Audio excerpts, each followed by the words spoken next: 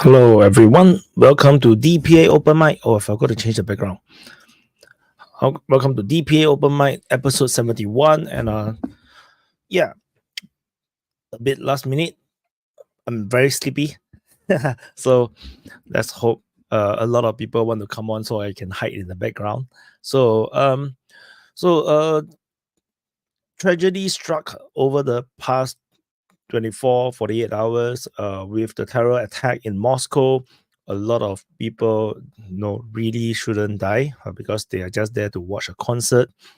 Unfortunately, some stupid people decided to take some stupid money, which is not that much, and then try to do a stupid escape and end up in a stupid situation, which is kind of dumb. But our world is full of dumb people. And talking about dumb people, okay, that's not the right way to lead to it. But Putin got re-elected as president, and of course, Belgorod offensive is a total failure. It's officially over, and so I'm gonna drop the link in the DPA Open Mic channel, live chat. So this time around, there is multicast as usual, but this time around we have the main channel because YouTube don't want still dragging the reviewing of my Moscow terror attack video. So so I might as well just do the open mic on the main channel as well. So we get to get more people introduced into the DPA Open Mic community, and hopefully we will see the Moscow attack video tomorrow. It is a pretty nice video, I think. So I'm gonna drop the link in the open mic live stream, and hopefully this is the correct one. I should check. So I dropped the link and I've pinned it, and let me enter. Okay, this is the correct one. Okay, I actually yeah, the link is correct, and I'm gonna drop it in the Rumble channel. So it's okay. So I got confused myself. Okay, the open mic channel. This open mic is multicast on the main channel, on the DPA main channel, the DPA's Defense Politics Asia channel, DPA Open Mic YouTube channel, DPA Open Mic Rumble channel, Telegram, DPA Telegram, DPA Twitter, and yeah, I think that's about it. I think I'm not sure. And Twitch, DPA Twitch, and hi Vaughn, you're muted. Hey, what's up, Wyatt? Yeah, I'm only going to be here for a little while probably because I got to go to Bumland, but I just wanted to get in on that real quick too, on the whole thing. I mean, the way it's kind of shaping up, I can't believe that certain people would be that stupid. I mean, I'm not gonna, I'm sure we'll get into it and then we can speculate and all that, but I'm just saying the way it's looking now, it's like, oh, what the hell were these people thinking? I mean, yeah. I mean, they are not, doing a terror attack in United States where you tend to be able to get away. No, it's freaking Russia, and the people, the security forces are very brutal. We saw they cut off the ear, like he didn't even hesitate, just cut it off and feed it into the mouth. It's like, whoa, my God. I know. And then they're trying to escape into a war zone. I mean, there's so much, but it's just like, yeah, I mean, somebody posted of it like that's how you treat a terrorist. I think one of them got their eye poked out, and the other guy. I wonder how that works. Yeah. I mean, I don't know. I mean, Putin gets reelected, and like I was saying before, I think that gave him his mandate to fight the war as he sees fit, because the public's obviously not really all that upset about it, or there's not any like noticeable dissent. I feel like everybody kind of bought into Putin's vision and they're all down for it. So, that now they kind of upped it with more pressure attacks, and they've been making ground. It looks like they've captured Ivaninsky and a couple other places, and on top of the massive missile attacks, which probably signals they're turning up the pressure, not just on the army with the FABs, but also the population, just by making it as miserable as possible for people. Can't get around, can't get food. Maybe the water is on, maybe the power's on one day and off the next. I mean, like they're creating a misery index, not just for the army, but for the people. And then, you know, I don't believe this was a lash out attack because it's too quick from the time the bombing of the missile attack started to now. I don't think they could call somebody up and get something like that going. I think maybe it was something in the works before the election. Maybe it was supposed to hit during the election, you know, and scare people from voting, and it went off later. But I mean, you know, with that, you know, that's kind of where I'm at. You know, the missiles attacks were obviously pretty devastating and effective, and you know, now we have the terrorist attack to change the subject and kind of take away from that because everybody's focusing on that now. So, I mean, I hope some of the Russian people come in to have the actual most up-to-date on the ground views of what's going on. I mean, I talked to Dennis earlier, and, you know, I mean, people are upset, obviously, and pissed, and they're very glad that these guys have been caught. And, you know, it sounds like they're kind of, you know, in the same way, like, what the fuck are these people thinking if it ends up being connected the way it looks like it could be connected, you know, because it's like you're talking about you know,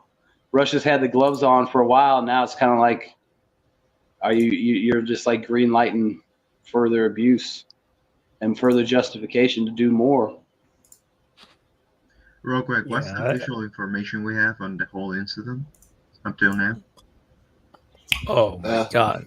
Well, I've been reading about this a little bit. Basically, what we know so far, a lot of dead people, 133 last I checked. The 4 suspected terrorists were trying to escape through a route in Ukraine. They were stopped. They tried to exit the car and run into the woods. They were captured. 3 of them were captured in the woods. 1 of them was captured in the car.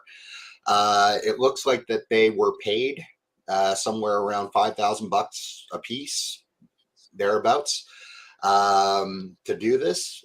Who they were recruited by, they didn't say yet, though I'm sure they will with a little bit more encouragement, shall we say.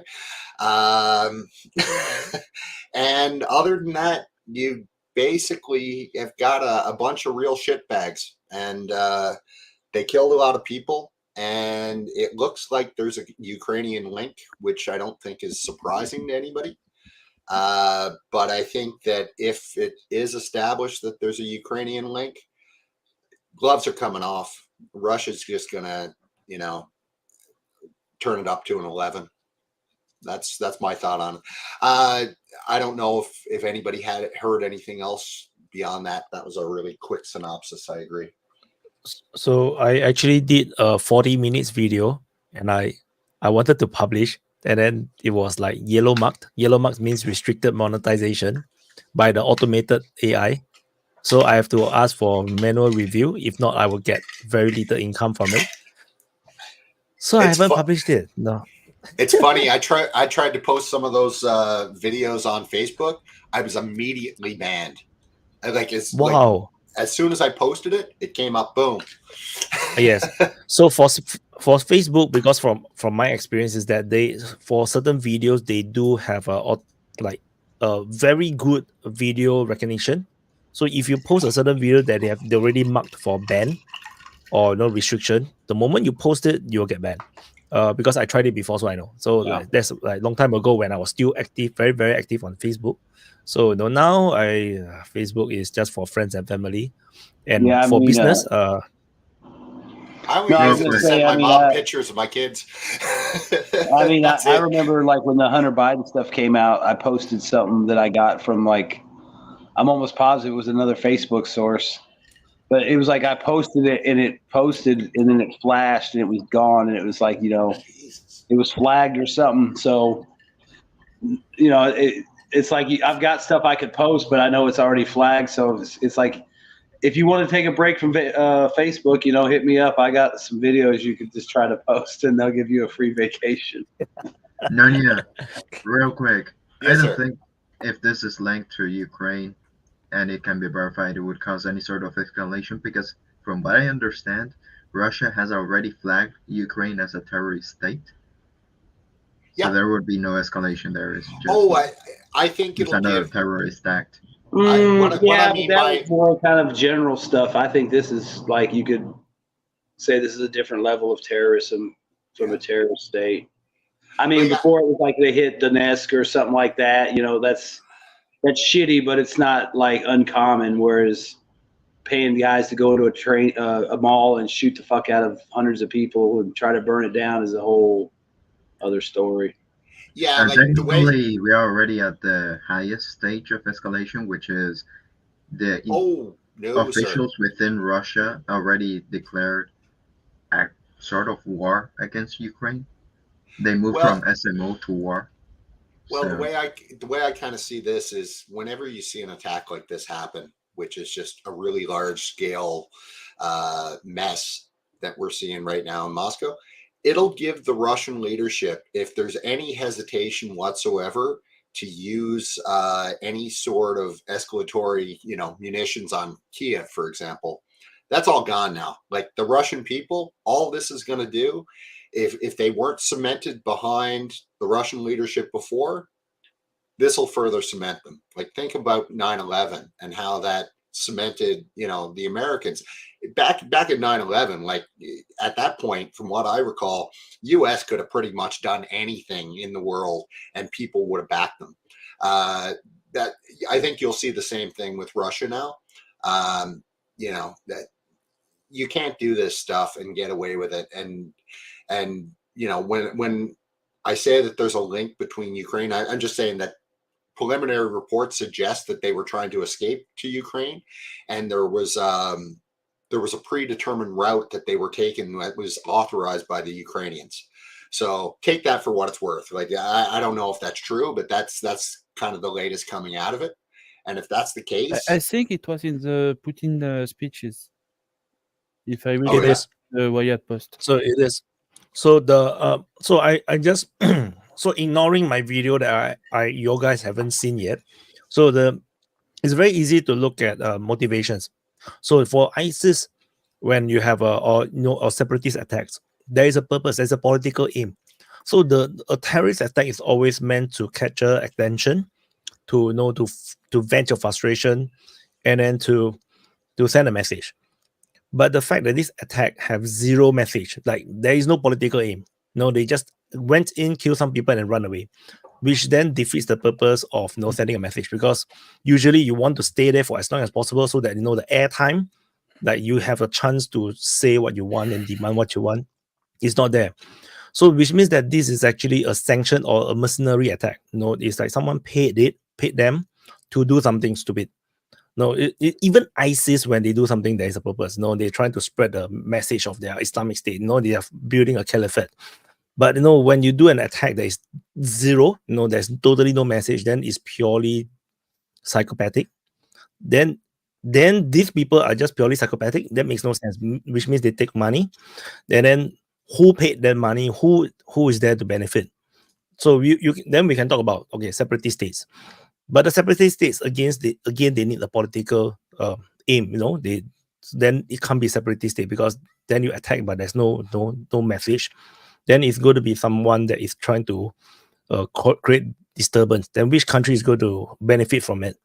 We can lead in that kind of way to find who might be the most likely candidate. It's definitely not going to be the Central Asian states, because it makes no sense. They gain nothing doing this.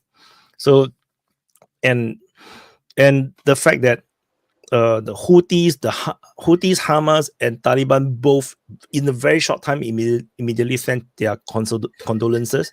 That also is very weird to me, and I think that the closest to me is still the people that's involved with the Ukrainian conflict right now. It's either United States, Baltic states, Poland, Ukraine, but of course most likely it's going to be Ukraine, to me, in my opinion. And it's not difficult to fabricate whatever all these claims that they are ISIS. It's just not that difficult. Anyone can claim they are from ISIS. Yep. Nunya. I think Shadowy was next, but go ahead, Shadowy. Yes, what I think is really strange in this event is that for me the country who gains the most in this attack is Russia. It's very sad for the poor Russian civilian who died, but the propaganda benefits for Russia is really important. Now, like you said earlier, Russia could do whatever they want in Ukraine. Okay? So it's really strange. It's a very big mistake for Ukraine to try something like that. And most of the time, Ukrainian propaganda operation, for the propaganda point of view, not the military one, way more efficient than that. So it's really strange for me. I don't think we did it, of course. I'm not stupid like that, but one of the things that I was thinking. Sorry, Shadowy, for cutting you off. Go ahead. No, continue. I remember. Well, one of the things I was thinking about, because this was only a handful of people, right? And when you're poor, $5,000 or whatever it is a lot of money, and it didn't take them a whole lot. This was probably something very simple, whereby they managed to find a handful of extremist idiots who were looking for a bit of cash. One of them, I've also forgotten my intro. One of them, I think they've actually linked back to the Ukrainian military. Like, he's a Ukrainian citizen. He's from Tajikistan, but he's a Ukrainian citizen. He became a Ukrainian citizen late in 2022, and he's actually fought on the Ukrainian side. So I think they've established that link with at least one of them right now. So, when I think about an attack like this, I'm guessing it was really just, let's, throw the net out and see who we can recruit and, arm them and throw them at, Moscow to see what damage they can do. I'm guessing that they probably thought that, they wouldn't have been as successful as they actually were. Like, they did a lot of damage. And, perhaps the Ukrainians didn't think they would have done as much damage. And I'm guessing that they probably have a series of these little cells floating around somewhere in Russia right now. Like, it wouldn't surprise me at all to learn that there were more than one of these cells that are funded and armed by Ukraine that are, working on some sort of operation. Go ahead, Chadwick. The other idea that I could have is that it's not an operation from the Ukrainian government or Ukrainian Secret Service, but from an ultra-nationalist group, like private sector or the Azov battalion or the Kraken guys, something like that. They are stupid enough and have enough money to try something like that. And they hate Russian to the core, So maybe it's something like that. One thing I was wanting to ask you guys. So the UK and the US, as we all recall, about a week and a half ago or so, they came out with that statement warning UK and US citizens to stay away from, concerts and stuff like that, because they were warning of an imminent attack and they had information on that. Now, yesterday, when all this broke, the US, whoever it was, Kirby or whoever, they actually said that we shared all of this information with the Russians at the time. I haven't heard the Russians refute that or confirm it. And I'm just wondering, like, if they actually did give the Russians this information a week or two ago and the Russians didn't act on it, then that's on the Russians. But I guess my question is, were they actually provided any of that information? I'm not sure. The US said they provided it, but the Russians haven't confirmed it or denied it. For that. I think Putin commented on that by saying that it was tantamount to like blackmail. Like, he felt like whatever information they shared, like it was more of a threat than sharing of information. So what do they mean by that, though? Like there's going to be an attack, there's something's coming, like, I don't know, maybe he took it as like, if you don't do what we want, maybe the attack happens. If you do what we want, maybe the attack don't happen. I don't know. Like, he said something along the lines that it was blackmail. The whole mention of these terrorist attacks in Russia, that everything was fine. Because they made fun about that. Oh, Putin said everything was fine 3 days ago. It's like, yeah, like he's a psychic and he knows it's perfectly 100% fine. But yeah, I don't know. I mean, I think that was his response to that whole about information about possible attacks, was that he took it as blackmail, as a threat, not information.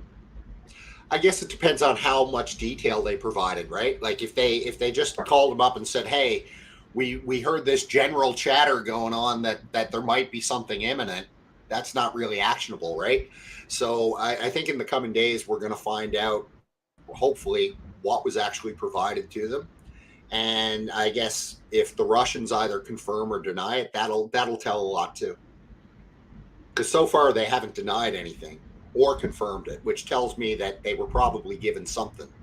But what that something was, who knows? You know, Nunya, maybe they sent 8 or 10 similar alerts last year and nothing happened. We don't know.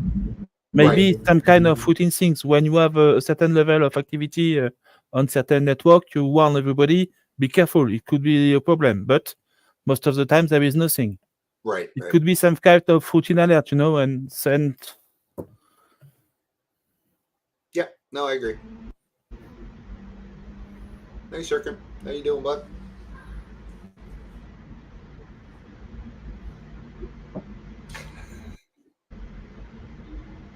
Jeez, nobody wants to talk. That's rare. Yes, I mean, give us a topic. I mean, if you stay on the terrorism, I mean, hell, you can still talk about some of the other stuff going on. I mean, you know, some people thought it was a retaliation for all the missile strikes, but obviously that's too fast of a time between the strikes and getting a team together to go do that. And one of them, the one who still has 2 ears, he was saying that they were planning this like a month ago. Yeah, see, I wonder if maybe it was planned for the election, maybe, because it makes more sense to do something like that right before the election or during the election, maybe if you're trying to disrupt the voter turnout. Yep. But then maybe they missed their opportunity, or maybe they were just a cell waiting there for someone to call them up and use them. The weird But thing I mean, is I just find it amazing that the Ukrainians, you know, I mean, I kind of lean towards what Shadowy said. Maybe it is more likely some Azov nationalist group than it is the army or the or even the security services, just because you think they would realize what they could be uncorking. Well, there's a couple of Chechen brigades fighting with Ukraine, isn't it? And I think that's where at least one of them came from it. So I'm guessing all 4 of them came from that brigade. Yeah, that's what saying. I mean, you would think. Yeah, but those guys are nationalists too, in their own way. So I don't know. It just seems like the people that would have, you know, planned an op like that, like the SBU or the government or the army, would be like hands off, like hell no, dude. You know, go blow up an oil refinery. Yes, I think so. We're not shooting up a mall. Well, that's a good point that Voss is making. Like, these guys, if you're a jihadist, you're not running away. You're fighting to the death, you know, and it's a good point. Is my mic working now? Is my mic working now? Okay. Yes, it is. Yes. The only weird thing, and the only reason I think it's not state organized, is if it was state organized, there would be a whole assortment of incidents of the sort instead of just one. And this is very sporadic. It's like somehow that's happened, and that's it. There is not like more attacks over there and over there, and maybe an attack in a cafeteria. It's only one, and it's like, huh?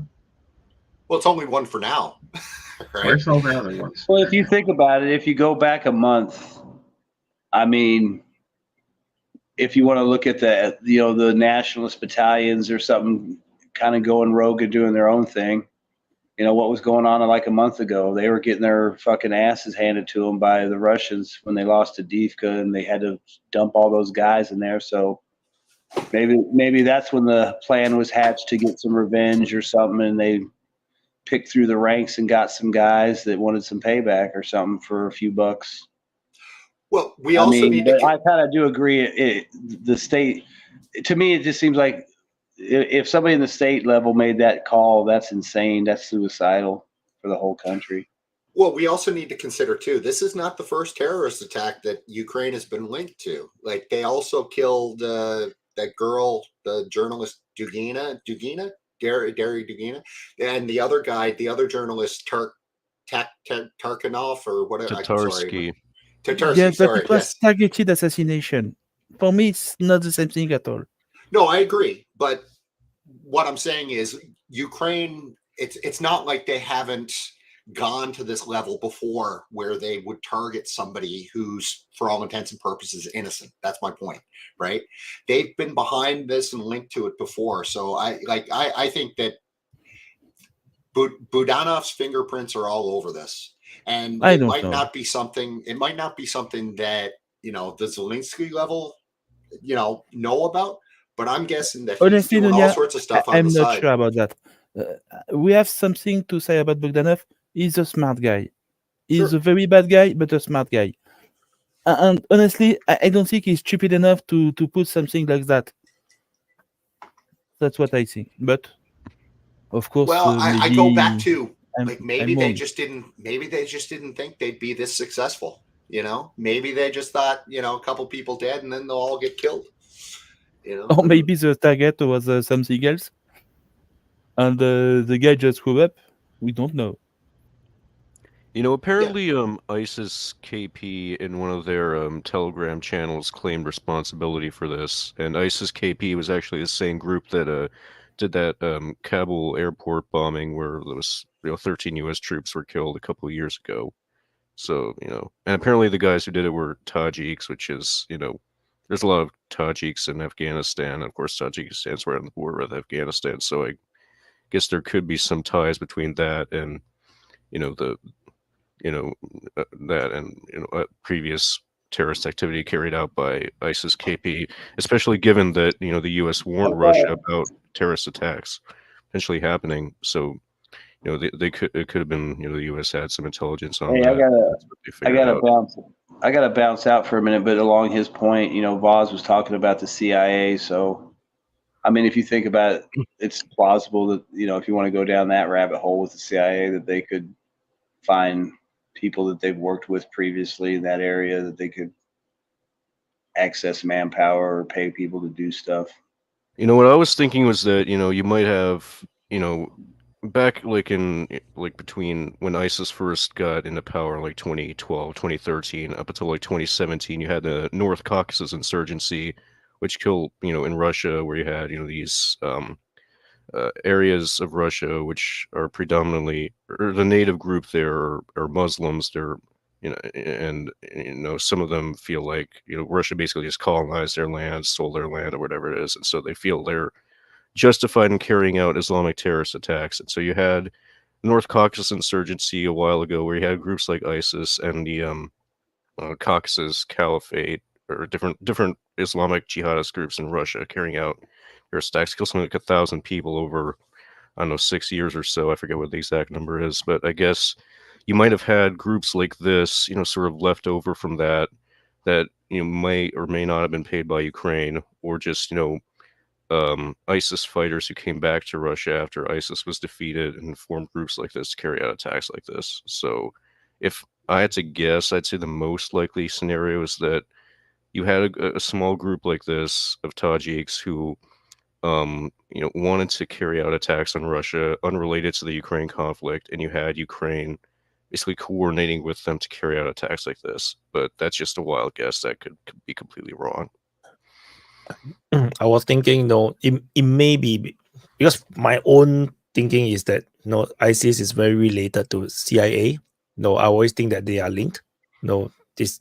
So it could be that the CIA gave, they have been grooming all these different people, right? Maybe if, let's say, this is a CIA thing, ISIS is a CIA construct like the Al Qaeda, then maybe they have been grooming potential operative, and then there's Ukraine is asking for some support from the United States, and the CIA decided, okay, I will give you these 4 people, and then Ukraine took over and just contacted them directly and armed them and tell them what to do.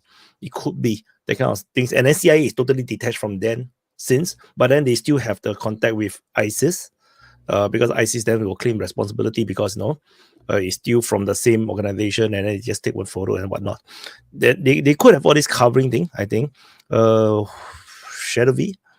Maybe the idea was for the Ukrainian to put the blame on the Islamists, to create some kind of second front somewhere else in Russia, and each security troops that the Russians are going to use to protect public events, it's a number of troops that are not going to Ukraine. So What do you guys? Some kind of decoy. Technically, guys think Russia of- already has anti-terrorist operations in the south, so there's that. What do you guys think of the theory that it was a false flag? No. Oh yeah, no, I discount that entirely. Yes. You don't do that to your citizens. Well, the one thing I was thinking was that, did you guys see the interrogation footage of the guys they captured? It's like I think what happened was basically their car tried to enter Ukraine, and these soldiers captured them and basically like completely beat them up and like bloodied them and all this sort of thing. And, I was just thinking, you don't see like civilian cops doing that kind of thing because one, you could have the wrong person, and two, if you brutalize suspects like that, they're not going to give you accurate information. So I just, given that, I felt like it's somewhat lends a little evidence to the possibility there was a false flag, just because they might have just picked some random guys and beat them up like this, beat up a confession out of them to say they caught them, even though they really didn't. If it was a false flag, you wouldn't do that, right? You wouldn't go and cut off somebody's ear, for example, right? But you if were it's the one controlling it. Well, yeah, but they might have just the real guys might have just got away and they just picked some random people to beat confessions out of. Oh, okay, fair. Yeah. That is a possibility. Yes. Yeah, that's possible. But basically, they have no information about who did it, and they decided to create a false story. That's possible, but not through false flag. But So- I kind of don't believe that, because when you watch the videos and these guys, like, they're being interrogated in real time, right? And somebody who's been interrogated a few times, I can tell you, you're reacting to those questions as they're flying in, right? And you could tell that these guys were terrified, right? They were scared that they were caught. So I get the impression that they were scared and they were willing to tell the truth. So you see, when they asked, it's like, okay, why are you here? Who paid you? How much were you paid? Like, they were kind of answering the questions, as it was coming up. So I kind of, my gut reaction when I watched those videos, that they were legit. I know, like, back in the 2000s, in the war on terror, and you had Guantanamo and all that. I know a big, a large motivation for the torture program in Guantanamo was actually because people like Donald Rumsfeld actually wanted these suspects to give false confessions and whatnot, in order to justify certain bombing raids, just continue the wars or whatever. So I feel like maybe Russia's doing something similar here, but I don't know. It's hard to say. I think they've got all the artistic license to do whatever they want in Ukraine, even before this. But now, Yes, it's a given. Like, I would be it's launching for all my me, rockets it's at a big Ukraine. earn on the propaganda, international propaganda, because now all the other countries in the world is going to have an even worst opinion of Ukraine. Sorry, what was that, Shadowy? I lost the I last think the most important thing is about the other country. In the other country now, they are going to have an even worse opinion of Ukraine. part. Yep, no doubt. Paul, go ahead. Hello, guys. I don't think it was a false flag, because the Russian have already big motive to hit Ukraine, like Nord Stream pipeline was made by the USA, like another Dugina, like another attack who hit civilians. So I don't think must do a false flag for what? For what? Because they already do. The Ukrainian already did a lot of bad things. So I don't think they need a false flag.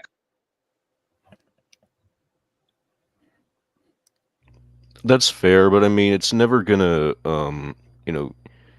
it's when you have an attack like this, it's never gonna make people less or less supportive of a war unless you killed, like millions and millions of people, at which point, the country's economy can't function. But just, I mean, as a political stunt, I mean, it could make sense. But if you just ask me, like I said earlier, I think it's most likely that Ukraine set this up in one way or another. But I don't know. There's just no way to know at this point. I just brought up the false flag, just a possibility. I don't know if it's true or not. No one does. Hey, Riler, do you mind taking a shot at this super chat? You've got a good grasp on history. I don't. I know the general of how ISIS came to be, but if anybody else wants to take a stab at this, I think it's a good question to ask. Yeah. So ISIS, basically, it's sort of a complicated story. Around the time of the Arab Spring, you had different Sunni Islamic groups left over from the Sunni insurgency in Iraq, and they basically had some of these groups operating in Syria, and basically it's been a while since I learned about this, but basically you had Al Qaeda in Syria, and then part of that group broke off and formed, I think, a group called the Islamic State of Iraq, and then that group, or part of that group, turned into ISIS under al-Baghdadi, I think. And so basically they, and their big thing,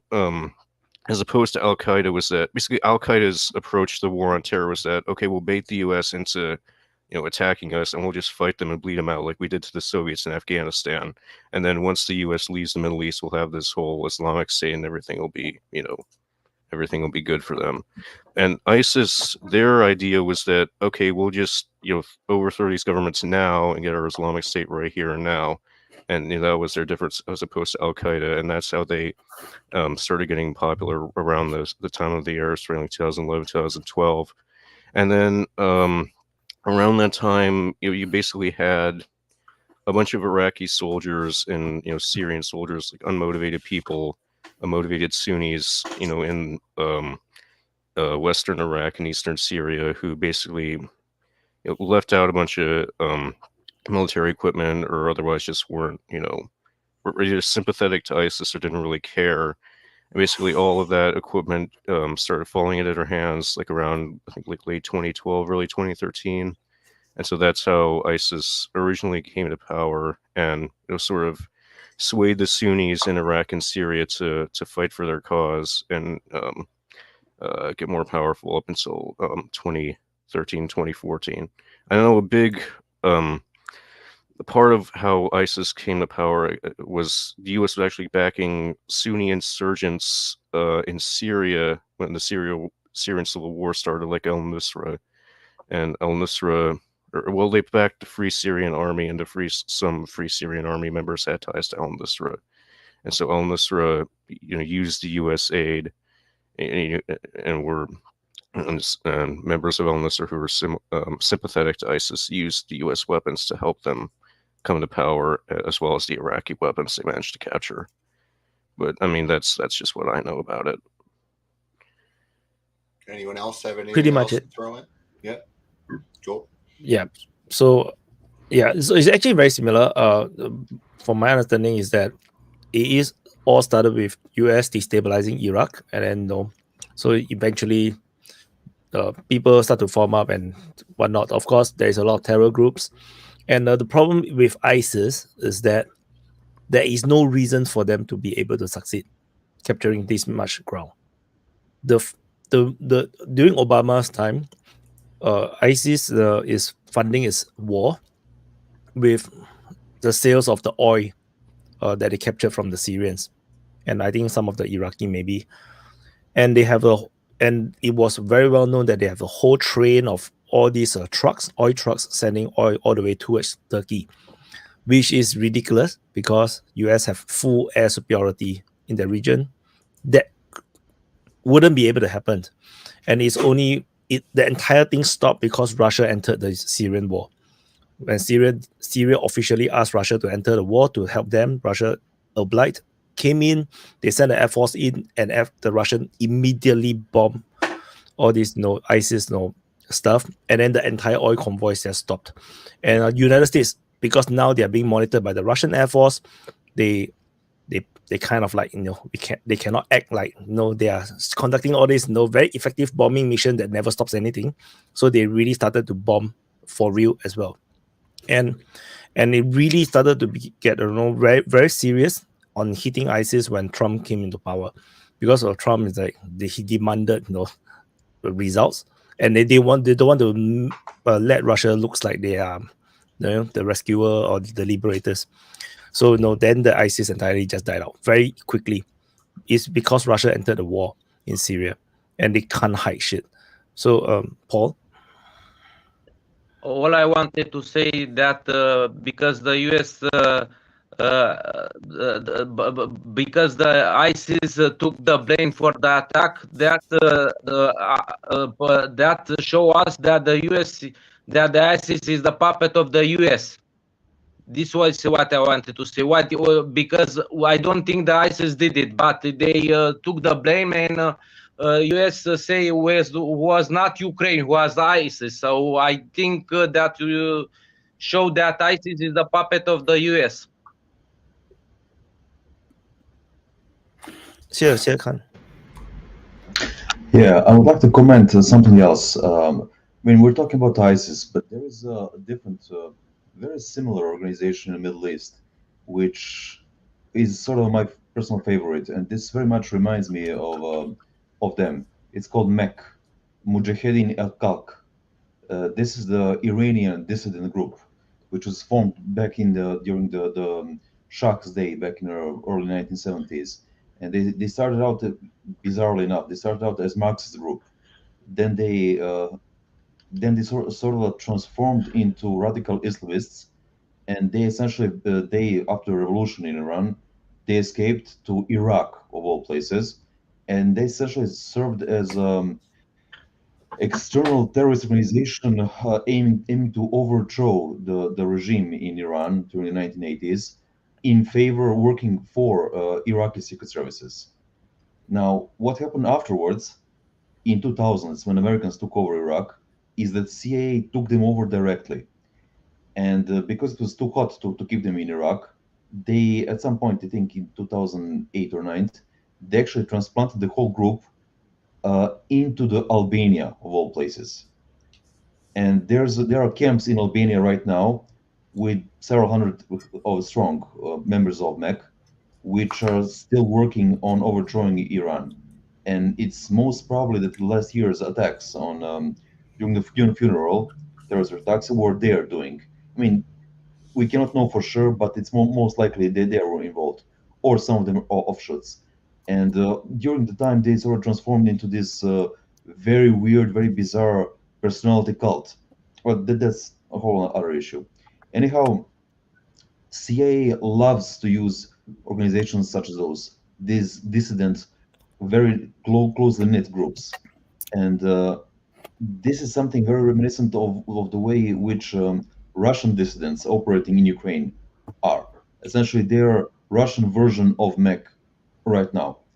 And although this particular group doesn't seem to be from this sort of organizational framework, these guys, if Russian sources are correct, which we can't say for sure, are sort of the dispensable mercenaries get from the outside. And I mean, the whole point of them trying to reach Ukraine, of all places, instead of wanting underground or trying to escape through, let's say, Kazakhstan, or this sort of implies that their contacts in Ukraine prompted them to try to reach Ukrainian border. I mean, this is ludicrous. I mean, I don't know how they the military checkpoints and everything, but probably somebody advised them they should try, and everything will turn out fine. Now, these guys, if these are guys responsible, these guys don't look too bright. So essentially, they could tell them anything possible, and they would just swallow it up. They couldn't use any logical reasoning. They don't look like those types. But almost certainly, those guys were operationally controlled from Ukraine, and most likely CIA was involved at a certain stage of recruitment and controlling of everything. Or at least, if not directly involved, they must have had some insights, because Gore Ukrainian military secret service is the brainchild of CIA. So there's absolutely no fucking way, pardon my language, they couldn't have known this. They must have known it. I mean, this is like a no way in hell they couldn't have known it. Yeah. I'm just curious how they imagine themselves crossing the minefields. I was like, why do you go to the border region? It's full of minefields and That should have that was the other Finland. thing. That was one In the thing. that Finland jumped border, out I at me. think you have less security than anywhere else. Well, if you're trying to escape, you're trying to get out of the country from Moscow. Or in Belarus. Like, you're not going to go through Ukraine. Like, there's quicker or closer routes outside of Russia than Ukraine, right? So that they were purposely trying to get to Ukraine. Sorry, Paul, for cutting you off. Go ahead. You're muted. Yeah. No problem. I wanted to say if they were from ISIS and Tajik, there are many Tajik in center Russia, so the way to go was not Ukraine, was center Russia. That show us that the puppeteers were from Ukraine. I don't think maybe were not from, let's say, Kiev. Maybe the banderites or other guys make a cell in Russia and do this thing. We don't know, so we gonna find out. Thanks. Upgrade. I have a question for you, just to get you into the conversation because you seem to be about to fall asleep. You didn't talk in the whole entire open mic. So the question here is: we know that there are French troops in Moldova and there are French troops in Romania. Do you think there will be an operation to secure Odessa, where the front to collapse? Go ahead. I don't know. If you see the current thing coming out in the media, it doesn't look good. I mean, like, there's some generals who said that maximum like 15,000 troops can be deployed if they want to do that. But I don't know, actually. I don't know, because I never understood that. So they want to send troops there, but France is part of NATO, so directly will trigger some problem. So I don't know if he even has the power to do that, you know. I think it's a lot of bullshit talk, you know, and it's just about the European election because you want to show that he is strong and stuff like that. And nothing to do actually with deploying troops. You just put them there nearby, you know, and like, woo, France with 15,000 troops. We're gonna do some shit, you know, if you come, They you know. They couldn't even sustain operations, so yeah. Yeah, but it's useless. I mean, like, it's 15,000 troops, and we need also logistics. Not only that, look at the logistics.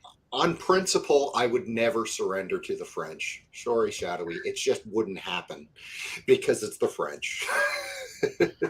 You ever heard the joke about? That's also some dumb shit where it comes from the Anglo-Saxons who all remember one fight of all the. You know what would happen if Italy bad things about the West? That's why you see now cut off already his internet. He was making fun of the Anglo-Saxons and they cut him off. You know what would happen? Anglo-Saxons, don't cut me off when I'm doing that. No. You know what would happen? You see, now he's okay. You see.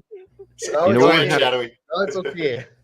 You know what would happen if Italy and France went to war? On the surface, like, we don't have logistics. Like, it was even like History Legend made a good video. I just saw it about the French troops. Well, we don't have even logistics to manage in African countries. How are we going to do it in Ukraine, where everything gets bombed and monitored and everything? What the hell are you talking about? We're going to get destroyed, and then he's going to go under the guillotine, and we're going to have a new republic. No, I'm just joking. You know what would happen? You know what would happen if Italy and France went to war? Italy would switch sides and France would surrender anyway. No, what would happen is the rations would be the best ever. They would be the tastiest rations in the history of the military. I don't want to talk about the US, what they lost against who they lost. So let's just keep it civil here. Okay, Because, choose the next speaker. oh So- yeah, Shadowy was Yes, thank you. pointing. Yeah, I yeah, totally agree with the upgrade. There is nothing going to be nothing with the French troop because it's just propaganda speeches on that soul. Macron is just a crazy guy who don't have any idea what's going to happen, so he try everything to be reelected. Okay, real quick. I talked Okay, with and I have a person second from thing France. about this topic. Okay, go ahead. I think the main point is that the NATO is going to build a very large, very important base, very expensive one, in Romania. 2.5 billion US dollars, I think. So that's 125 million per year for 20 years. And basically, this base is going to have more soldiers than one's field in Germany. 50,000 NATO troops in Romania. Basically, what it means is two things. First, they understand the Ukraine war is over and Odessa is lost. So the next border is going to be Romania. And second point, they are going to try to defend Romania, and that I think is the main mission of the French troop in this area. Okay, next one Real was quick, Paul, I what think. Oh, go ahead. Okay, what I wanted to say that every empire built himself by a great battle, and it doesn't matter if they fight or not. The matter if they participate to the peace. So position of Macron, he was want to make a European federation. He want to make a European army. He want to show that he's a player. He want to propagate in France that he's a great politician, and because the Germany now is very weak economically, political, maybe he can stay with he can manage the peace in Ukraine, and then gonna lead Europe. The Yes, European. that's what he wants. In his dream. Okay. Okay, real quick. Shadowy. Oh, hell no. I had When you my said finger, that honestly, no I had my finger up off screen before Shadowy did last time. And Yeah, it's my fault. My fault. I didn't see Vaughn was back. She was like all the way like this. I'm going to say something real quick before Vaughn says anything. Shadowy, Go ahead, you're one man. of I the forgot. few No, I'm over. Frenchmen I waited so that long, I believes- forgot. You're one of the few Frenchmen that believes that Macron is even remotely capable of thought. At least of the Frenchmen that I talked with. So you're one of the few Frenchmen He's that just believes, crazy. at least that I talked with, He's crazy and he has no power, so forget it. that thinks that Macron wouldn't move forward with any stupid idea he may have. Mainly because most of the people in the French state are his cronies. So no one would I really did talk have one thing to say about the French. You know, France is part of NATO. Macron is one of the leaders of NATO in NATO. So they have access to all the information, and they know what's really going down in Ukraine. And maybe the fact that he's throwing a tantrum and trying to get Ukraine to to get some French troops in Ukraine is because they know how bad it is and how close to the edge it is. And maybe they feel like they got to drop some NATO troops in a few places just to try and say, hey, we'll you can't come here, like dare Russia, like, well, they won't come here now because the NATO guys are doing the humanitarian thing or whatever bullshit story they come up with. I just wonder if maybe, it could be a indication of just how desperate the times are getting, like, because everybody's thinking, like, this is stupid to send them in there. Why would they send them in there? Maybe it's just bluster and talk to distract from the domestic stuff, but maybe it's like, bro, we got a lot of money in that motherfucker. You sure you don't just want to let it go? We can't save everything, but, we could save Odessa or something, I mean, maybe that's how bad it really is. I mean, they're talking about how the Russians are talking about how collapse is imminent. Maybe it's a lot more imminent than we even think. Because not everybody in NATO is a blind NAFO fool that's just going to say whatever. I mean, people know what's up. Well, the only thing You're gonna France has that Ukraine doesn't really have is air power. I mean, France has, over 200 modern fighter jets. Ukraine only has, maybe a couple dozen left at this point. So, I mean, the thing that France alone could send that would most help Ukraine, is air power. But the thing there is that, their Rafales, they only bought like 160 Meteor missiles for the Rafales, and the Meteor is really the only missile, the only French missile that they have that could compete with Russian missiles like the R-37M and R-77M, other advanced missiles like that. Once they run out of those, the only thing they have is the Mica EM, which only has a range of like 80 kilometers, which is inferior to that of the R-77-1s, which Russia has way more of. And so once they run out of those Meteor missiles, there really isn't gonna there's really much that the French Air Force can do that the Ukrainian Air Force isn't already doing. You must choose who's next, or everybody will keep quiet. We got Nunya. that super chat. Putin's afraid of Macron because Macron is the muted. new Napoleon. Nunya, we can't hear you. Oh, Nunya, you're done. no sound. Activate your mic. No, you are still mute. I mean, I don't think the French would send air What I power. was trying to say before. I just think if they get troops, if they get troops on the ground to set up like a humanitarian thing or a hospital, that's all they might try to do. Right, and that's another thing. Just to say they're there and maybe keep the Russians from taking Odessa or whatever spot they decide to plop down in. Like, it'll be a game of dare, a bluff, which one side's going to answer their bluff possibly with a Kinzel, but, Right, that's another thing. I was watching, I think, William Spaniel's video the other day where he talks a lot about tripwire troops, where you basically send in, France would send in, a couple thousand troops somewhere in Ukraine and basically say, the Russians can't go any farther or else they're going to be attacking us. And that would basically be what France is betting on here, is that Russia wouldn't risk attacking a NATO force, and that if they do attack a NATO force, more powerful NATO countries like the U.S. are going to come and help them. And that's what France would be trying to do to deter Russia from advancing more. Everybody said when he said to send troops, they said, no, we will not send any troops. So nobody will come save us. If we go there, we'll get shot and we'll die all. And right. I'm not saying even a bigger message to all the other countries. If you come in, you will get targeted, you will get hit, and you will die, and you go back home. 1 second. It's not going to happen like that. It's not going to happen like that. And you will not trigger the Article 5. And you will not. And you will not trigger because it's Article not the European Union and it's not NATO countries. So that's not going to happen.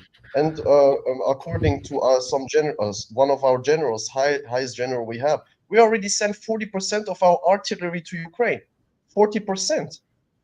So what we got? What we gonna go there with? Like they said, like with 20 Caesars cannons, with nuclear tanks, like 30 of them. Well, I don't think they would go with that necessarily, because that's a provocation. Hey guys, can I check my mic? With a field hospital. Yeah, it works. Yeah, it's working. So I mean, I don't know if France will send troops. I mean, they probably won't, but I mean, if they did send them, that would be their logic. But another thing is that, if they do send troops, then there's a very high likelihood that Russia's going to attack the French, metropolitan France, airfields in France itself, or French aircraft carriers, or whatever it may be. And once you have that, and you have, thousands of French people, actually thousands of French people dying on French territory, it's going to be, that's going to be a pretty big diplomatic crisis. But again, I don't think that's going to happen. It seems more likely than not that won't happen. Just before I pass it to maybe Simeon, I don't want to say Russia did warn that any aircraft that flies into Ukraine to help Ukraine, their airbase will become a military target.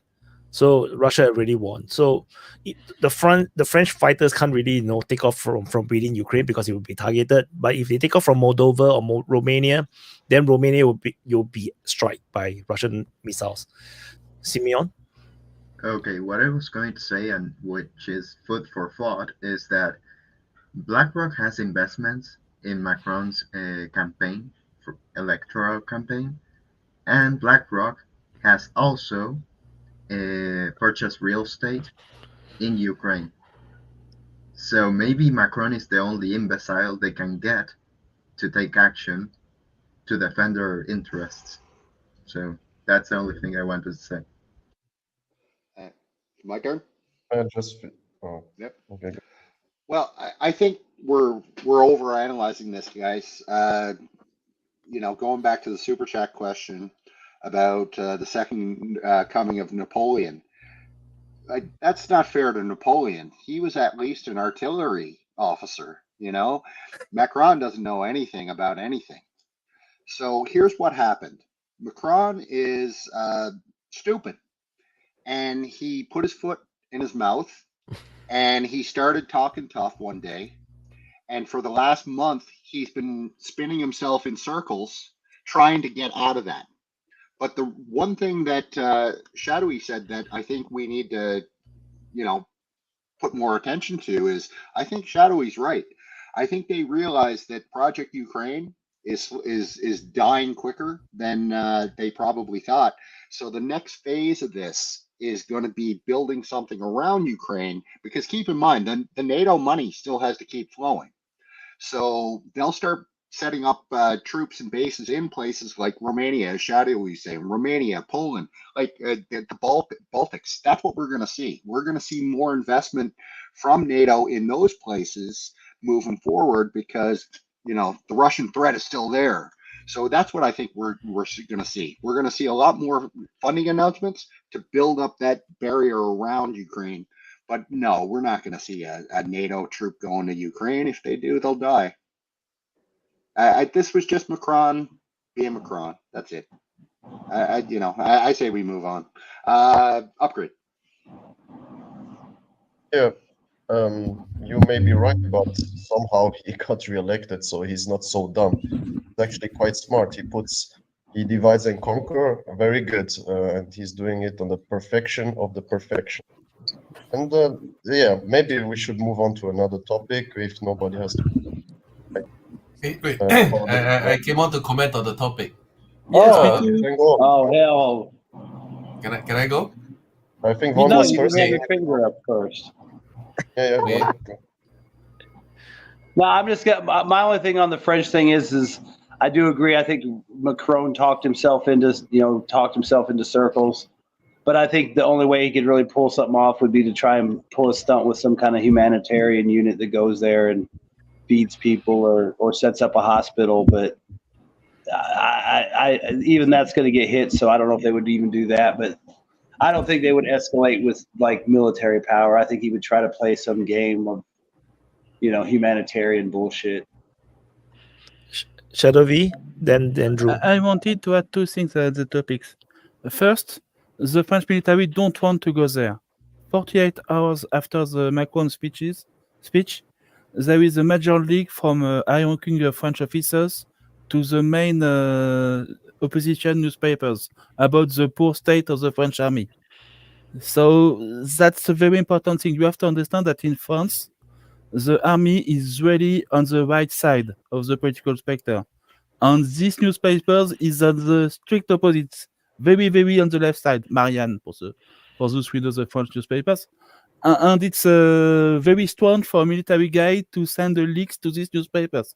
It's really, really to oppose Macron, basically. And that's something very new in France.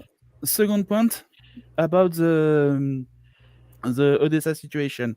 Maybe the idea of the French or NATO troops in Odessa is not to oppose a Russian attacks. It's to oppose an internal trouble in Odessa. Maybe the main fear of the Kiev regime is not a Russian attack, because the Dnieper River is a very hard thing to cross. The main problem would be a local insurrection. Maybe the population, with the help of some rebel or traitorous officers or corrupted officers, could try to join the Russia, basically, and to invite the Green Main from Russia, like in Crimea. And I think NATO troops in Odessa would serve only to oppose this kind of action, basically to avoid another Crimea. Drew, you're next, I think. Okay, so I got 2 points. The first is, I think what happened with Macron was he got some feedback from his military guys or intelligence guys to say that, you know, shit is going down in Ukraine and all is lost and everything. So he became a cornered rat.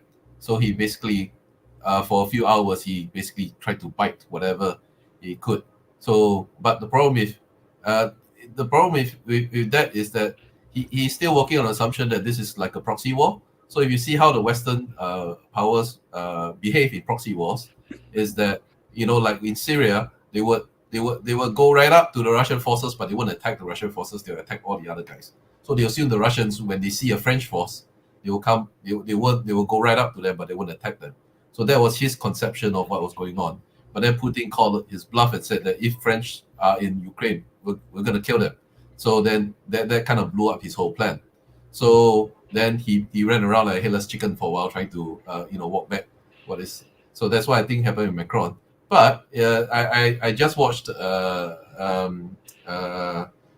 what's your best friend's name, Wyatt? History legend. History legend. Latest video about the French new military base in Moldova, and so I think the other thing that they might do is move the 20,000 troops into Moldova based on the defensive pact. Then suddenly there's a missile coming out of Transnistria that kills a couple of Moldovan soldiers, you know, and then the French would be there to defend the Moldovans, and then they will invade Transnistria. The 20,000. You can't go. Yeah? 20,000. There's 20,000. They say I they think have it's 2,000, right? No, they say they have. Right now there's 2,000. Like they say they can go up to 20,000. So that's what they say they have. But you know, the Russians in Transnistria also not that many, right? So you know, on that balance of forces, that might, you know, I mean, what can the Russians do then? They are far away from Transnistria. If the French go in and then take out all those guys, and assuming that the weapons are still there, the ammo is still there, then they quietly just transfer it across the border to the Ukrainians. So that might be what he's thinking now, you know? So that will be, I think, a bit troublesome for the Russians, because now they have 1,000 troops, peacekeepers there, who are liable to get wiped out and captured. So, you know, so that's why I thought might be what's going to happen next. Who was it? Paul, I think. Was it Paul? Paul. Sure. Yeah, Okay, what I wanted to say, 10 years ago, this is similar. the most important person in Europe. You go, then I will. I can speak. Yes. 10 years ago, the most important person in European Union was the Chancellor of Germany and the President of France. Now, what Macron do a smart thing, because the important thing to not participate to the conflict, but the important thing to be called when the peace is made, because Putin say if US want to finish this war, he can finish this war, and if the peace is made in, let's say, in 1 year, and no country in European Union was called for peace, he is very bad thing for European Union. So the most important thing that he show is a player. He's a player in this game to participate in the peace of European Union. The peace cannot be made only by Putin and Ukraine and USA. That's why I think he want to show that he's a player. Thanks. Who won? No, second, I think. No, me, yeah. Drew mentioned Syria, and Syria is interesting because similar situation was tried to be implemented in Syria with these protected zones, and this is essentially the same scenario which was in place during the war in Bosnia, in which essentially NATO countries tried to protect Bosnian Muslims by creating these so-called protected zones which were not demilitarized. So they were guaranteeing them safe shelter so they could operate from these protected areas. And they tried a similar thing again in Syria, but Russians completely ignored it. And apparently, mostly the British got whacked out in operations trying to establish some of those zones. But it's possible some of the Frenchmen also got killed. I mean, talking about special forces operatives, but they let it go because it was deemed as too dangerous. However, it's possible that they would try to establish similar thing again in Odessa, to create this protected zone of Odessa for humanitarian purposes. Now, Odessa is interesting because if Frenchmen remember their history, French forces were already deployed once in 1919 during the Russian Civil War in Odessa, and they got kicked out essentially. Local Red forces essentially kicked out the interventionist French forces from Odessa. It was quite bloody, and I don't really think they thought it very well through. Also, one of the things which are already happening right now is deployment of a anti-aircraft umbrella in both Ukraine and in Moldova, and Romania and Moldova. And I guess the idea is that those Aster missiles, which are long range, about 200 kilometers or so, they will create an air bubble reaching Odessa, which will guarantee the safe operating zone of such ground forces. Now, this is pretty ludicrous because Russians have potential to completely overpower those Aster batteries, completely. And not only to overpower them, they will target Romanian installations. I mean, this is taken for granted. And this is completely normal according to international law, because you cannot use third-party countries to support operations in fourth countries. I mean, you automatically become legitimate targets. And no, in this particular scenario, Article 5 does not apply. I mean, they won't be automatic because it would be against international law. I mean, this is very ramshackle construction they're making. I mean, it's not solid, and I really don't think they thought it very well through. Additionally, France maybe can deploy one division equivalent or so for maybe a month, maybe two at most, and that's it. There's nothing more to deploy afterwards. I mean, this is like, what are they thinking? Okay. Von, you could go. Hey, Shadow, if you wanted to follow on what he was saying, you can go first. Yes. I wanted to add something about the Moldova situation. Don't forget that this fall, there is another election, not only in the USA, but also in Moldova. Basically, the pro-European government is going to fall in Moldova I think it's in November. And after that, it's going to be a pro-Russian government. And that's something very important. So that means that the French troops or the NATO troops or whatever that's going to Moldova are going to be uninvited in a few months. So maybe they are going to be used to make sure that the current pro-European government stay in Moldova. In Wikipedia, there is a very good page about the next Moldovan elections, and you could look at it. There is the polls and so everything. Basically, the pro-European party is going very, very down very quickly in the polls. So they are going to lose. Von, your turn. Yeah, I was just gonna say. I mean, I know we were talking about switching topics, and I don't know what y'all want to move to, but if we're moving to something else like the cruise missiles or whatever, I was just gonna say also, I kind of feel like obviously the Russians' cruise missile attacks were aimed at targets they wanted to hit, but I also think in a way it was sending a message to the French too. Like this is what you're coming into. Because they hit such a wide variety of targets. They made sure, if they moved in by train or whatever, it would be more difficult. If the hotels don't have power, maybe the city's got shitty water supply now. Just kind of let them know what's up, and that they can hit them, and they can hit all kinds of targets. because we know they probably hit high value targets and just regular shit. So I wanted to kinda talk. feel like it was a message sent to. I wanted to talk about Haiti, but if you guys want to talk about something else, we can. I want to ask Drew a quick question before he goes. Drew, how much time did it take before Singapore's economy, after the reforms, I mean, stabilized? After the what? After the reforms, the economical reforms, where they What reforms? started to nationalize certain parts and then keep certain parts private.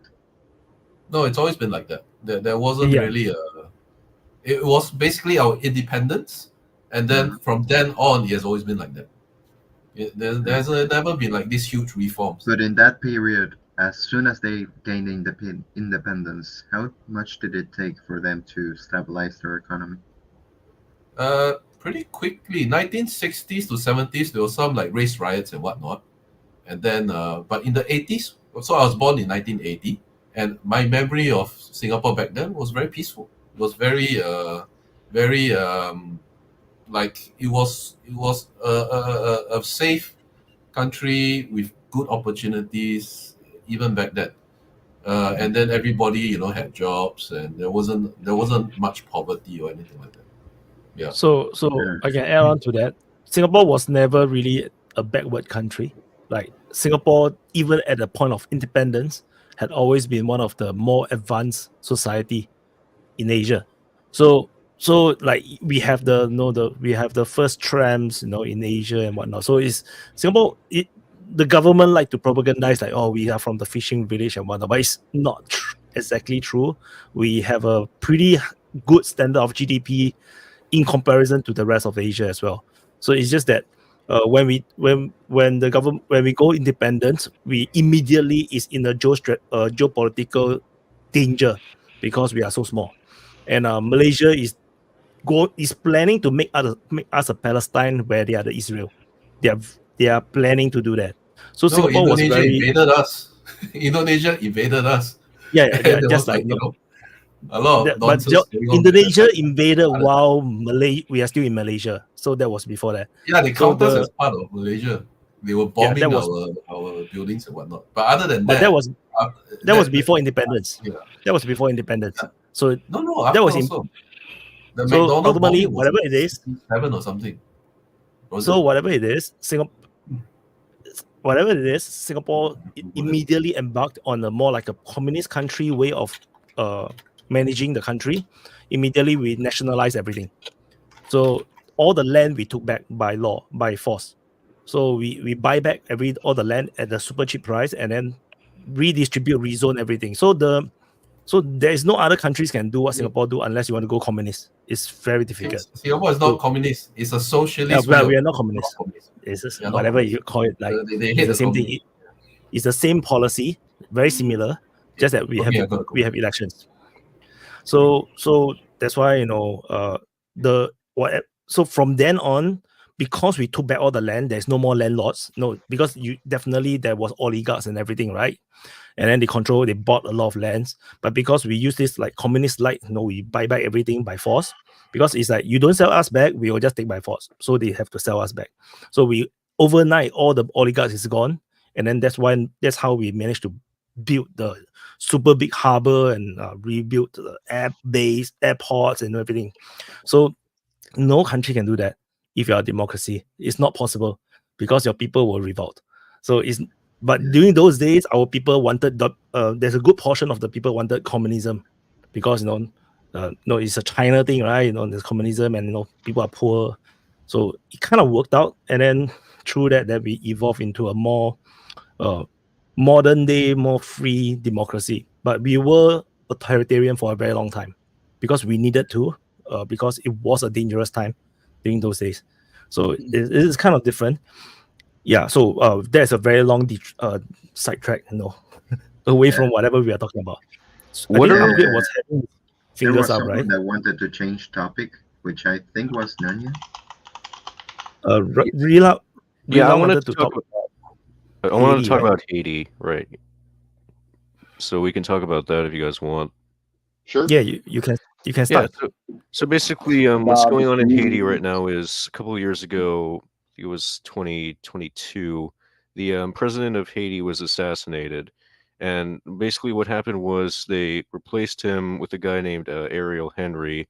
And I mean, I don't know too much about it, but what I gather is that basically Ariel Henry isn't that popular, and he basically tried to do a bunch of, like privatization reforms that increase the price of gas. And that was really unpopular among the Haitian people. It's basically what you had happen was basically the gangs around the capital, Port-au-Prince, basically like raided this gas storage facility and like distributed all the gas to people in violation of the laws and the price caps or whatever it was.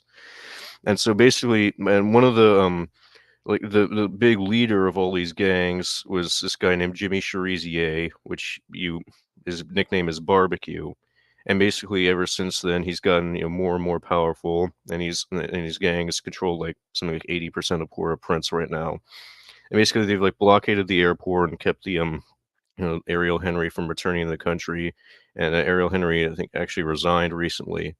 And so basically, there's not really anyone in Haiti right now that has the same amount of power that Jimmy Charizier has. And it looks, more and more likely that he's the one who's ultimately going to come to power or come to control the country and within the next year or so. And as far as his politics goes, I know he's talked about being inspired by Francois Duvalier, who was a U.S.-backed dictator in Haiti back in, I think, like the 60s. And so, yeah, but the U.S. isn't really too big a fan of Charizier, and there's been a lot of criticism about him. Apparently, he got the name Barbecue because when he was a gang leader, he would burn people alive. So I don't know how that's going to turn out. You can watch it on your own time, and just see what's going on there. But I don't know. I feel like most likely that guy's Charizier is going to end up becoming the next Pol Pot. But that's my opinion. Oh, and another thing is that because of the crisis, and there's been a lot of concern that it could drive a lot of Haitian migrants to Florida. I know I was in Florida a couple of years ago, and even then there was there was already some instability going on in Haiti at that point. But I mean, and at that point there was a lot of Haitian refugees in Florida Keys and South Florida and whatnot, and they were causing some problems with crime and whatnot. But in terms of the migrant crisis already going on, combined with this, going to really cause some problems for U.S. politics, aside from Haitian politics. Yeah, I was gonna say, Riler, you should have watched the Commander's Haitian sit rep, because it covers everything and answers a lot of questions about Barbecue and his sidekick Izo. Those are like the two biggest gangs in Haiti. I mean, it's pretty crazy because this guy rules over like 200 gangs in like a loose, alliance. And they've got a lot of guys that I guess are ex-military, ex-police, so they're probably mildly at least competent with small arms. I mean, they put out videos like ISIS or Wagner or whatever, fully decked out in brand new armored Jeeps with all the bells and whistles and all the kit. I mean, they're obviously well funded. They got a lot of money. And I mean, he's obviously the main player. And, the Dominican Republic is shutting down their borders, or they already have. I mean, they're not. My understanding was, and this was like over a week ago, they were rounding up all the illegal Haitian workers in the Dominican Republic and loading them on trucks and driving them to the border and kicking them out back into Haiti. And they've already said they're not taking anybody. That guy that resigned, Henry, whatever, or Henri, he supposedly the Dominican Republic wouldn't even let his plane land there, so he has like no access to the island because obviously can't land in Haiti. And then, you know, I guess between those two guys, they'll figure it out. They both seem like they have. The other guy, I guess he's got like a police background and a politician's background, and the other guy's just an ex-police officer. But I mean, those are the two main guys that have all the guns. And I think, you know, like the whole barbecue thing, it's probably just more of a terror tactic just to intimidate people. I don't know. I mean, there's videos of him supposedly eating some dude's fingers and shit, but you know, that might have just been for the camera, you know. Takes a bite, and then when the camera turns off, he spits it out and throws it away. Another thing I was thinking about was that I know back in like 1994, I think it was, there was like this coup in Haiti that removed the elected government there, and the U.S. actually invaded Haiti to restore the government, the elected government. And so what I was thinking might happen is that, you know, this is pretty similar to that. And so, you know, once, you know, if barbecue ends up taking over the country, he's basically going to implement something like, you know, the North Korean Songun, where they basically spend like 25% of their GDP on the military to keep the U.S. from coming in and replacing the government. And so, you know, you could end up seeing, you know, Haiti becoming a really, you know, militarized state, you know, comparable to, say, Cuba during the Cold War. And that could end up, you know, being something. I mean, I don't really know how that could happen, though, just because there's no resources that would draw people in. I mean, well, Haiti has a GDP. You have to offer anybody to give them money to buy weapons. Well, Haiti has a GDP, real GDP of about $24 billion. And so if they spend, you know, 25% of the blockaded, I mean, a couple ships and, you know, they ain't crazy.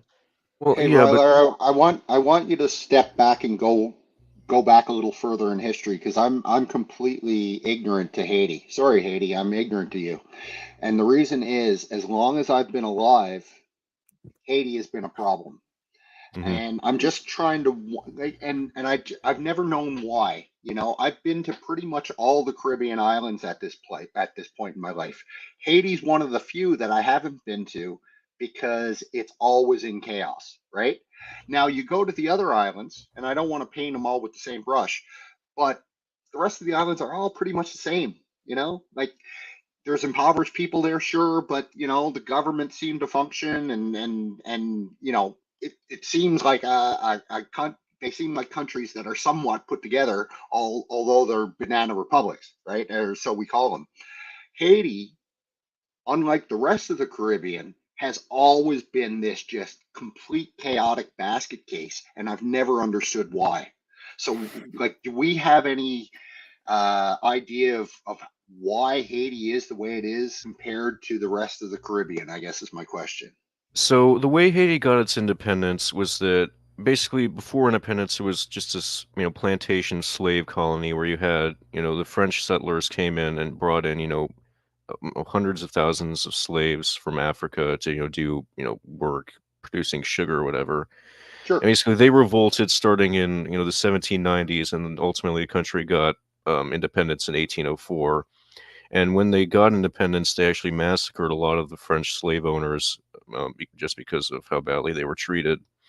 And so obviously the French didn't like that. And so over the next couple decades, you know, they basically, you know, were sort of, you know, sending in their navy and whatnot to try and intimidate Haiti, and, you know, just threatening to invade them and whatnot. And eventually, you know, they threatened to invade them, and basically, unless they agreed to pay reparations to France for, you know, the damage they did to the French slave owners or whatever it was. And, you know, the amount of reparations they had to pay was something like 3 times what their GDP was at the time. And so they had to just spend so much of their GDP for, you know, decades and decades during the 19th century just to pay off the French reparations that they were making them pay that they couldn't develop economically. And so that was, you know, what sort of held Haiti back in the 19th century. And of course, eventually they just said, we're not going to keep paying these reparations anymore. And what they, I don't know the full details of that. Basically what they did was, and then France came in and said, okay, well, we'll just give you loans instead, and you'll have to pay back these loans at a super high interest rate. And so that was what they did in like the 1870s, 1880s, and until eventually, of course, Haiti couldn't pay those loans either. And so what they did was, I think around 1915 or something like that, they had the U.S. It basically became a protectorate of the U.S., had U.S. troops come in and basically take over the country to keep France from invading them or anything like that. And of course, the U.S. exploited Haiti in its own right, had all sorts of, fruit companies and whatnot come in, take a bunch of land and whatnot. And then the U.S. ruled Haiti until the 1930s, and then they got their full independence. Didn't have to pay any more coercive loans like this. But of course, they were still getting things from like the IMF and France and whatnot that were predatory in that nature. And of course, there was a ton of local corruption that created a bunch of problems. And a lot. It was actually a pretty big background, or a pretty big geopolitical battleground during the Cold War, because of course it's right next to communist Cuba. And so what the U.S. tried to do was back people like Duvalier as sort of keep Haiti as sort of a counterweight to communism in the Caribbean. And so that's what sort of happened throughout the Cold War period. And since the end of the Cold War, you've had some U.S.-backed governments there as well that have been corrupt and kept the population from being productive. And of course now you have the country's always had a huge gang problem. There's pretty high murder rate. There's crime, and it just sort of keeps the country from developing properly. But I mean, I don't know the full details of it. I'm sure there's a lot of stuff I don't know, and I might have got some of that wrong. But I'm sure there are other people who know this better than me. So you probably should do your own research. Oh, it's a lot more than I knew. So thanks. Mm-hmm. Yeah, I did a 1 hour long video on the Haiti thing, which nobody want to watch. Like very few people watch. I feel very pissed off. But but generally, whatever it is in the history or whatnot, this is just natural evolution of society and whatnot. So the best way to describe the gangs, I would say, is like the Mongols. During the 500, 1,000 years ago, where the Mongols have all the different tribes. So eventually one tribe managed to gather all of them into one, which is Genghis Khan. So something similar is happening in Haiti, where all the gangs are being gathered into one alliance, and suddenly he has so much power that is more powerful than the actual government. So now, because he has so much power, his view is now changing to more political, and he's looking to overtake and take over the government, take over the country, and basically just like Genghis Khan decided to form an empire. So there's something like this that is currently happening in there, and the fact that the gangs is just a branding that is being cast on them by the mainstream media. If you look at actually how they operate, the kind of gears that they have, they look a lot more like a freedom army. They look more like a rebel army than gangs. So no, it might be a misnomer. In any other country, they might be freedom fighters, and all freedom fighters tend to be funded by bad stuff, smuggling, opium, or whatnot. So similarly to these gangs, because there's no easy money, if you want to do freedom stuff. Hi, Zarel. Zarel want to add something. Hey guys, good evening. Not going to spend too much time wasting showing you my ugly mug. But to Jimmy Charizier, we actually had we had two very good guests on the Duran the other day, explaining what actually where he got the name barbecue from and where his claim to fame is. This guy was an ex-cop, and he seems to be he was a part of a special unit in Haiti. And when they, as it is in all Caribbean countries, it is corrupt there. And I grew up in the Caribbean, so I know what the gentleman, I think, None Your Business was saying. He's been to all of the Caribbean countries. They are pretty much all the same. But when it comes to Charizier, to Jimmy, he was actually the name barbecue comes from when he was a kid.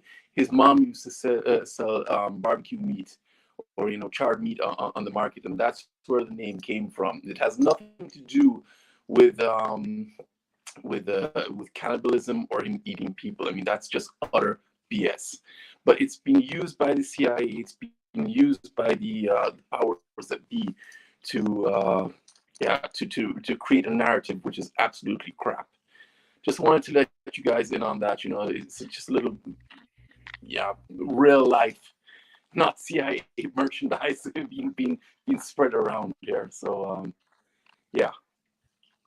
Yeah, I did take note as well in my notes, because the so-called the entire mind map that I did, I also didn't put in the where it come from, the name, because I didn't really find a real origin story for the name. Oh my god, Zariel's mic is very noisy.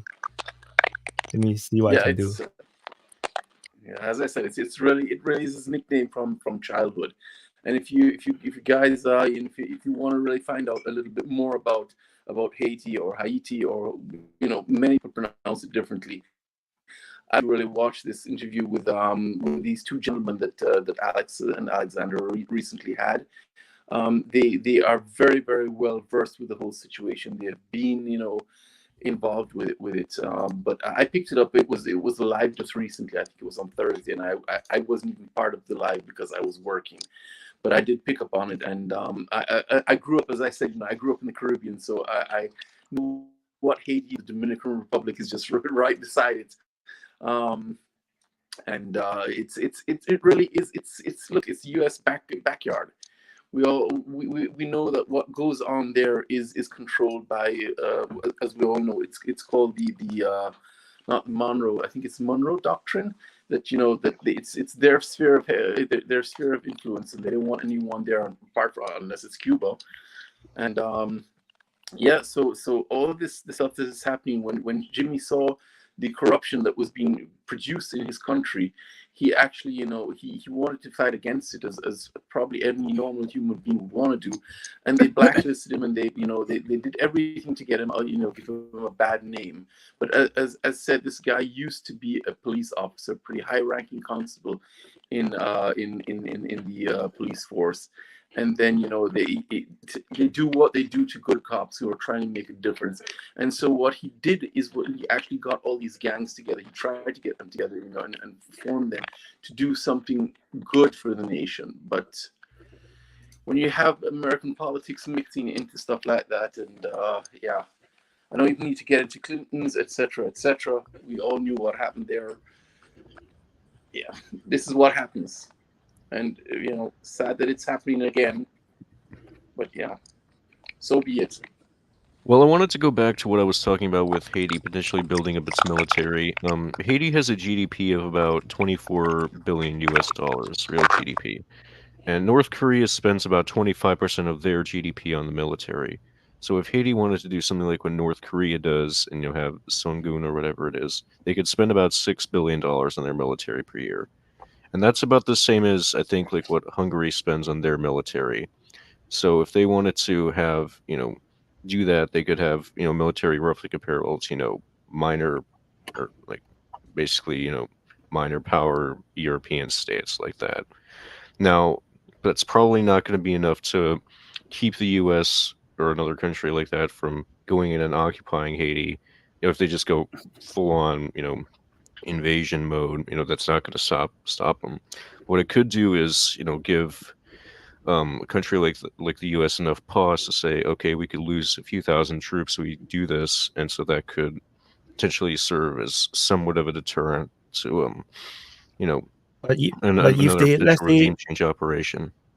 So let's say if they contact the Iranians or the Russians or something, and then they started to use FPV drones, strapped with mortar, and then getting some decent manpads, I can tell you, United States will have a lot of problems, like super lot of problems. Because if you look at the modern warfare in the past 2-3 years, especially the past 1-2 years, it's extremely difficult, even for Israel, fighting in a total superiority situation in Gaza.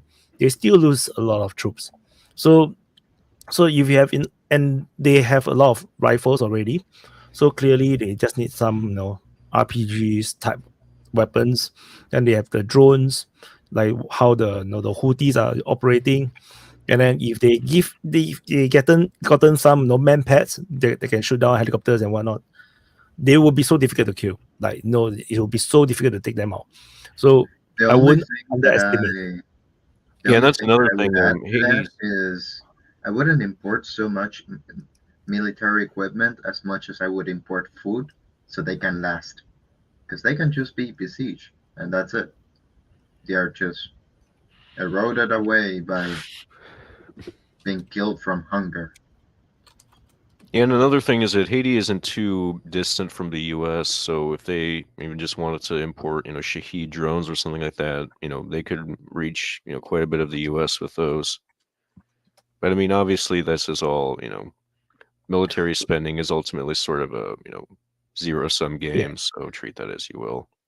Yeah. So because I was saying that, it's because like, given their limited budget, they can really become very powerful. Given if with just those budget, buying very efficient weapons.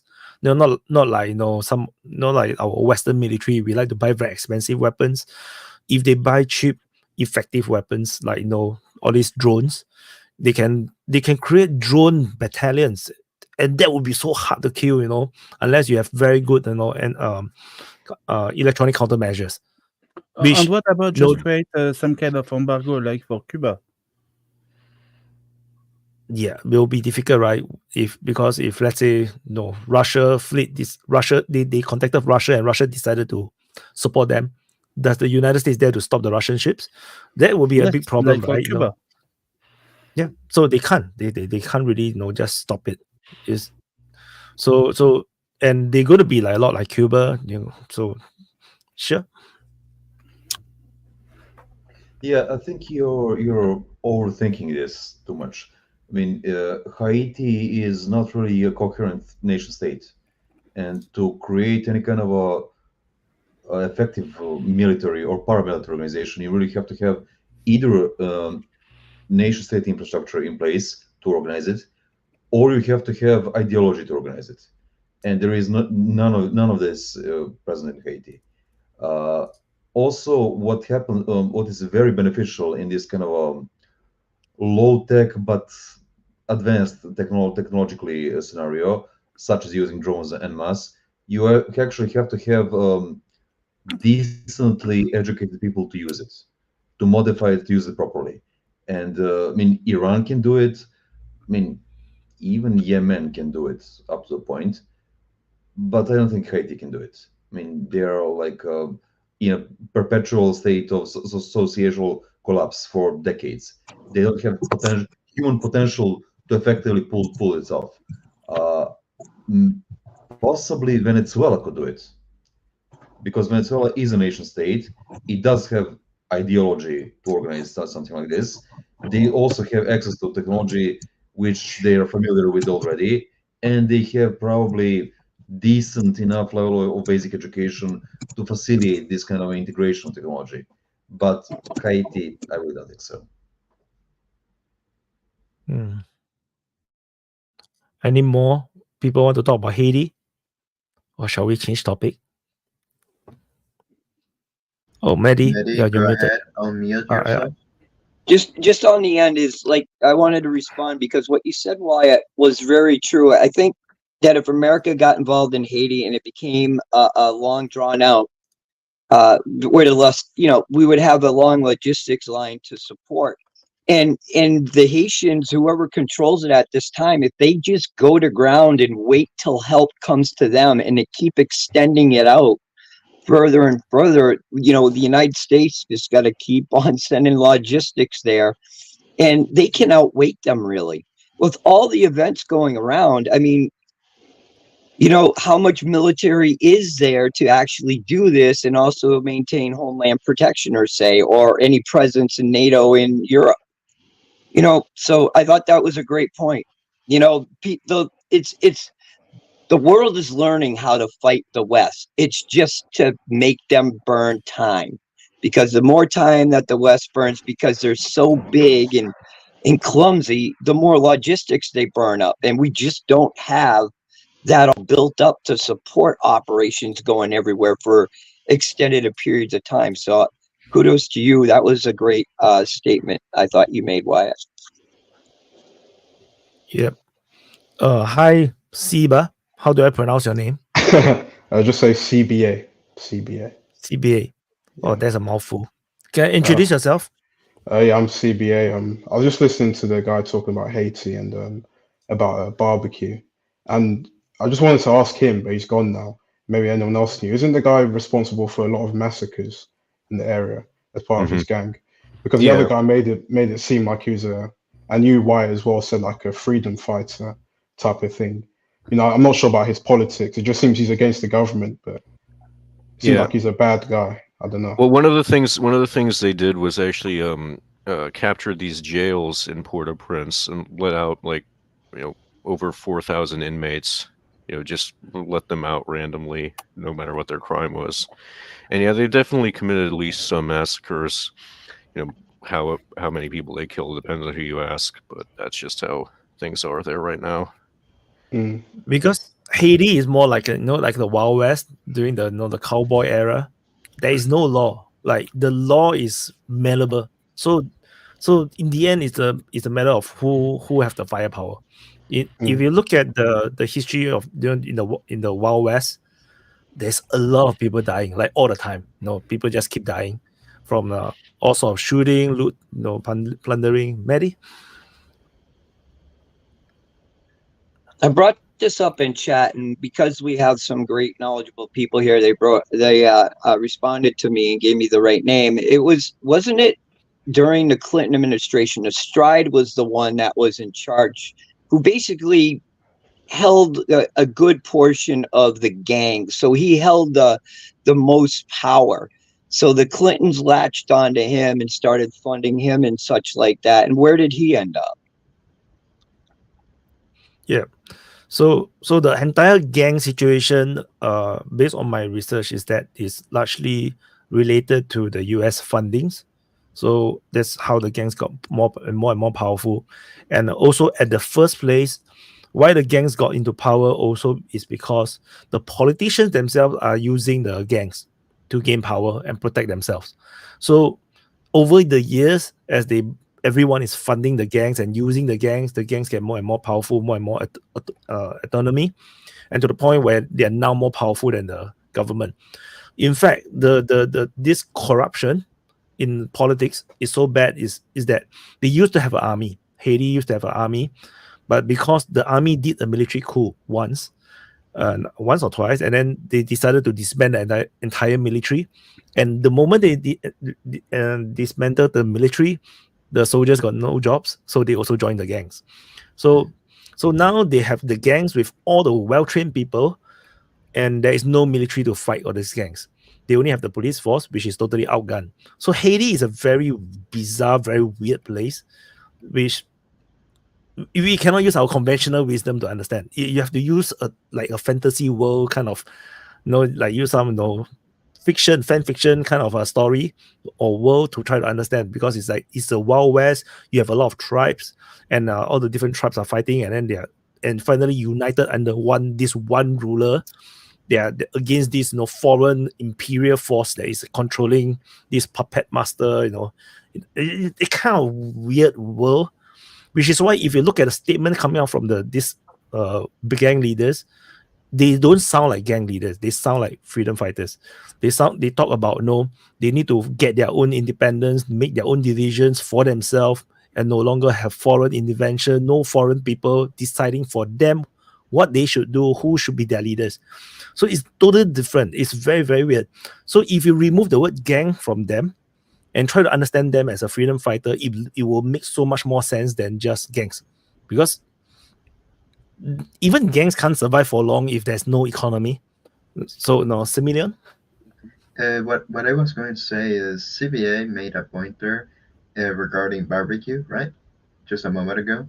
And I was going to say, barbecue reminds me sort of like Che Guevara, where by some, he is considered a freedom fighter, and by others, he is considered just a butcher, a murderer, to say the least, and a terrorist. So it depends on how you see it. Additionally, one question that I have is, we have that sort of Che Guevara figure. Is there a Castro figure? Someone that would take the reins? Who would that be?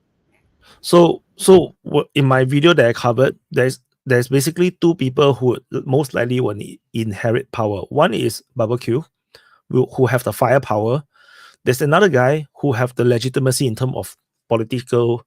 It's called Felipe. I forgot the full name. What's his name again? Guy Felipe. So this guy Felipe guy, he's also a former police officer, and then he got convicted for money laundering by the United States, and then he was actually arrested and then thrown into the US jails. He was released only last year. So of course there is a bit of a weird coincidence that he is now back in Haiti, and then suddenly all this independence or revolution thing is happening at the same time. Who knows? He's also he might be a US agent. Who knows? But he have a lot more legitimacy because he actually won an election to be a senator, but he was arrested and then deported before he become a senator officially, which means that he would have the legal immunity the moment he become a senator, but because he got arrested before that, he kind of like didn't have the immunity. So that is a very weird thing also as well. So he got the best legitimacy in terms of getting power. But now the problem is they have this very complicated system, a council to select the next president, which will be an interim one, and this interim president will then together with the council form a cabinet, and then all the division by all these ministers will still have to go through the council. So it's totally bullshit. The whole thing is just messed up and very complicated, just so that you can then form an election. So I can safely assume the election will never happen in that sense. Nunya. So with that said, question back for you or whoever else can answer it. My understanding is you've got these quote unquote gangs, freedom fighters, community organizers, whatever they are, who are fighting against effectively this bogus government interim government that's in place. So that would include, government officials, police, so on and so forth. That's effectively the fight, right? Question then, I'm guessing that the majority of the civilians, like people who are just trying to live their lives, they're probably on the side of the gangs. And with that said, if I'm a cop, I'm probably on the side of the gangs too, would I not be? Because, it seems to me like everybody in Haiti, and maybe I'm wrong, I have to be wrong, but it seems to me like everybody in Haiti is united that they want sovereignty and independence, and they're fighting against a group of bureaucrats and the various security arms that they have, like police and whatnot. They're fighting against those people. But I have to step back and say, well, those people in the subset, the police and whatever, wouldn't they want the same thing that everybody else wants too? So I'm kind of confused as to why there's any violence whatsoever. Like, just kick out the dirty people who are in the pockets of these foreign countries and start fresh. Isn't that what happens in a coup? It's like what Wyatt said, it's not like one group versus another. It's just sort of this Wild West situation where you have, different groups of people vying for power. And I'm sure a lot of the Haitian people do support Charizier, but I mean, obviously there are some people who support the old government. Otherwise, there wouldn't be people fighting for it. So it's just a matter of everyone's corrupt to some degree. And it's all just a matter of who do you support and who do you think is going to give you the best opportunity as opposed to the other people. Maddie, go first. I scared Maddie forget. Only reason, thank you, because there was a good point that was made up by Stephen Fox in our chat, is that what we're talking about are not gangs but factions, and that Haitian leaders, leaderships are more like chieftainships than what we understand. I mean, as I would understand it. So I thought those were good points. Anybody debate that or can speak to that as well, because I think that should be brought up. I can add. Try to imagine the Wild West where you have all the cowboys, right? The cowboys, of course, they form certain gangs and whatnot, and then you have the sheriff. Of course, the sheriff is totally outgunned by the number of gangs, cowboys that's out there. if they all bind together. So the problem is, do you expect the cowboy to form a federal government? They're just gangs. They're just like cowboys, you know. They just shoot and, you know, they just know how to fight. Yeah, they don't have the capacity for leadership and governance. That's a problem. So now, what they are fighting against is a system, and the thing is that everybody is trapped by this system, and nobody know how to revolution, to dismantle the system and form their own one. Even when the gangs have like 60% control of the country, imagine they just do elections in the places where they control. They would have become super legitimate, but they don't because they don't know how to do it. CBA. Like, what I think is going to come from a background of this historian. He does a podcast on Spotify called Dan Carlin. He recently did one on slavery, and he was basically talking about the same exact scenario, just 200, 300 years ago, where the slaves were trying to fight for their freedom. It was Wild West because they killed all the white colonists who had basically kept them in chains, but they were still slaves. They didn't have education. They didn't know how to make a government. But what happened is that a few of them rose up basically among all the poor to say, okay, we're going to lead, and this is how we're going to do it. So like a few of them were appealing to the French government saying, you guys are fighting for, your Napoleonic freedom. The Americans just fought for their freedom against the British. We're fighting for our freedom, basically as human beings. And I think why you might be wrong to predict there'll be no government or no resolution to this. I think the Haitian people, they're forming the identity as we speak as a people. And I think it's just it'll be wise for most countries to watch them and see who rises out of this chaos and try and appeal to them. Personally, from my understanding of Barbecue, I thought he was a mass serial killer. So I don't know if he's the best guy. But just finally, I don't doubt the Haitians have people who can lead them. It's just a matter of the Haitians forming their own identity, like every other country has. And they're just doing it in their, Haitian way, which is what we're seeing right now. Yeah, I think you can contrast it with the situation in Ukraine, where you look at Donbass, where the government, the Donbass government, they formed rather quickly, after they realized that Ukraine government cannot be depended on, and they actually form ministries, they form their militia group, they have an identity very quickly. But you see that in Haiti, even though the gangs are very powerful, they have no sense of governance. They don't have it because they are gangs. It's different because in Donbass, in Donetsk and Luhansk, they have governments. They have local state governments, local oblast governments, and these governments, they know how to run themselves. And then the problem now for Haiti is that these gangs, they are looking for help, the recognition from overseas, to give them that power, even though they already actually have the power. So there is this problem, and then whoever the other politicians are just looking for, everyone is just looking for legitimacy, to put it simply. And then what is the legitimacy is that you can come out and then not get killed in a way. So to run things. For example, a person who wants to be a president, he can say that I'm now running for president and not get killed. Or maybe this barbecue guy can come out and talk to the civilians and talk to people to be the leader and not get assassinated from afar by a sniper. I think this is the legitimacy I think they are hunting for. And it's a very bizarre situation, I would say. It's a technically like DPA, like I did the CSI, the country stability index. Haiti is very, very close to becoming a failed state. It's super close, super close. So yeah, so it's a very, very sad situation, and it's really in their hands. But no, it's going to be very difficult. Someone from outside must be so nice to come in and help them organize everything. If not, I think on their own, it's going to be so difficult. They're just going to kill each other nonstop. CBA. I remember just seeing in the Wagner telegrams, they were talking about going to Haiti, sorting things out there. This was, back when they were still in more powerful. So, I mean, it would make sense for Russia to have allies so close to America in the Caribbean.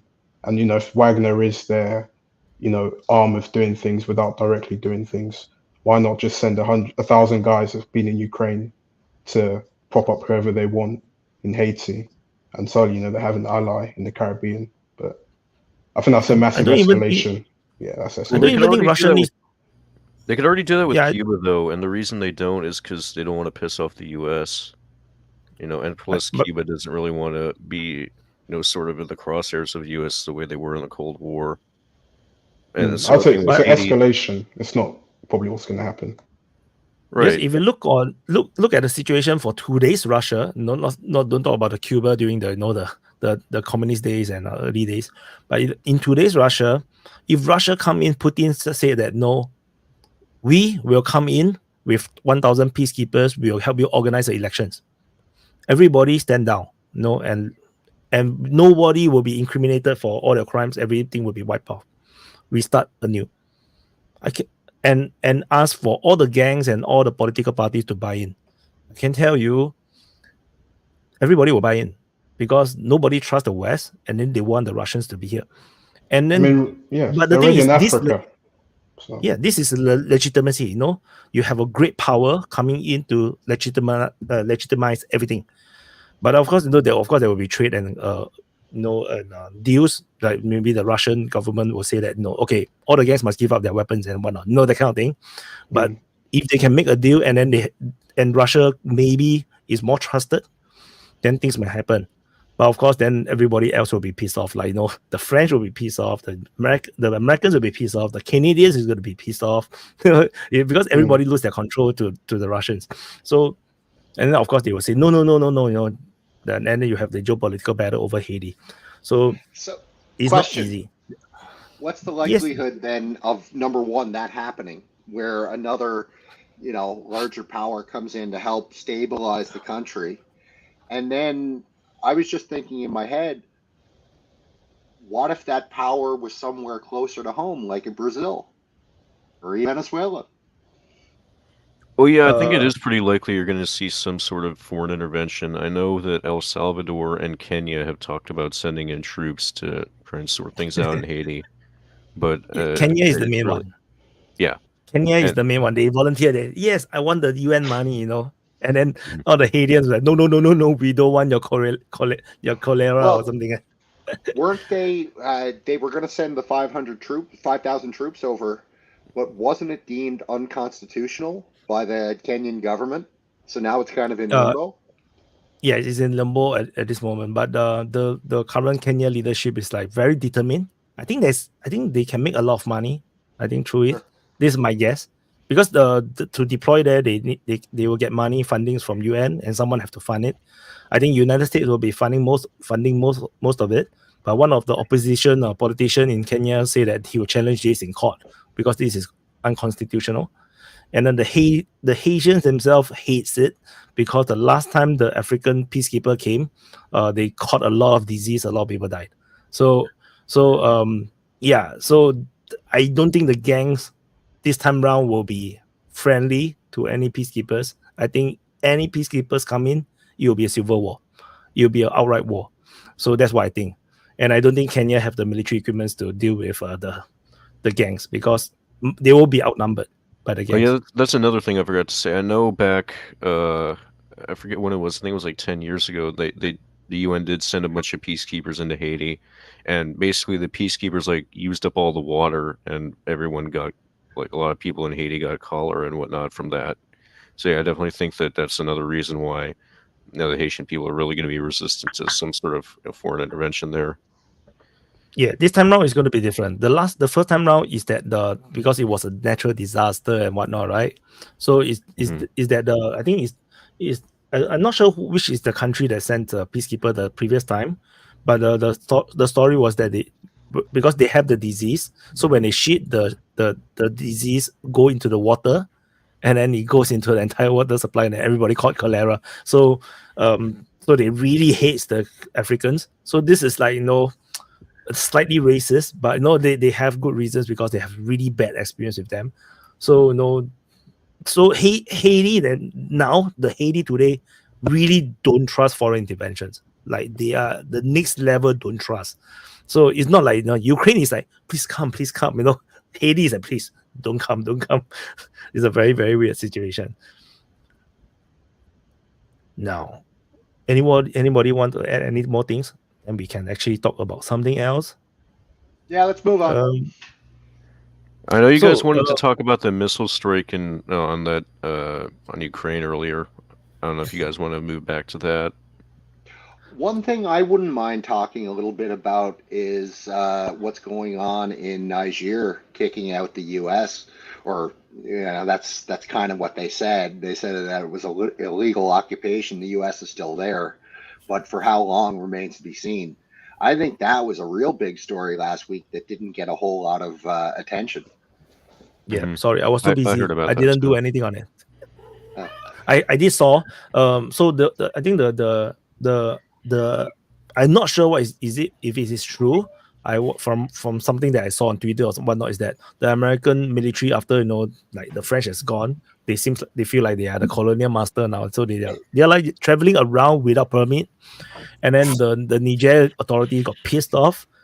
And then the Americans like, no, don't give a damn about them. So the Niger government now want to kick them out. So I think that's the backstory. I haven't fact checked, so this is just based on what I kind of understand. Well, the backstory behind that, from what I read, was the Americans sent over a delegation of bureaucratic talking heads, and they basically, as part of that meeting, the American delegation all but berated the Nigerians on a bunch of topics. Their relationship with the Russian military and the Russian government, and with Wagner, they brought that up. They also brought up Niger's relationship with someone else, Iran. It was Iran. Apparently, Iran and Niger are working on a potential uranium deal. So they brought that up to the Nigerians. Bottom line, Nigerians basically, after being berated for however long it was, basically pushed back and said, "Yeah, get out." So apparently, it was a very tense meeting, and they haven't had any contact since. Yeah, well, if we're talking about U.S. troops, I mean, the U.S. when countries ask the U.S. to leave, U.S. troops to leave, usually the U.S. just says no if it wants to keep them there. Like in Iraq, Iraq's been trying to get U.S. troops out of the country since 2020, and of course the U.S. is still there. So, I feel like, Haiti isn't going to risk trying to force the U.S. out and, try and kill U.S. troops or whatever. They could try doing something like cutting off their electricity or water or something, but they could just fly that in. So I don't think. Well, that's Haiti, what they did with the French. Yeah. Right. I don't really cut it off and said, "Yeah, okay, we'll wait." I don't really think Niger is going to be successful in getting the U.S. out of the country, or more likely than not, the U.S. is just going to say no and stay in Niger, because you have that drone base there that they used to bomb ISIS targets around North Africa. The power plant is US made too. U.S. doesn't have any authority anywhere anymore. The world has seen through that. I disagree with you 100%. I think, if anything, if Niger tells them to get out and they don't, they will absolutely do the same thing that they did to the French. They'll just starve them out, because they've got the backing of Russia and China now, so it doesn't matter. Yeah, so which is interesting, because now we're going to see how the Americans act in comparison with the French, because the Americans are never going to behave like the French, because the French is like they are now like so harmless now. They just quietly walk away. The Americans are not the same. I don't know about that, because look at Iraq, right? Like, they've got these bases in Iraq who were under constant attack a month ago, and they were on the verge of getting their ass handed to them. And then the attacks stop. And the reason why the attacks stop is apparently they're negotiating on a withdrawal. That's what I was led to believe. So the Americans are trying to save face. How do we get our forces and our equipment and everything out of Iraq, but not make it look like we're being kicked out? So this is like Afghanistan 2.0, hopefully better, right? So they're getting kicked out of Iraq. Make no mistake. They're getting kicked out of Syria. Make no mistake. They're getting kicked out of Niger. Make no mistake. Like, guys, the American empire is dying a quick death. and they don't have. The world sees through their crap now. Like the emperor doesn't have any clothes, just an old man hooked up to a bunch of levers trying to keep things going. That's all it is. You said We're something gonna let about the okay. So we have to let the American fight back. No, Mehdi. Well, the one thing is, it is election year. We have to put it in there. And politics does play a part of this. And what Nunya is saying is true. They can't really pull out, just leave, because it'll be another shit show like Afghanistan was. But yet they can't appear to be losing in any way. So they're like negotiating to be in this stalemate. So nothing happens until after the election. And then they'll pull our boys out from there. And that's the whole thing, is they're leaving them hanging out to dry there. At any time, they can get curb stomped if any of the countries around them decide to put force together and go after them. We got to face that as a country, is that when we have our units out there, we have men and women deployed out there in these small bases, they are at risk all the time now. And it's just the fact of the matter now, from what our U.S. policy, international policy has become. There's no reason for any country to trust us to be in their sovereign nation now. I don't believe so. We need to pull it back, get our troops home, sort our own shit out, let the world, sort out its geopolitical shit without us involved in it. And then maybe in time we can gain some trust back and then start playing this game again. But until then, every little pocket of U.S. troops out there that are logistically 150, 200 miles away from any type of major support, they can be fucked at any time. I'm sorry. It's just the way it is. Nunya, you said something about Niger potentially making a uranium deal with Iran. I mean, I haven't heard anything about this, but I know Iraq, like back 30 years ago, a big deal with the invasion of Iraq was that they were actually buying uranium from Niger, and so it just sort of occurred to me that that's sort of a history going in circles in a way. Yeah, that was reported widely that apparently, whether or not it's true or not, who knows? But apparently, the U.S. Delegates brought up a potential deal that was being worked on between Niger and Iran. How they know about that, who knows? But and whether it's true, who knows? But apparently it was something that really put a bee in their bonnet when they were told, because it was basically they were being told you're not allowed to do business with this country, which the people in Niger didn't take too kindly to. CBA?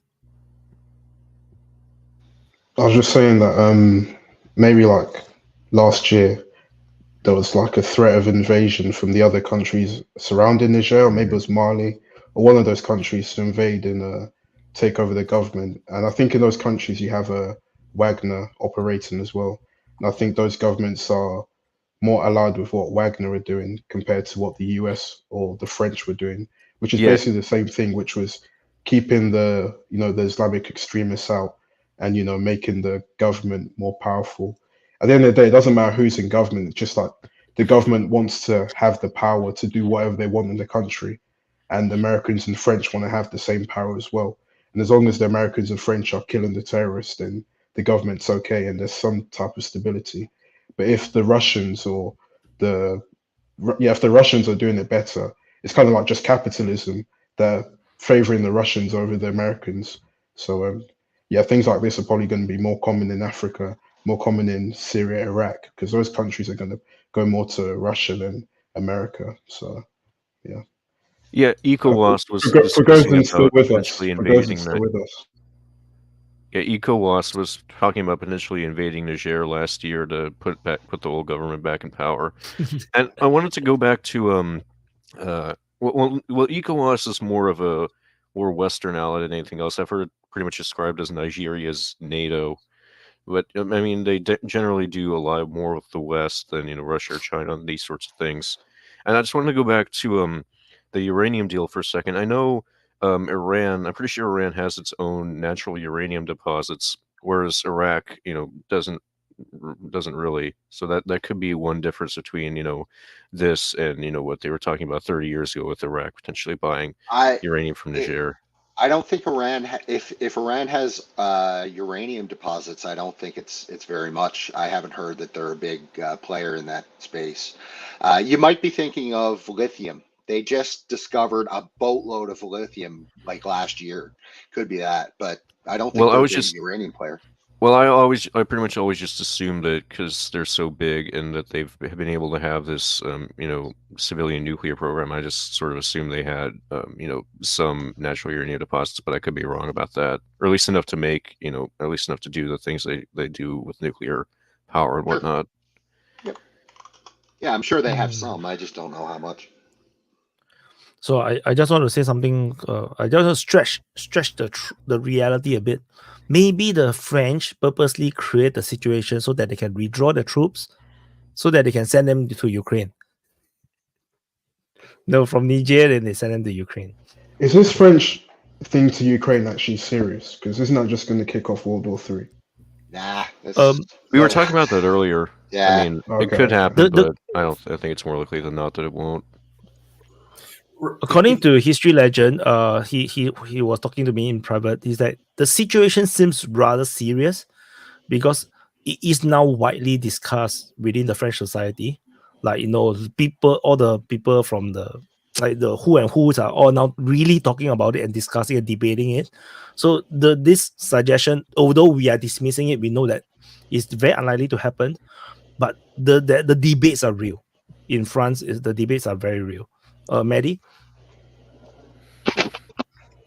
One mobile combat group could just totally wipe out the entire French army. It's ridiculous to think that they have any way of changing anything happening on the front as in a way of a show of force. I mean, I saw it like 140 tanks, 1,000 men here, 1,000 men there on History Legends. It's more about them escalating it, though, because if they do it, then maybe the British are going to send, then the Polish are going to jump in. Either way, let me say this: if that's the case, and I'll keep referring to this, ISW itself said in 2018 that NATO nor Ukraine stood a little chance to defeat Russia in ground warfare in the Baltics. They knew it then, and it's worse now. So how, even combine all the force, people keep forgetting that maybe France can do this, but the United States really can't come through and back them up if all of our shipping is getting tracked by Soviet subs and missiles. So to me, it blows my mind. It was even said. The fact that people intend to go through with this it's just a suicide mission. And if that's all they're meant to be as a tripwire, Putin already said, we're happy to oblige, whatever. Yeah, the whole French army. Wyatt, that's a good segue to the super chat question. That was just done. Yeah, the whole French army, I think, like all their armored vehicles is like 60% of what Ukraine got for its counteroffensive. So yeah, they're not really in a position to do much against Russia, I don't think. I did mention before, if Ukraine didn't fight with Russia and they decided to go westward, they would have conquered half of Europe with their pre-war army. Zariel? I just wanted to say this whole discussion of France sending troops to Ukraine. First of all, they're not going to do it officially, because if they do it, it is literally declaring World War III towards Russia. Second of all, it will also, if the Russians strike back on official French troops, it will be Article 5 or at least Article 4 of the NATO treaty. The French right now, Macron, it's not the French so much. The French people are not backing this from what we have been hearing. It's Macron is doing what he does always. He takes one step forward, 2 steps back. He's retracted so often, and it was supposed to be this big media thing that he was going to speak to the French nation, and it turned out to be a television show that was literally a farce. To top things off, he is smelt. Macron is a businessman. He's a banker, and he smelt that his chances come because Germany is weak. Scholz, our chancellor, is a big POS. and he has no backbone. And France, now Macron smells the opportunity, and he's an opportunist. Let's not forget that. He sees the opportunity to now become the leading head of Europe, and he's trying to take that. But as I said, I don't think the French people are really going to back him. And the Americans certainly not going to back him. And he also, let's not forget, France is still pissed off at the United States and Australia for AUKUS. And that's why he's trying to set a new signal here. Zeriel, you might want to keep your cat from meowing. Yeah, I'm sorry. No, the cat is agreeing. The cat is like, yes, yes, yes, totally. Ah, it's a cute cat. Yeah, the cat is like nodding all the way. Shadow V. Yes, we are going to make a remake of the first hour debates. That's not a problem, I think. Yet. No problem. No problem. No problem. Okay, so first about Macron. You have to understand that this kind of declaration, when Macron made it, it was only a diversion from internal struggles that he has in France. He has a major propaganda issue in France after a farming convention, where he basically made something stupid, and it was ridiculous in front of the world press in the France political sense. So he had to create something very quickly, very strong to change the topics, and he did that. Okay, so it's just about French internal political. You have to understand that this declaration means absolutely nothing, and everybody understands that because immediately everybody except the Baltic state, Czech state, and I think it was Ukraine, of course, were happy. And after that, Evan Zelensky said he don't need French troops. So please. And the second point, there is the Moldova situation. Part of the idea of Macron was to send a few troops in Moldova. You have to understand that in Moldova there is to be an election in October or November. Basically, the pro-European government is going to fall and to be replaced by a pro-Russian government. To avoid that, you have two options. Basically, you stop the election, or you declare illegal all the opposition party. So that means a lot of problem in the street, whatever you do. So maybe the French troops or the NATO troops are going to help the pro-European government to stay in place. But there is a timeline for the European to act in Moldova. They have to do something quickly. Third point, the Odessa situation. When people speak to send troops in Odessa, French troops or NATO troops in Odessa, I don't think it's to stop a frontal Russian assault. That would be a joke, and the whole world knows that. It's not about stopping the Russian army. It's about avoiding the same situation that in Crimea. Basically, the Odessa population, with the help of few corrupted or rebellious officers, want to join Russia, and they invite special operative from Russia to help them. The Crimea situation, basically. So that's what they want to avoid. And for that, you don't need a lot of troops. You need troops where you know they are going to fight against the local rebel, basically. And it's another scenario. Fourth point, the new NATO base in Romania. The USA is building a base in Romania, and it's a very large one, way larger than Ramstein. Basically, they want to put in there 50,000 soldiers. The cost of the base is 125 million per year for 20 years, 2.5 billion US dollars, just for one base in Romania. Basically, the idea is to put a lot of military power in this base, in part to protect Romania, and in other part to be at a striking distance from Sebastopol. Basically, there is 450 kilometers with an airjet to strike Sebastopol if they need it. For me, that the NATO want to build this military base here and not in Ukraine, that means they understand that they already lost Ukraine. And they know that Romania is going to be the next border. Okay? Yep. I finished. Okay. Well, I think that's an excellent segue. I don't want to go down into the rabbit hole of will France send troops. I think we killed that to death already, and we agreed that they won't. But I think it's a good segue into the super chat question that Clarence had probably about 5-10 minutes ago. Of, you know, this the West one is wrong. yes, This one. much. That's But the this one, this yeah. one. Yeah, nothing lasts forever. Even Western power. I think that's an excellent segue into the discussion we just had about France, because Macron's bipolar behavior the last month is just, he's flailing about like a drowning man. I said that last week, and a lot of Western leaders are. And I think the reason is they're starting to sober up and realize exactly what Clarence just said, and that's we don't own the ball anymore.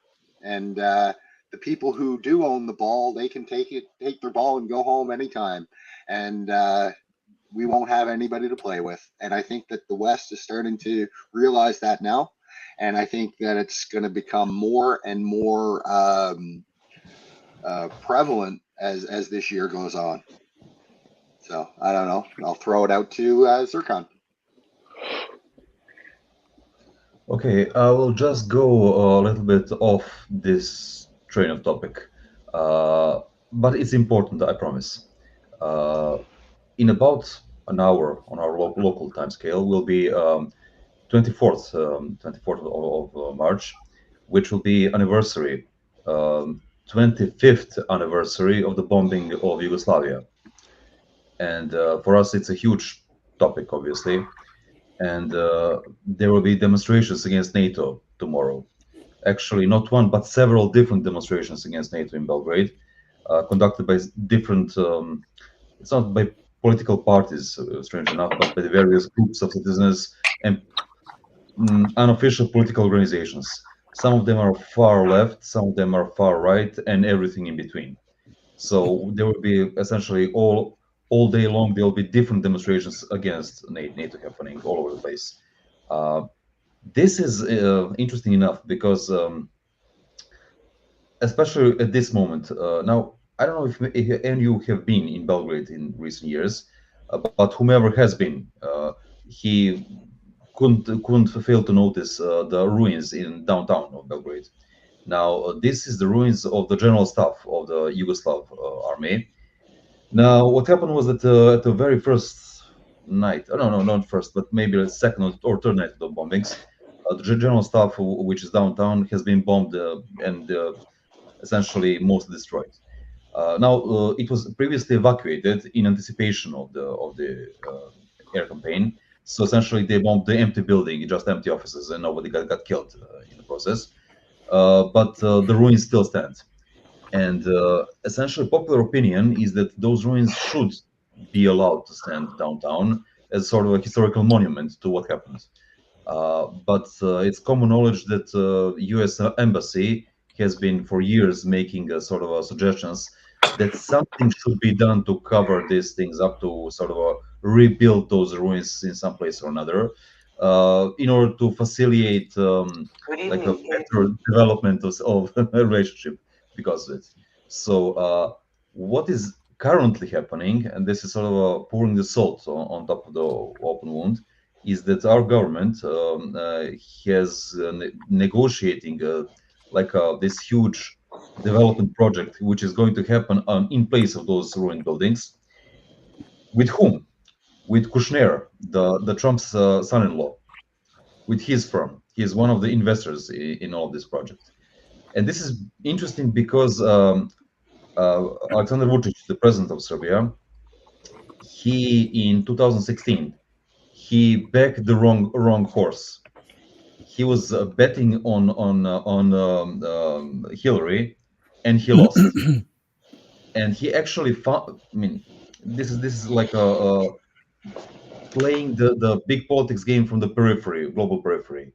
He essentially donated some money to Hillary, and she lost.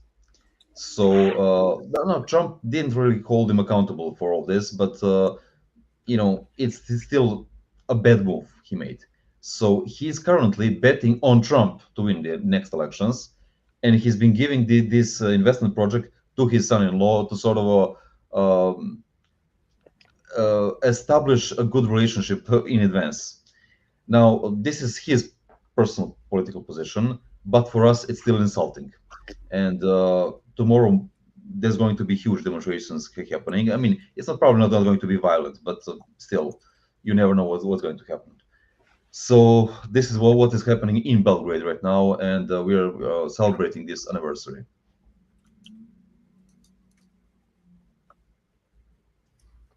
Anyone else? I have So a quiet. question about Serbia.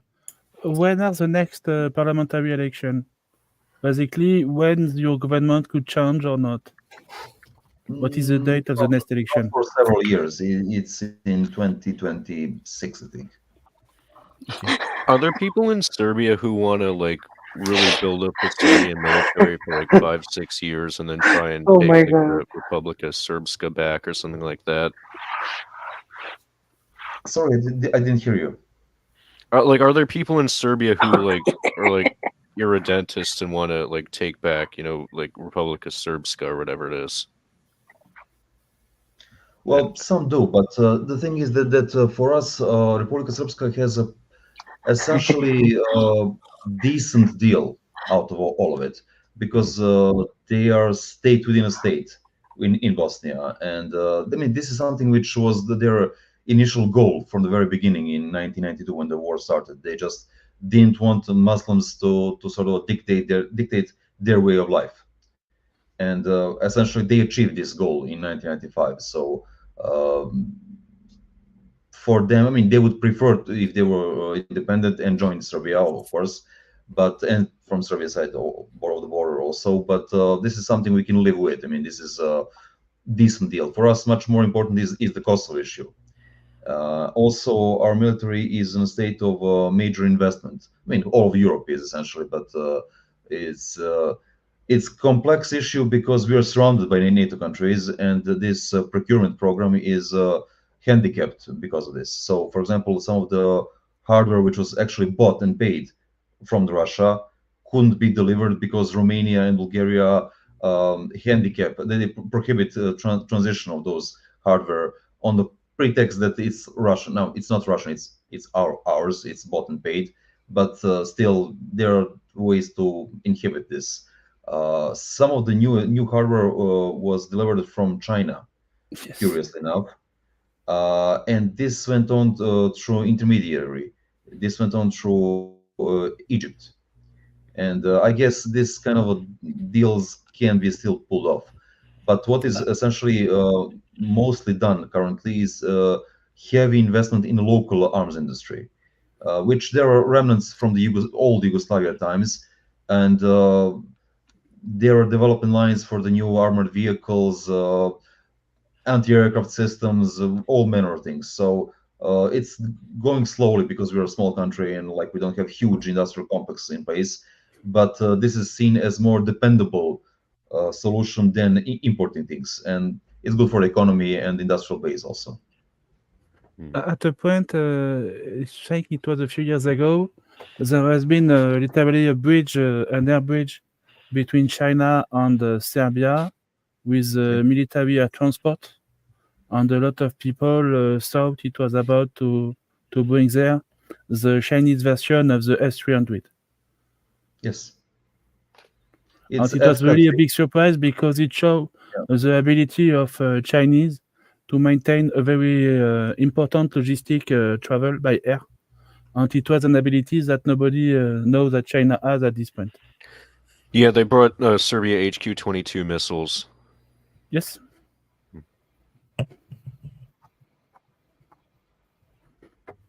So how likely do you think it is that Serbia is going to try and like take back Kosovo by force? Because obviously, you know, Serbia doesn't recognize Kosovo and probably aren't going to anytime soon. And I know the vast majority of Serbian citizens think that Kosovo, you know, that Serbia shouldn't recognize Kosovo. So how exactly do, you know, most Serbians think that Kosovo is going to be, you know, reintegrated into Serbia eventually?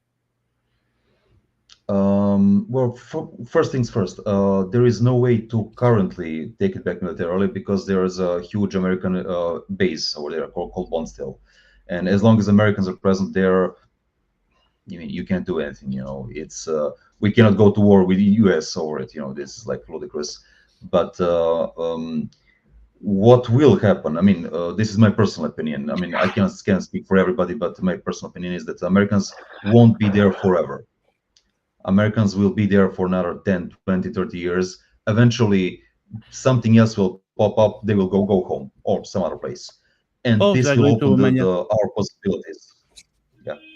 So this will open up our operation space. And on the other hand, what is even more important than this is the at the January, a few months ago, what happened was that Germany signed the bilateral treaty with the government, so-called government in Kosovo, allowing them free immigration to Germany, which is tremendously important because up until now, they will have to go through Serbia to pick up our documents, and this was inconvenient for them.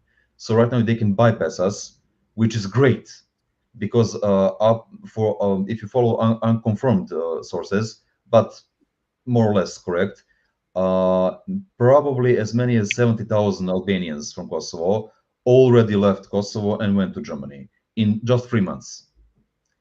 And this is the low number which is in question. So if you take this trajectory of immigration and expand it for another 10 or 20 years, I mean, it's a done deal. I mean, we don't really have to go militarily. They will just move away on their own. So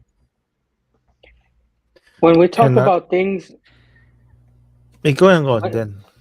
I feel that when we talk about things that will happen when we're not going to be alive, are better off said it's not going to happen, or it's impossible. Like Serbia and this Kosovo problem, America is going to be in there throughout your entire lifetime, I believe, because it's America. Like, as an American, I understand we like to be cancerous. We don't like to just leave. Like, we said we were going to leave the Middle East, and we're still there. Like, we're herpes. We're the herpes of the world, honestly. And I'm saying that like with sadness, because Serbia is going to have to suffer the herpes simplex B type of the, I don't know, I think that's the bottom simplex, whatever the fuck it's called. But that's what we are. Hopefully they get out of there, because actually I can't believe that I didn't even know we had a base there, man. Like, hearing that, it's heartbreaking. We got way more important things to do than worry about Serbians, man. Last time we fucked with the Serbians, we had to go to war, I think. So that's what happens. Maddie? You know, it's funny, like, Dan, I didn't realize KFOR was still operational in Serbia. You know what I mean? And it was only supposed to be a temporary thing back when I served in the 90s. And look what it became. Dan's right. Once we get in there, we plant the seed. We're going to grow into the cancer in your country. That's the way our leaders act. Not the people, but the leaders. And I think we could see a lot of changes. It all depends on the power structure and what ends up in Ukraine, because let's face it, Russia is going to be the dominant force there. And it's going to be dependent on if they allow the Serbian government to just choose its own path and allow it to solve its own problems by giving itself the space without the West involved in it. That's what I think. I think it could happen sooner than later. You know, I'm like Dan, I can't predict it. These are things that are going to happen in the future, but, you know, it's lining up that it could go that way. And frankly, I hope it does. So I finally learned something new today, that actually United States is a sexual disease, and then Ukraine is trying to get fucked until they catch AIDS. So, you know, Ukraine is like, please give me AIDS. AIDS, like no financial AIDS. AIDS, you still AIDS. So anyway, short answer to Dan. We are an old nation. I mean, we have a very long historical memory, and for us, it's. I mean, we can be temperamental as like most Southeastern Europeans are, but we do have a long memory, and we lost control of the territory of Kosovo to Turks in 15th century, and it took us almost 500 years to regain it in 1112. But we were dead set on doing this. So you had like almost 5 centuries of dedicated work to liberate our lands all over again. So if we survived and liberated ourselves from the Turks after 5 centuries, we can survive 50 years with the Americans. So I just want to add just now one more point is that I always say multipolarism or the decline of the United States would mean more war. This is exactly what I'm also talking about. Because if one day United States decline, United States have no choice but to withdraw all the troops from overseas, just like what the British Empire did after World War II, then suddenly the NATO become very weak, become almost useless. Then Serbia might see an opportunity to invade and retake Kosovo, because Kosovo, honestly, on its own is actually very weak. So, which means more war. Everybody will start to act, to do whatever they always wanted to do. So this is something that I'm talking about. But of course, some people say that China will save the world, but it's okay. I don't know who's next. Ariel? Yeah, I just wanted to make a quick comment on to make a distinction that of course when we're speaking about Americans, we're speaking about the American deep state, the American government, and not the people. So my cat's back, so I'm just going to feed her so she can shut up. Second thing is that the United States has their own problems right now, and I think they're chewing themselves up from inside out. And because they are so thinly spread all over the world, that they are actually going to be able to not support their own country. It's going to implode. And like all empires, there's a time limitation to every empire. It's 250 years on average. The United States has been around for plus minus a little bit longer, actually. And we've seen the sentiment around the world actually telling the Americans, get out. We've seen it happen to their colonial powers, which is NATO. France in Africa, for example, they've been kicked out. It's only a matter of time, and we're speaking about the future here, but I think it's only a matter of time until the United States actually retracts their troops from all over the world or from certain areas. Germany is probably going to be, sooner or later, I predict that it will be this century. We will not be able to see this anymore, but I do predict that this century, United States will have to leave Germany. I think next is RL. I think it's RL. RL. Come on, Dan, you talk about United States as being a disease. Yeah, when it comes to a country, you can't get rid of it. Up to now there is a vaccine against the United States. Just look at what happened in Niger. Those poor country, they decided to kick out the Americans because they have a Russian and a Chinese and an Iranian and a Turkish vaccine. Yeah, but you get herpes on your lip and then it comes out on your dick, RL. Like, that's what the way America does it. Yeah, they kick them out of Niger, but then they do sanctions. Like, all I'm saying is that my country has a history of just fucking people different ways. And we're going to go down screaming like, we know. That's what I'm saying. We know. Just look at history. Yeah. Each time they put sanctions on a country, that country fell apart. Till now.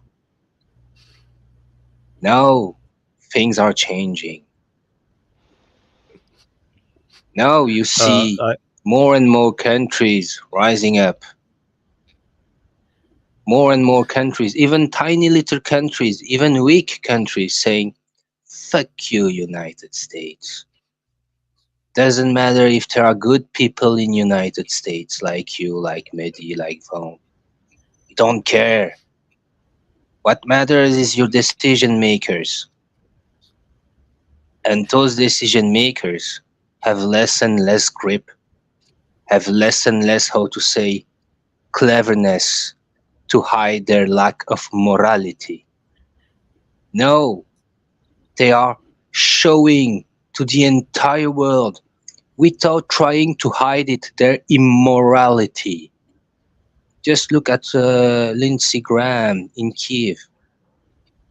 Hey guys, you have to mobilize a youngster. And then you will get more weapons and more money. Yeah, great. They don't care.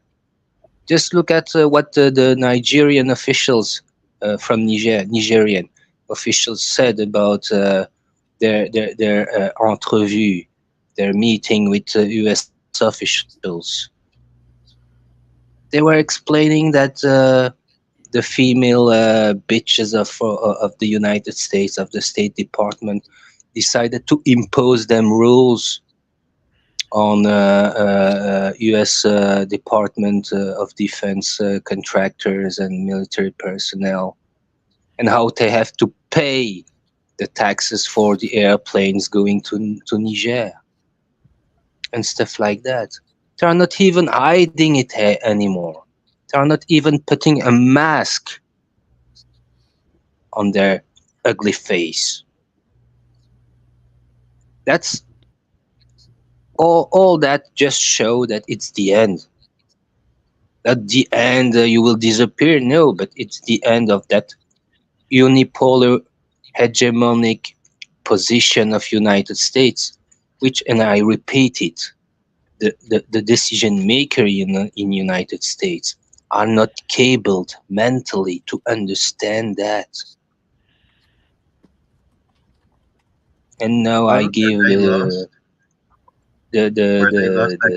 speech to Mehdi, the American. Where they lost that capacity was when they simply lost their minds when going down that culture path. They are lost. They are lost. They are lost in every sense. They are morally lost. They are intellectually lost. They economically lost, technically lost, even in terms of scientific research. Other countries are rising. Other countries are going in par with them in many fields of research. Many other countries are even surpassing them, especially in terms of hypersonic weapons. They are behind. How could you imagine 20 years ago United States being behind any other entities in terms of military stuff? But today, it is the case. Yeah, Mehdi, go on. I wanted to back you up because you said something very good about honor, and they don't even have the moral compass to understand that they fucked up. But you know what is most egregious of this all? They were so smug.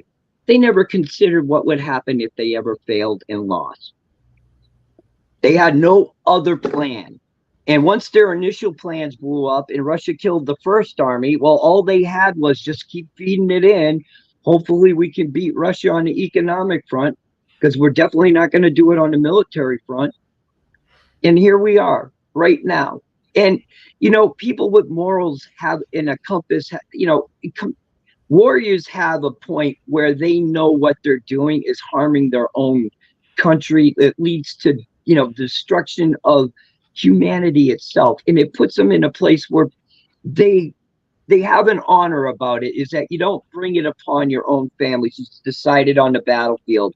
We long ago lost that any type of that honor when we started slinging fucking drones into Iran, killing generals at birthday parties.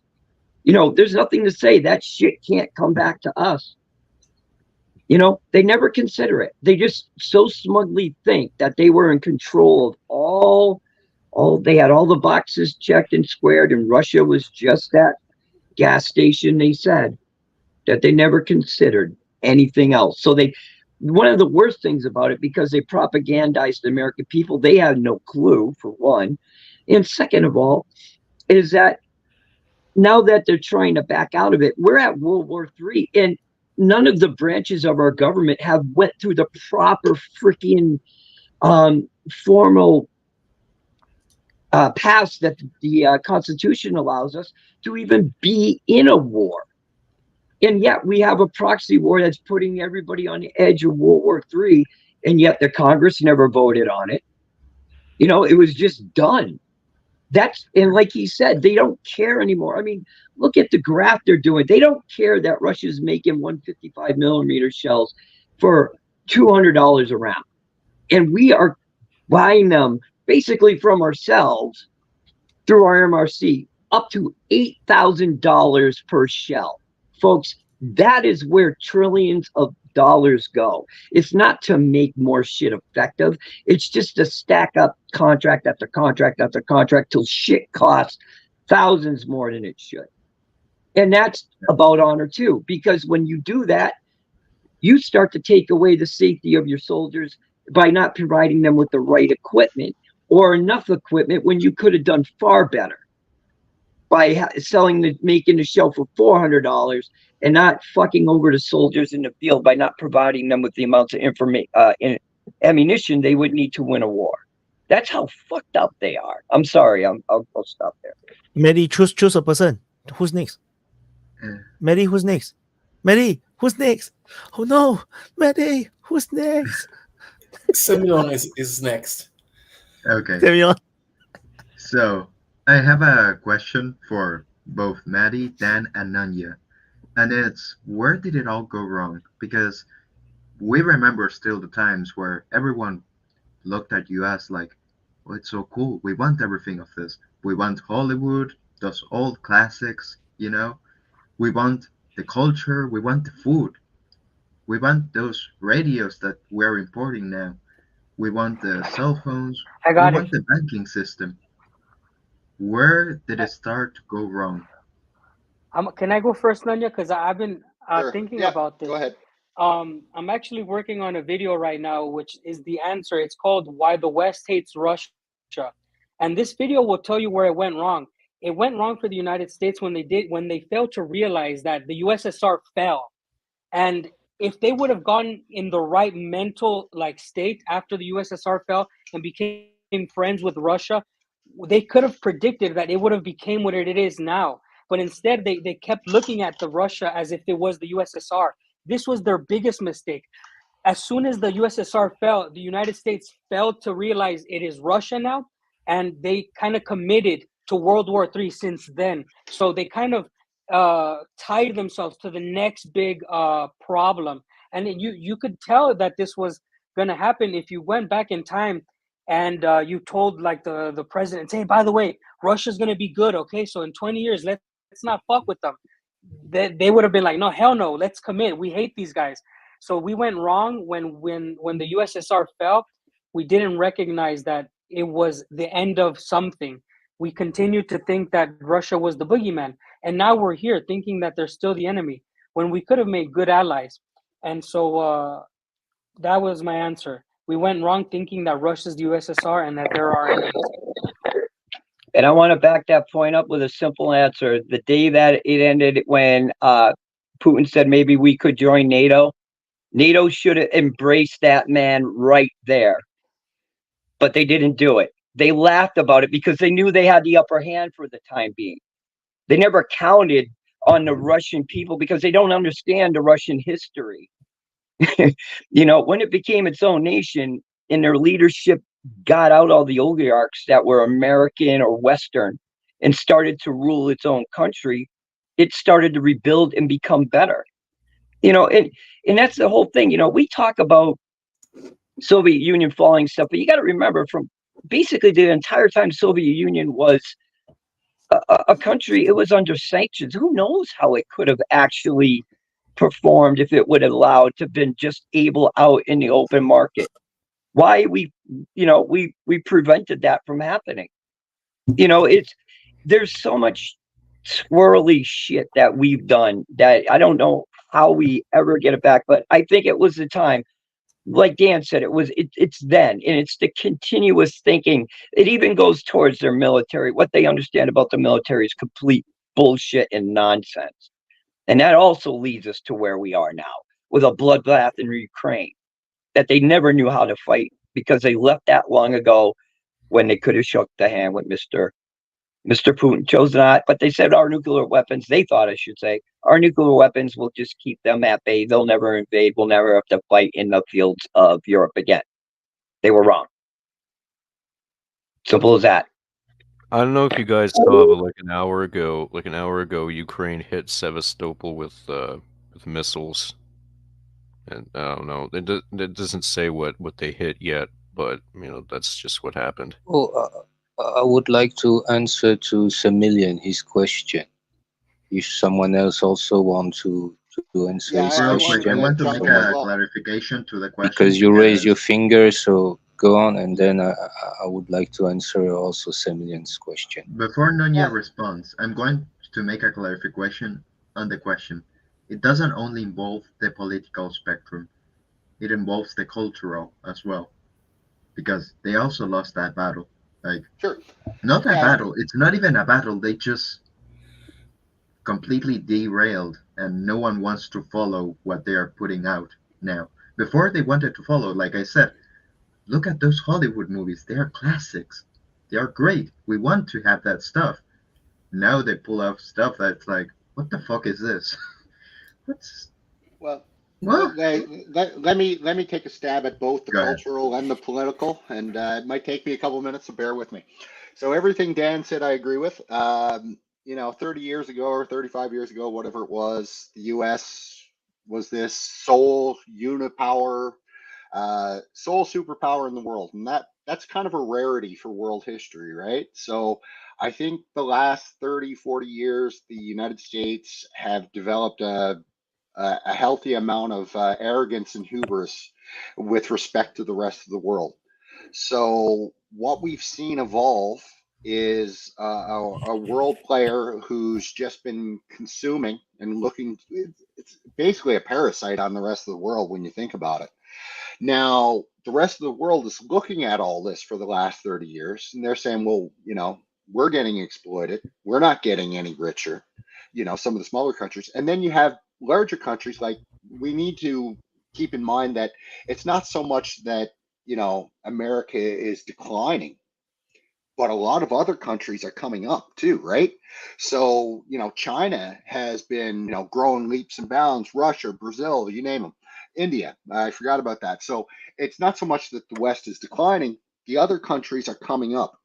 And what you're seeing now is going to be a battle for resources, because the math doesn't work. You can't have a country like the United States with 4% of the population consuming 25% of the resources.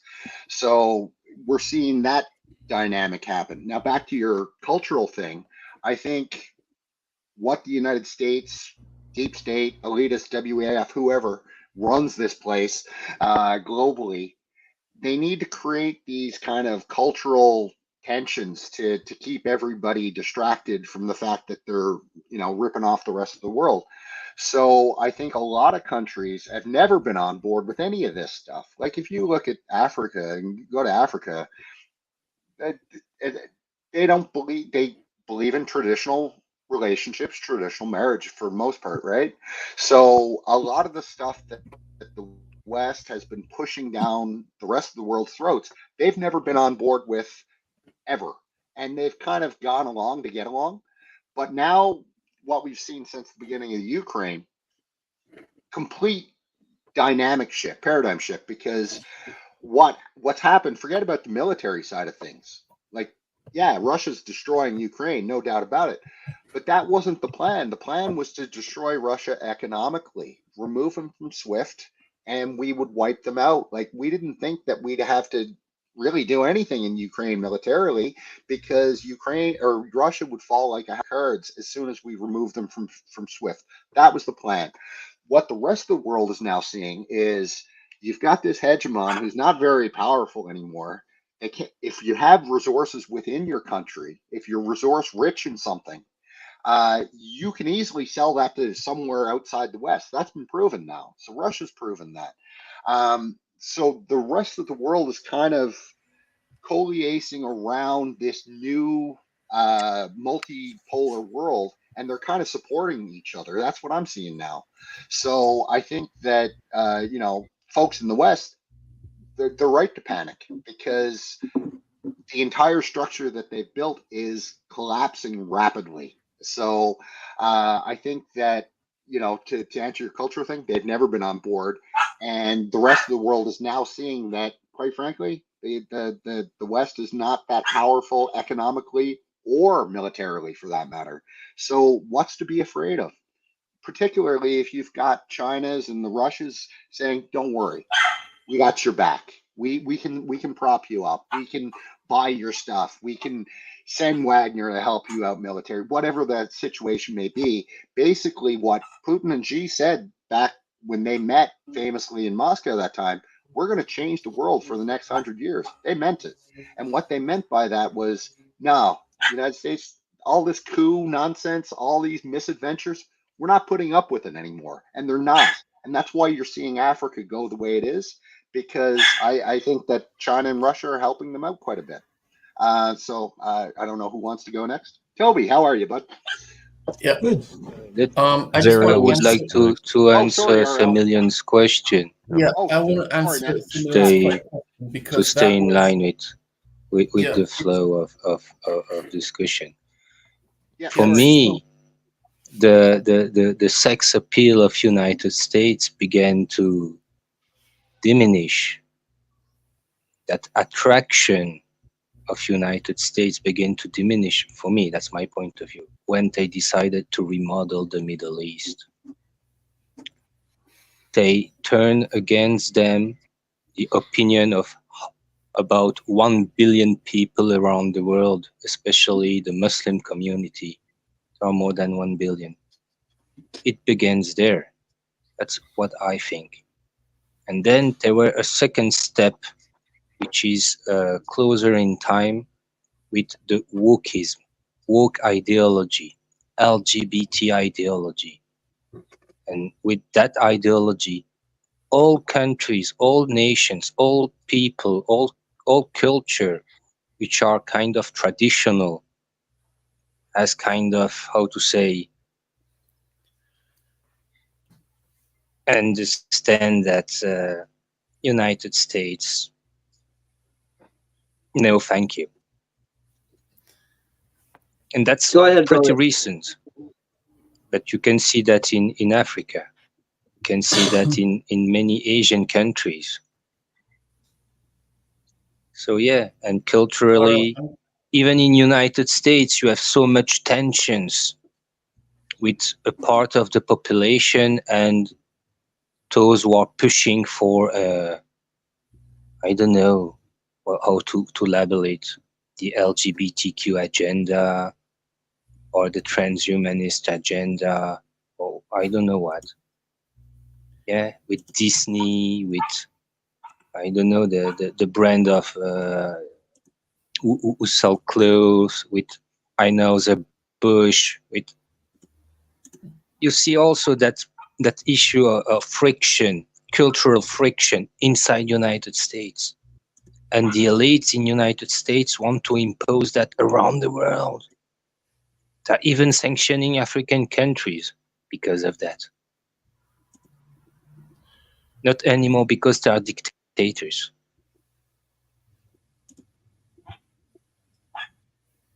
Who's next? I'm gonna answer It's Ariel. your question. Nunya, first of all, I'm going to give the super chat the hallelujah that they needed, because I'm going to tell you guys where the point where the United States actually lost everything. When they kicked God, and I'm going to just stand by this, when they kicked God out of their country, that's when the United States lost their culture, their heritage to what they used to be, and they took the rest of the world along with them. Look at the countries that are actually, look at what Russia did. I mean, they went from a Soviet communist country, which was absolutely atheist, to a God-fearing country, which they are now, and they're building. Now, people are seeing when this Ukraine stuff started, it started 2014 with Russia, when they saw, they were preparing from this. We have spoken about this so often on the Duran. They were preparing for this from 2014 when Vicky Nuland, Cookies Nuland, decided to go to Kiev and say, "Oh, you want some cookies, and we'll support your revolution," and you know, got rid of a democratically elected leader of the country. That was the first big mistake the United States did. They haven't got. Listen, the United States has not won a war since World War II, and I'm not counting Grenada as a war. They have not. They've been kicked in the teeth so often, and they still will not realize it. And it's a military-industrial complex. They need a boogeyman, and fomenting war all over the world is what they need to keep that nation running. Eisenhower said it in his departure speech, and Kennedy said he did not want it, and he was killed for it. Now we have a country that was very God-fearing. It was the leading nation. And if you guys have never seen the very first episode of The Newsroom with the actor, I don't remember the actor's name, but it really doesn't matter. Just Google Newsroom episode 1. First 5 minutes of that show will tell you everything you need to know about the United States and why it is not the greatest nation on the planet anymore. It's because they are no longer the nation that has values, that have faith, that have a backbone to stand up against the evil powers that they used to do. No, they've become what they hated most, and they support what they hated most. And that's why we're in the situation we're in now, because they've lost their faith. They kick God out of their schools. They kick God out of their homes. They kick God out of everything.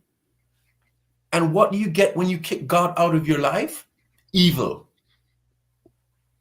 With that, my friends, I'm done for this evening. I hope to speak to you again soon.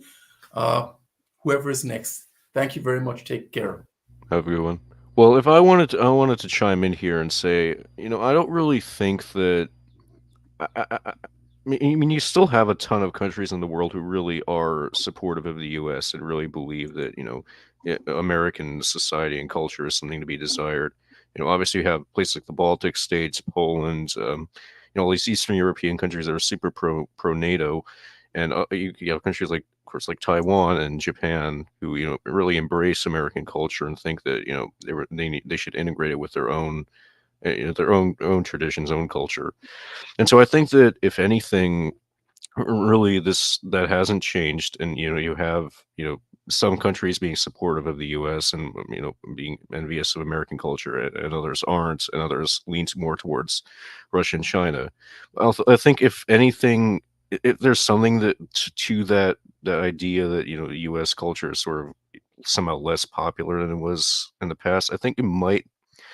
The only thing it might have to do with is the Cold War, and that let's say back in the 70s and 80s, you would have a stronger contrast between countries that wanted to ally with the U.S. and embrace, American society and culture, and countries that wanted to ally with, the Soviet Union and China, and ultimately embrace, anti-Americanism and, left-wing ideology or whatever it may be.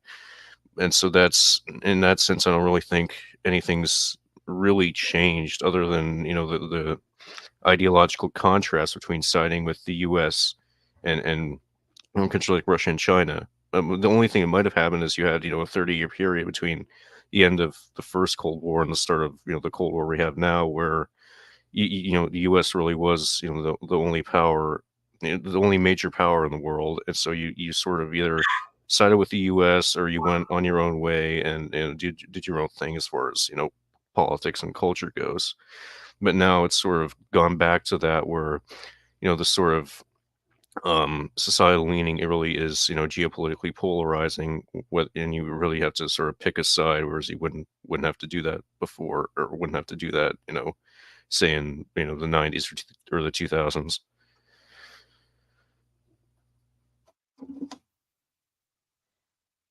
You got to pick someone. Shadowy. Yes, I wanted to add something about what you say. I think we have to make the differentiation between the government and the people in the street. Most of the time, yes, a lot of governments support USA, but in most of the case, people in the street are not so kind with USA. At least in France. I'm in France, and I could tell you that. And there is another thing.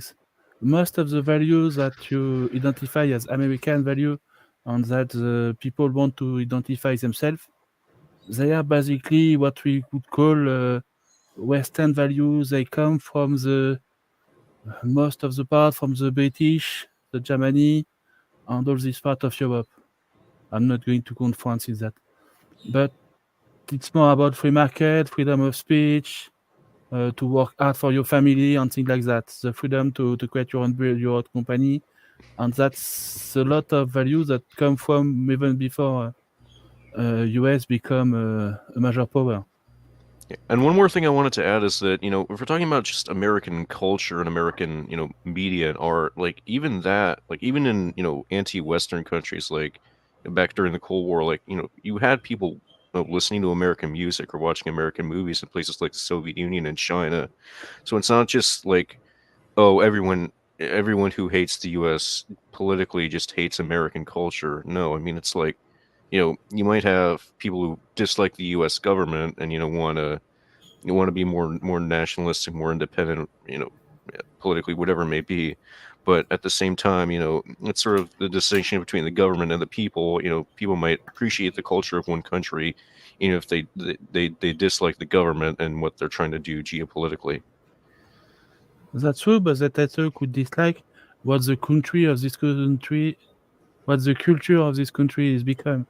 For instance, in USA, maybe the culture of the USA in the 80s or the 90s had a lot of appeal for the other country. But maybe the 2020 culture in USA, not so much. Well, I disagree with take that. Hollywood, for instance. I'm sorry, but Hollywood movies are not so good now. I have a very different take on this culture thing. Hopefully, you guys don't shout me down as I start, because I think some of you might strongly disagree with me. But I see this the US culture. A lot of it has been permeated by what I call toxic femininity. If you focus on how women or females get when they get angry, and you notice how the US culture has evolved. Okay, so for example, like with what is cancel culture? When a woman gets angry, what does she do? She ignores you. She doesn't talk to you. She just ignores you. That's cancel culture, And what's all this whole idea about your feelings are more important than your facts? That's how a woman thinks. That's when she's pissed off, it doesn't matter if you're right. She's right because she's crying. Your facts don't matter. It's and they have a tendency to also like form alliances and be in like their groups. That's why there's a huge spike in like trans females these days, because once one girl identifies as trans, her entire friend group starts to identify as trans, because they have this innate need to form alliances among themselves, because I guess biologically in the past that's how they got so it's this. So they would form like cliques, right, to include themselves and exclude the others. It's this kind of tribalism kind of mentality, which you see a lot in the US. Like, okay, I'm left or I'm right, or I'm this category. It's the kind of tribalism kind of thinking. And also the way that regular US people, if you talk to them, they will always smile at you. That's why people, when you go to the US and you say their service is very good, they will smile at you. They will look like they are friends with you, but they will spit in your food in the kitchen, right? They will never tell you to your face that they don't like you. And that's basically how a woman behaves when she doesn't like you. She will look like she likes you. She will look happy to see you, but at the back of, she will go gossip with her friends and, oh, this person is this and this and this and that. So it's that's the and you didn't see this a lot of this in the past. I think it's slowly. Don't confuse Chinese woman and Western woman. Are not the same. But that's how I see a lot of it is the dare I say feminism movement getting a bit too much, and then the masculine culture in the US is just kind of forced underneath it, and then now everything is about feelings. Facts don't count anymore. Yeah. I don't think that really has anything to do with gender, though. It's just sort of how people, try and promote their own ideology. Everyone's going to lie about things. Everyone's going to try and get, the other side canceled or whatever it is. And so in that sense, you just sort of... You can separate femininity from sex. I think you misunderstand masculinity from gender. It's a different concept. Let me speak to you as an American male living in the country we're talking about. Okay? What you said about Chinese women and American women are 100% correct. They tend to be all over the scale. But anyway, it's not feminism itself. It's the way of feminist thinking that has taken away the men's mentality of the way they used to think, and it's subverted it. It's almost to the point we feel trapped. I'm worried about saying the wrong pronoun to the wrong person of the wrong color. I mean, no matter what I do, I can be blamed for any interaction I have if I do not cover all the bases. Many males feel like this. Manny, that's because of your white privilege. We want God back in our country. We believe in that. We want a lot of things that our government is doing. You got to understand, this is being force-fed into culture. It's force-fed into media. I can say it because I'm a minority, right? I'm yellow, so I can say it. I mean, it's just that I think we when we say feminism, you cannot blame females. It's that feminist thinking is the problem, because it's subverting everything. So there was a term that I think most people have forgotten, which was popular a few years ago. It's called PC culture, political correctness. It's actually not feminism that much. It's more like political correctness, because people don't dare to offend.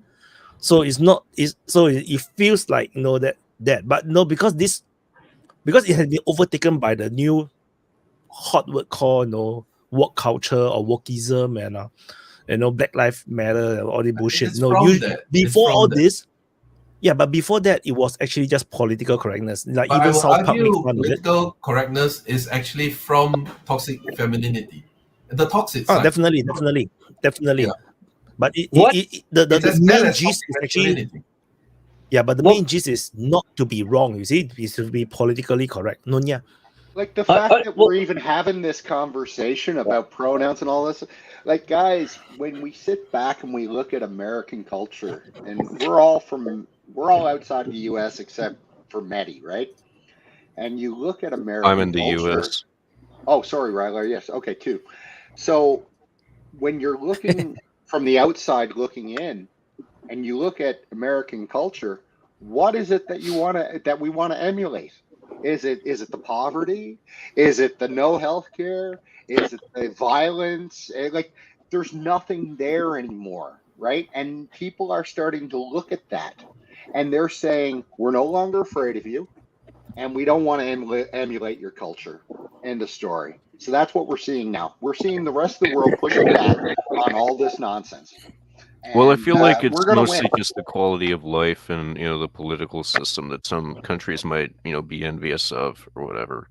But I mean that's our. But I mean, there are much better models than the United States for that, right? Like the U.S. I mean, some people might in disagree, terms but of a that's just... Western democracy, like the U.S. is so far down compared to so many others. Like I would emulate, Switzerland or something like that. I certainly wouldn't look to emulate the United States.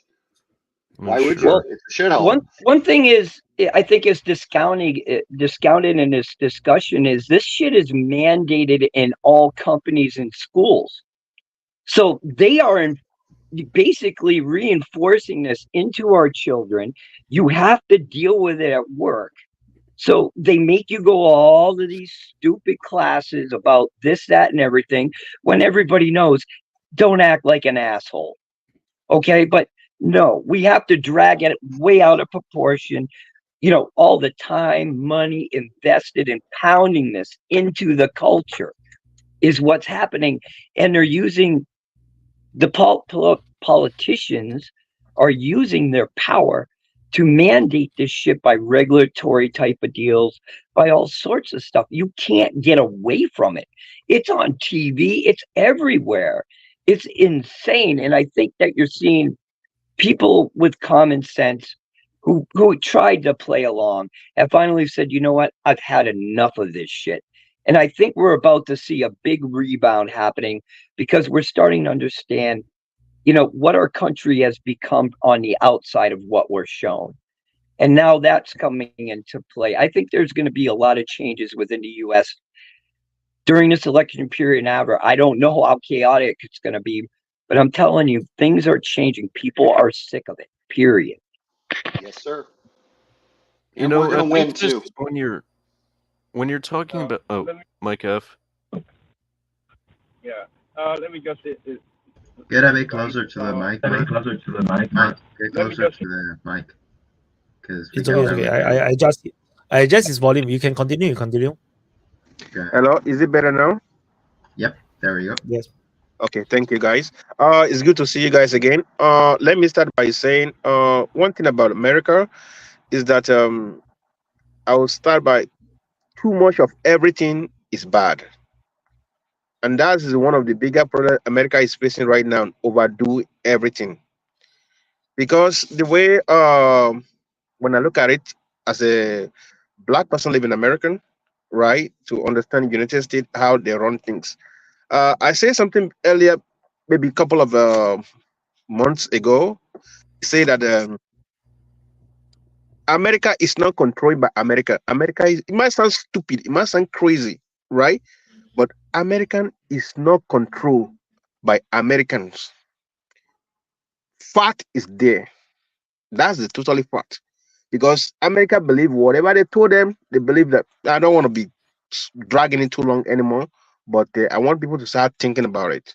And again, in this country, the way things are running, like education is no longer valid the way it used to be back in the days. Whereby whenever you hear professor, that person must be super genius. That person must be cracking some code, some elements, some that's just, but nowadays everybody's professor, they are just handing professor to everybody like a candy. Okay?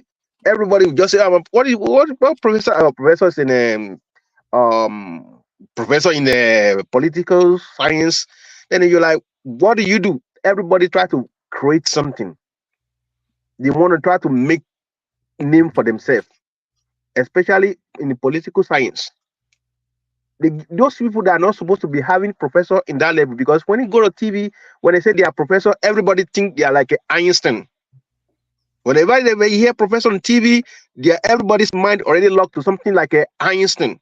They don't know that it's just a dumb person say something that doesn't make sense at all. So in their own view, and I also try to understand them too, because everybody's smart on their own way. Let me put it that way. Okay.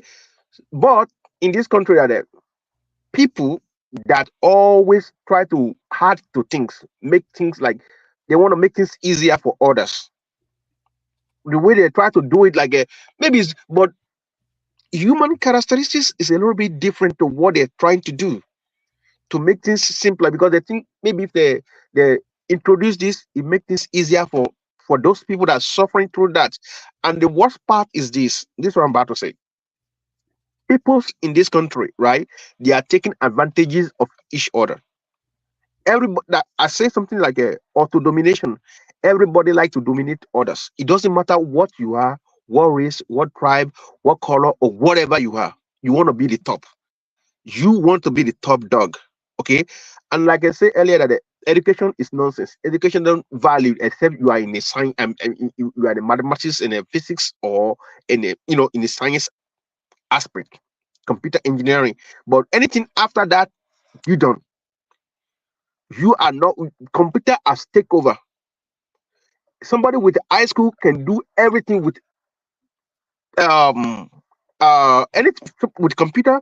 Somebody with, in fact, elementary school graduate can do almost everything with somebody with a master degree in political science. Computer has take over everything. So in that case, just to make them make themselves look like, okay, they are doing something. They are creating some stupid ideology. But introduce stupid ideology, say, well, this is what they introduced. Look at that. It's good for people. Reality is bad in a long time because some people don't think of long term. They only think about short term. That's the side view of Americans right now. They only view things the same thing the way they are supporting Ukraine war because they have a short side view. They don't think about what is the consequence of every action they make in the long run gonna be. That's why I see things. I might sound stupid, but that's how I see things. Okay, I was going to make a point, and that is, I would like to compare what is going to happen shortly in US to what's happening in Argentina. In the sense that in Argentina we had too much of this socialist buildup of different ideas. So, for example, we had too much state intervention, too much the state controlled too much. Let's just leave it at that. And there was a rebound, a massive rebound that took place over approximately 12 years, over 3 election cycles, because the people were just tired of too much of that stuff. And it was just not sustainable for the people and the peace within the community. But in the US, it's not so much a economic, political thing. It's more like of a cultural thing. I don't know how that will pan out. Does anyone have an idea of how that could pan out? A cultural rebound? Take it away.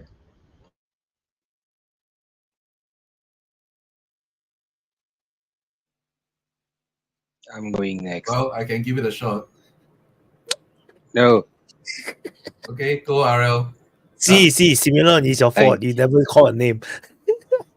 Thank you. To go back to your feminism ideology, and by some extent, that political correctness, but to another level, which applied also to LGBTQ. That's what I called social engineering. Because those thinking, those ideologies, as mentioned by Nunya, you see them in schools, you see them in companies. It's something that is pushed. Some people have decided that it will be the way to go and are pushing for it. And those who are pushing for it are those who have the money, who have the power. That's why you see that in US and in Europe.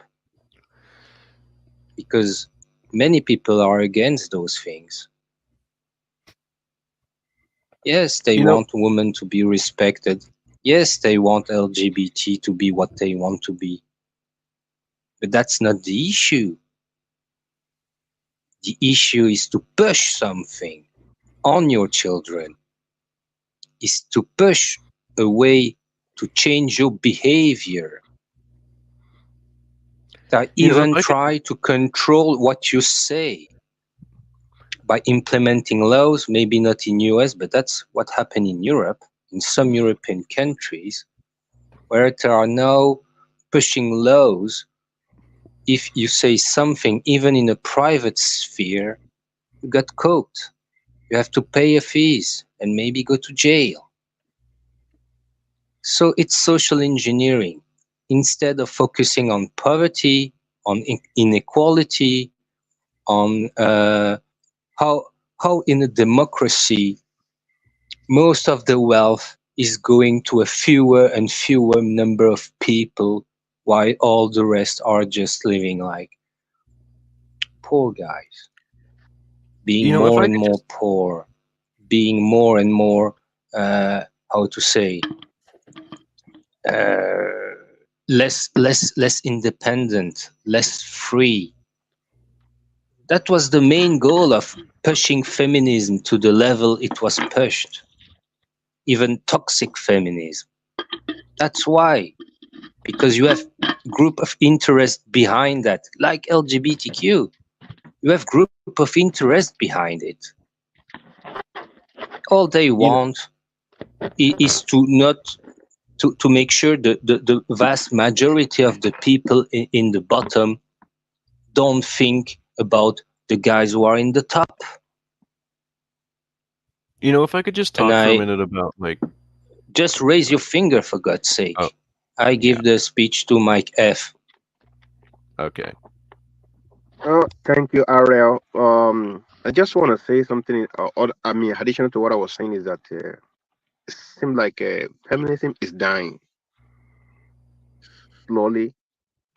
People don't pay attention to it because right now in this country that men have the same equal rights as a woman as long as say I'm a female. You know, as long as I say I'm transgender, you have the same equal right. So whereby the right we've been giving to women is like they're overdoing it, and people don't pay attention to it right now because the consequence of this in the long run. I understand that America needs to respect women because we have to try, do everything, not just think because how would they put it? Try to just shut women down just like they are second class citizens. No, you can't do that because if you have a daughter, you don't want a man to disrespect her or to treat her like a second class person. Okay, but the problem is overdoing it. Like I say, too much of everything. That is what is killing United States right now. Everything they are doing right now at this point, at this moment, they are overdoing it, and they don't know how to stop themselves. Like Alex say, escalator. I mean, escalator. They just keep going forward. Somebody, and even people that have a better idea now can even shut them down anymore because they're gonna criticize it. But that everything is gonna blow out as time go by because now men can do almost everything as women of these days. Men can go to the same bathroom as women as long as it is LGBTQ. You know, so no more the respect for women is about now. They don't even say woman anymore. They say bad. How would they say it? Yeah, instead of mother, they call them a bad person. They are throwing it away, but all the women they don't understand what they are giving away right now. Because if they knew what the consequences is gonna be in the long run, they're gonna be screamed the hell out by calling them bad people or bot people. You know, time is coming. They're gonna be asking for those things back, but it's gonna be long gone. That's what I could say. You know, if I could just talk for a minute here about like, phobia. If I could just talk for a minute here about like, civil rights and like social issues and stuff like that. The way I sort of look at it is that we all have, characteristics that are essential to our identity. Our race, our religion, our sexuality, our political views, whatever it may be, and all those things combined for each individual person to form, how they view themselves as a world and what they view as, normatively correct and just correct as far as morals and their own social behaviors go. And I think that where things like racism, homophobia, religious conflict come from is that basically when you have that sort of identitarianism and people value these things about themselves, basically it's really easy for people to sort of look at others and say, okay, that guy's not, he's not like me on this, therefore he's not, basically just, not human or not deserving of the same rights as I am. That's how you have, racism. A couple hundred years ago you had, obviously slavery and whatnot, and you had, white people just viewing black people as subhuman just because they didn't because they didn't look the way themselves. They didn't look the way they did. They didn't have the same culture. They didn't have anything like that. And so when you talk about when it comes to LGBT issues, I think that the difference between that and something like racism is that you can't you can't tell someone's LGBT just by looking at them generally, and the way that plays into that is that if you look through in the past, look at surveys from like the 1950s. In the 1950s, you only had like 4% of people saying interracial relationships were acceptable, whereas you might have had 25% of people saying same-sex relations were acceptable. And the difference between that is that obviously, again, that goes back to the fact that you can tell what someone race is by looking at them, whereas you can't tell their sexuality. And that's, I think, that central idea of sort of external depersonalization and external perception of what's culturally right or wrong ultimately drives this sort of cultural relativistic view, or cultural relativistic social dynamic, where you have one group of people basically saying, okay, homosexuality is bad, people shouldn't be homosexual, we need to everyone's victimizing us, everyone needs to stop doing this. And you have the other side saying no, homosexuality is good, everyone has the right to do what they want, you're victimizing us. And it's just a sort of thing where this is a lot of like what philosophical postmodernism talks about, is where you have this sort of thing where basically everyone views their own ideology as correct, and everyone else is just bad or morally wrong, and whatever it may be, and they use whatever propaganda or information warfare tools at their disposal to convince or to advance their own ideology and convince other people that they're correct. And the way that's playing out in America now is obviously you have both sides basically doing the same thing, saying they're being victimized by the other, saying everyone controls them, the other side controls the media, they're repressing us, or whatever it may be. And so I think, just in terms of just from like a normative perspective, I think the best way for people to address that is just sort of say, okay, everyone, okay, I'm everyone, this is all, whatever people say about these sorts of things is ultimately going to be propaganda most of the time. It's going to be influenced in one way or the other.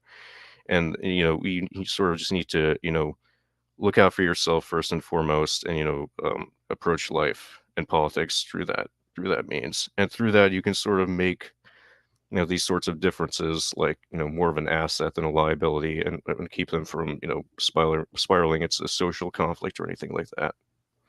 But that's just how I view things.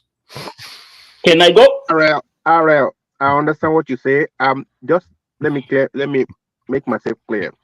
I'm not against people call themselves gay. I'm not against gay people. No. That's two different things. By against people, in America, you could love who you want to love. No problem with that. But this is the problem, right?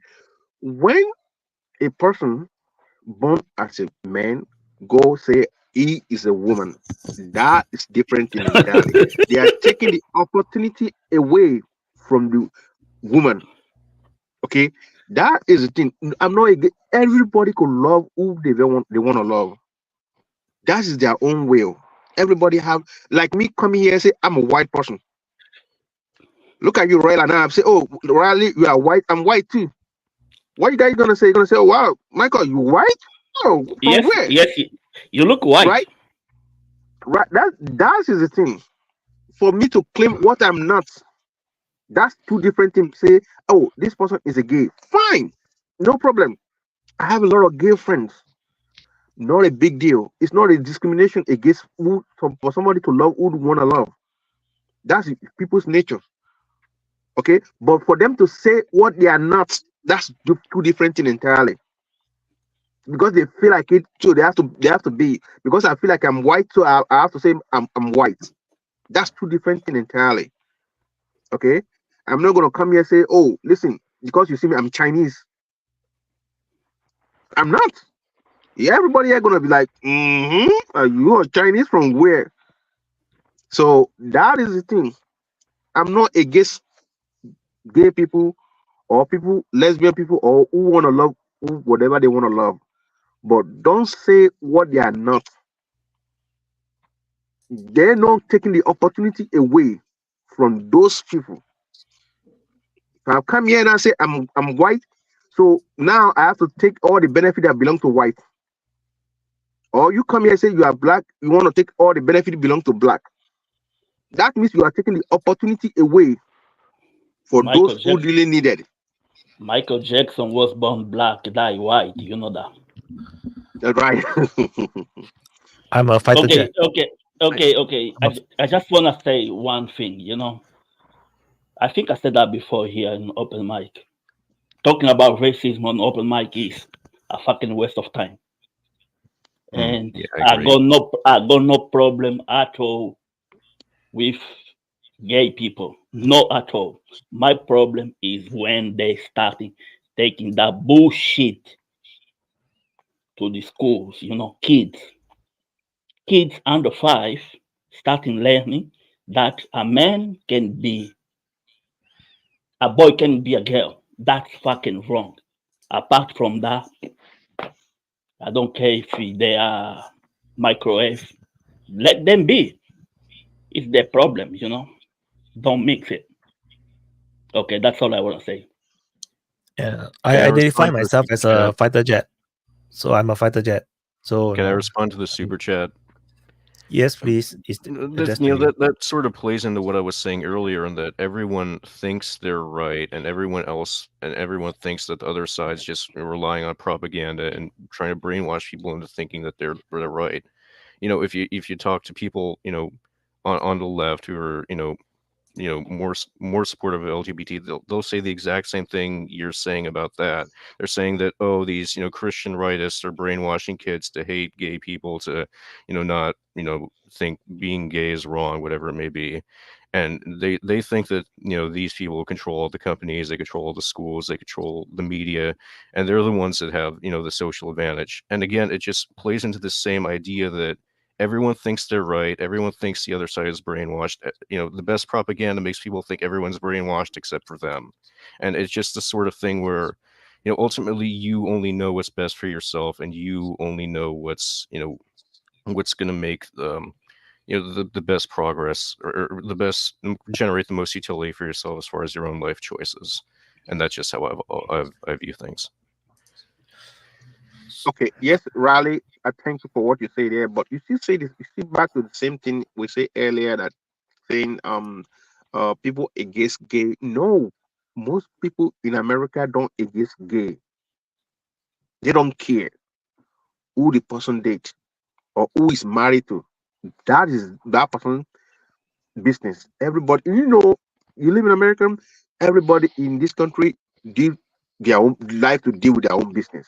But this is where the boundary, by saying what they are not, you know, by make somebody say, oh, like I said earlier, I'm not white and I'm not good. It's not like a ideology or try to make other people feel bad. This is my naturally color. This is what my naturally born. I can just stand here and say I'm white. I cannot change it. Okay. Same way I'm a man. Okay. I can just say I'm woman. Someone can I'm say naturally that born you are man. reverse Michael Jackson. Okay. So by come here and say, Michael Jackson never say he's white. That's two different things. That is two different Finally, we're gonna talk about communism. The communist is here. So you cannot claim All what you are women are not. Macedonians. If it's a woman, woman. If it's a man, man. Well, that is only one place I think we should all have because now in America they try to please everybody, and that is the problem. They need to stop please everybody. You cannot please the world, and that is what's causing chaos, mostly in America right now. And the chaos is gonna keep going because everybody wants things in their own way. Well, and it's not gonna happen that way. We cannot please everybody in this world. We have to learn how to sacrifice. I mean, race, gender identity, and sexuality are all completely different topics. They have almost nothing to do with each other.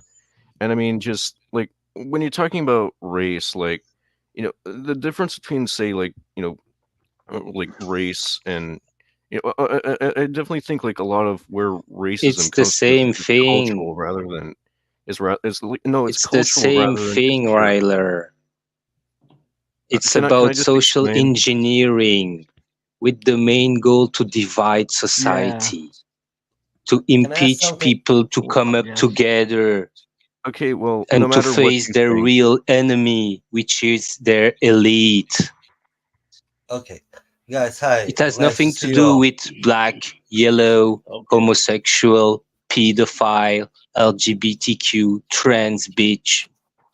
It's all about dividing the people, no matter the Go ahead, subject. Goose. If it can Well, divide you, they will put that with agenda. I agree. And they are pushing it. And those who are pushing it are big That's why we're talking corporations, about it. big media, Hollywood, these people Disney. calling black hole alert. these people calling themselves white and right and left. They no fucking left or right. White, we people are fighting. Oh, I'm on the right. Oh, I'm on left. But the people we are fighting for, they are fucking same side. Look at the history in the last 20 years. It's all the same. It's all fucking the same. In the UK, the Conservatives have been in power for fucking 14 years. But somehow the immigration is the left fault. How so? How? I don't fucking understand. Because if they want to stop it, they can stop. They've been in power for 14 years. But the problem is the left. The left support and immigration. I don't fucking think so. They're all fucking the same. Okay, Ariel had a point, but let me ask this question. Is there any society back in history which supported homosexuality that is present today? I don't think so. That's why homosexuality doesn't work, because we would not be here today if there was something good. Now, in regard to gender identity, it's the same thing for internet. In the past, there was no internet, so internet is bad. Well, no, the analogy is not. It's not right. It's not. You're comparing potatoes with frogs. It's a different analogy. So if we stop, if all of us become gay, the next generation will collapse. There will be no human on earth. So the major fulfillment. He talked about Riler. Riler spoke about fulfillment in life, about utility in life. The best fulfillment in life you're gonna have if you fulfill your functions, which is protect and bring food for your family. So that means you got to make a family and kids. That's the only thing. If you get 50 or 60 years old, nobody's going to ask you how much money you got or what did you do in your life as a career. Everybody's going to ask you, where is your family, man? So that's a sour life, I call it. A lonely, sour life if you don't have a family. Everybody knows that. So that's why gay is not desirable for a society to be able to thrive. You understand me? This is that's why these conservative values, nuclear family, are very important. Now, this belongs to the left. It is a left. Super chat. Thank you. Oh my God, puppies! Thank you so much for the support. It makes all of this possible. Sorry for cutting you off. Let me finish. This is communism. Why is it communism? Well, everything that is more control, everything that is more control from the state, it is communist. Less control, it's anarchy. That's to the right. But we're looking for closest to the right, less government rules. If you go to the left, they control everything, man. Communism, you have no right except to go where they tell you and you shut up. If you talk, you go in the gulag. So, like I said, they try to control your freedom of speech. So you cannot say that there is no gender identity. There is somebody who will find you after 2,000 years who will say this skeleton is a man or a female. There is no third in between. So I can claim that I'm a monkey, or I can claim I'm a frog, or a I don't know, whatever. I can claim whatever I want to claim. That doesn't make me. It doesn't change the truth. The truth, it's not dependent on our individual opinions. You understand me? We live our life based on these general truths that we have created through tradition. You know, the tradition. If we don't have God and the 10 commandments, we'll have to invent new God, new moral rules and values and ethics. So imagine how would that look like. You understand me? So that's why everything that is destructive towards a healthy society should be not promoted, at least. Okay? What we should promote is a healthy nuclear family as a way to make happy people. You're not going to be happy alone on 60 with a bunch of money, even if you're a woman or a man, doesn't matter. Mark down. Sorry, I'm with Riley on this one. I mean, Riler, you are wrong. Everybody deserves to be who they want to be with. If you want to be gay, you have the right to be. That's what they call the freedom in life. Everybody have that freedom to do that. You can't just go and tell somebody you cannot be who you want to be. Okay? If you want to be gay, fine. Listen to the super chat. You know, black people are asking, stop talking about race, and he's right. This is not about race, about freedom for the people. People deserve their freedom. Okay? But what I'm saying is that my thing is that if somebody want to be gay, let them be. You can't tell them say they cannot be. Africa don't want to be gay, but United States punish them. It's not the African, it's the government that dictating to them, say it cannot be gay. No, you can government can dictate to anybody. The African government that say fuck off with that bullshit. No, we don't want to be gay. See, that is what I'm saying. They are taking their freedom away from them. They are taking their freedom away from them. It's for people. It's not to mandatory be who they want to be. You can't tell people say, listen, dude, you cannot be this. No. Okay, but that is the thing in life. Okay, let's move on from that. Come, we already know. Wait. Okay. Wait. What's going on in Cambodia? No. Wait. So let me. Okay, what? First. So the whole thing about how all these things got so triggered and know that the government or whatever authorities or whatever activism is trying to make all these, implement all these affirmative actions and everything, is because the LGBTQ A, B, C, D, E, F, G, H, 1, 2, 3, 4, 5 is not a norm. They are a just minority. If it is a norm, if majority of us is all gay, then being heterosexual will be the weird thing. And then we will be here talking about why the hell do they like girls? You should like dicks more, that kind of thing. So the fact that most of the world majority is just normal people, they're all healthy and normal, and they didn't develop this the interest in the same sex. So that's why we are reacting so much. So we are just fighting and going round and round and round when it's actually none of our problem. It is just a reaction from these this activism or these groups or whatever that's trying to push this thing down because they are not the majority. If it's the majority, you don't even need to push. It's just like the white supremacist thing. Most of the people in the United States is white, which is why they don't need to protect the white. They're trying to push the colored and whatever the rights for the colored people and whatnot. It's the same thing. So if the white people are the minority, it will be the white will be fighting for their rights, and they will be the victims. And so I think we are going. The black hole is very black already. It's like the screen of a Voss screen. He didn't on the light, super black now. So yeah, he's so freaky now. I don't want to move to put the light. I don't want to move to put the lights on. Wyatt, what's going on in Cambodia? I have no idea what happening in Cambodia actually. So can you see me now? Is done. 45 million more, blah blah blah. Yeah. No, it's not capitalism leads to extinction. Deceive us. White. So I just answered the black. So I want to answer the super chat. I want to answer this super chat. So basically, it's not capitalism leads to extinction. It's more like comfort. When you do well, when people do well, they want to enjoy their life. The people become more selfish, in a sense, or they become more responsible because family planning is a responsible thing to do. But when you're poor, you don't really care about family planning. You just shoot it inside and then just let God take the wheel, and then the more babies you have, the better chance of a better future in the future. So it's not capitalism, it's just human being in general. It happens across everywhere in the world. It's the same. The richer you are, the less children you will get. And the same thing happened in China as well. The people who start to do well don't even bother to have children.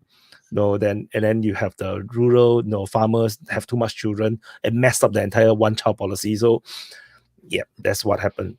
Okay, I finished that. So what is the next topic, or do you want me to introduce a topic? Let's go back to what happened in Moscow. Guys, I want to say something about the Africa, something that recently happening in Niger. I think most people already forget about Niger, right? So, and Nigeria and Niger, something really recently happening down there that the people don't.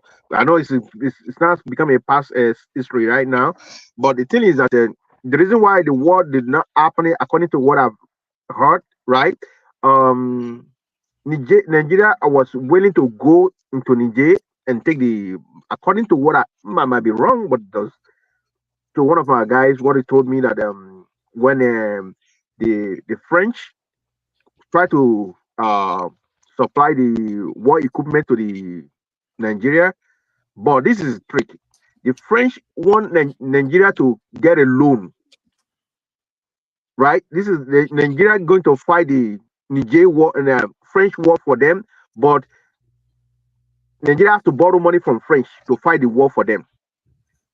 Okay, that is where Nigeria was like, no, this is stupid. Why would I borrow money from you to fight your war for you?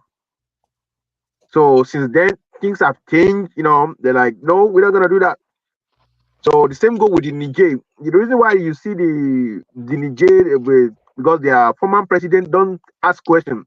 Whatever the paper they brought to his front, he just sign it. Okay. Oh, Niger. One of the things that the people don't say here is that they only talk about uranium, right? Niger has so much resources that uranium is like a fraction of what they have. Niger has so much oil, and the reason why the war starts, the reason why they kick the former president out, because they was running the pipeline through they're supposed to run it through the Nigeria, which is supposed to be more quicker, more short distance to the sea. So they have to run it through the Benin Republic, which is a long distance, to avoid Nigeria, because where the oil is coming from is more close to Nigeria than even to other countries. So it will be much cheaper and more. So that's one of the reasons why that Nigeria was so upset with Niger. But the fact is that the French want Nigeria to borrow money from them to buy the war equipment to fight Niger. So I don't know what you guys think about that. Yeah, the main reason why is that the north population, which is next to Niger, in Nigeria, are the same ethnic group as the guys from Niger. Yes, that's correct. It's the same people. And those guys don't wanted to go to war against their brothers or even their family members living in the other side of the border. Simple as that. Wait a minute, Ariel. Family fight each other. Brother, look at the Ukraine and Russia. Are you saying they are not close to each other than anybody else?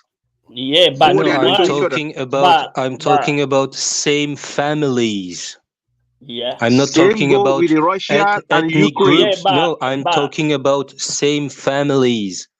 A man will not kill his own brothers. Brothers meaning to have the same mother who gave birth to them. It's not same family, same ethnic group or something. No. It's even more closer to that. It's same real families living in each side of the border. A border that doesn't really exist because, the border between Niger and Africa and Nigeria. No, Ariel, let me just correct you there. Even their dialect is different. Okay, the word from the Hausa is different. Depend which region. In fact, in Nigeria, the dialect was so worse that you could move like a 3 block, have a different dialect. Just 3 blocks. Mike, I remember when Angola was at war, and we had a problem with South Africa, which is far away from Angola. There was Namibia between, but Namibia was under South Africa. and there is a tribe in Angola. It's the same tribe they have in Namibia. But you know, there was a war, and the South African put like a border between Angola and Namibia. But guess what? You know the tribe? They say, fuck off. We don't care about your bullshit. If I'm going to Angola, I'm going to Angola. And see, Angolan wants to come to Namibia, they come. But only the tribes, you know? Between the tribes, the South African never touch them, but just the tribes. It's the same thing Ariel is explaining. You know, these people are like just one. It's the same thing in Russia. If you see in eastern Ukraine, the people fighting, they're not fighting Russia, they're fighting Ukrainians. The one from the west Ukrainians, not the one from the eastern Ukraine. Eastern Ukrainians are on the side of Russia. Why? Because they are the same people. Okay, that's it. Divide and conquer, man. Let the communists talk.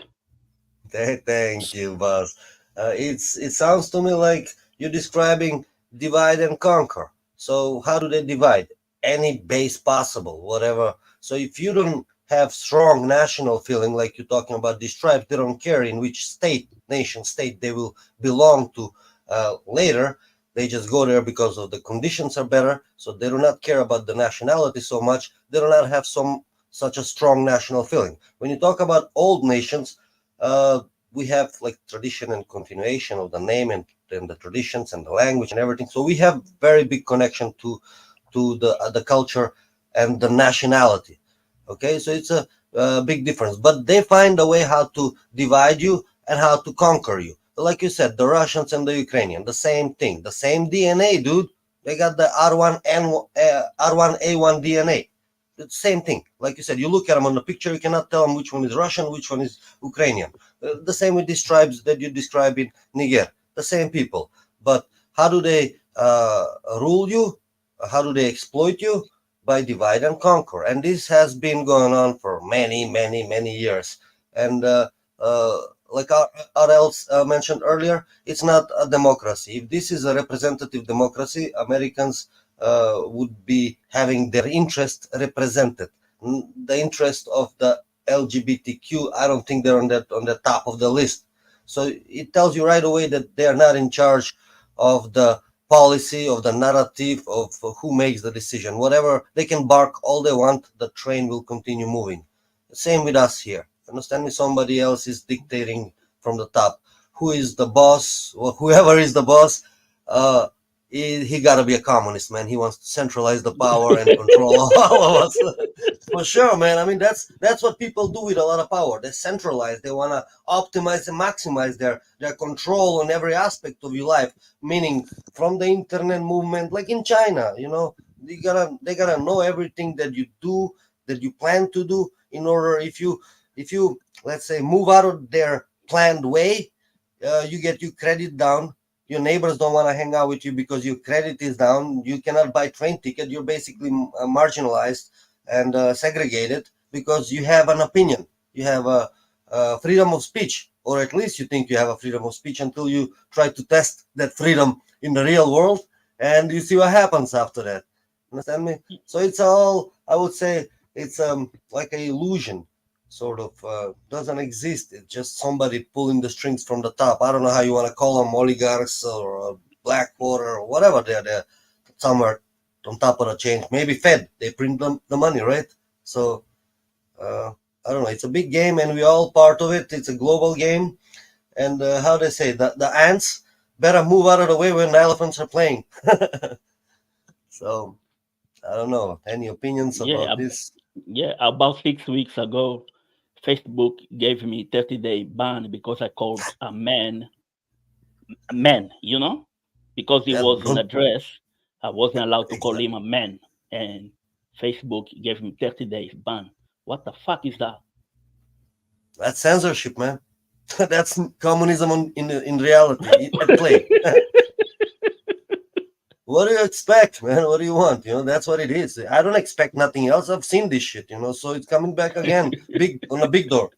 If first it was in the small door, now it's apparent on the big door, and nobody's hiding it. It's like or the French, I mean the Canadian Trudeau, whatever his name is, he's like bragging about it. He's like, China is his favorite country on the planet, man. So imagine how it would look like for us if we adopt Chinese method of statehood. You know, forget about democracy. You do not get to talk, just observe. Yeah. So, Okay. Let's move on for this bullshit. Okay. I wanna I'm going I wanna hear opinion of RL. What you think? His opinion about what happened in Moscow last night. Yeah, we Come were on, talking about Preshow. that earlier. Yeah, no, but RL wasn't on, so that's why I want Okay. his opinion. Wyatt, you're being asked About something. what? What happened in Moscow last night? Oh, how to say? We don't know many things about it, except those guys were Tajik, it seems, with one of them being part of the Ukrainian army, at least like a mercenary or something. And what makes me think that's quite strange, I'm disclosing the ISIS terrorism claims. It's bullshit 100%. Is that the guy? One of the guys said, "I've done it for 500,000 ruble." You know what is 500,000 rubles? 5,000. It's between 5,000 and 10,000 US dollars, depending on if you calculate 100 rubles for $1 or 50 rubles for $1. It's between 5,000 and 10,000 dollars. For fuck's sake, it's nothing. Yeah. It's fucking nothing. And especially what those guys could do with 500,000 rubles outside Russia. I don't understand. Makes no sense. Makes was no surprised. fucking sense. I was Because surprised. they were fleeing to Ukraine. So maybe in Ukraine, which is totally destroyed, from there they can move to Europe. What can you do with 5,000, 10,000 euro or dollar in Europe? Only fans?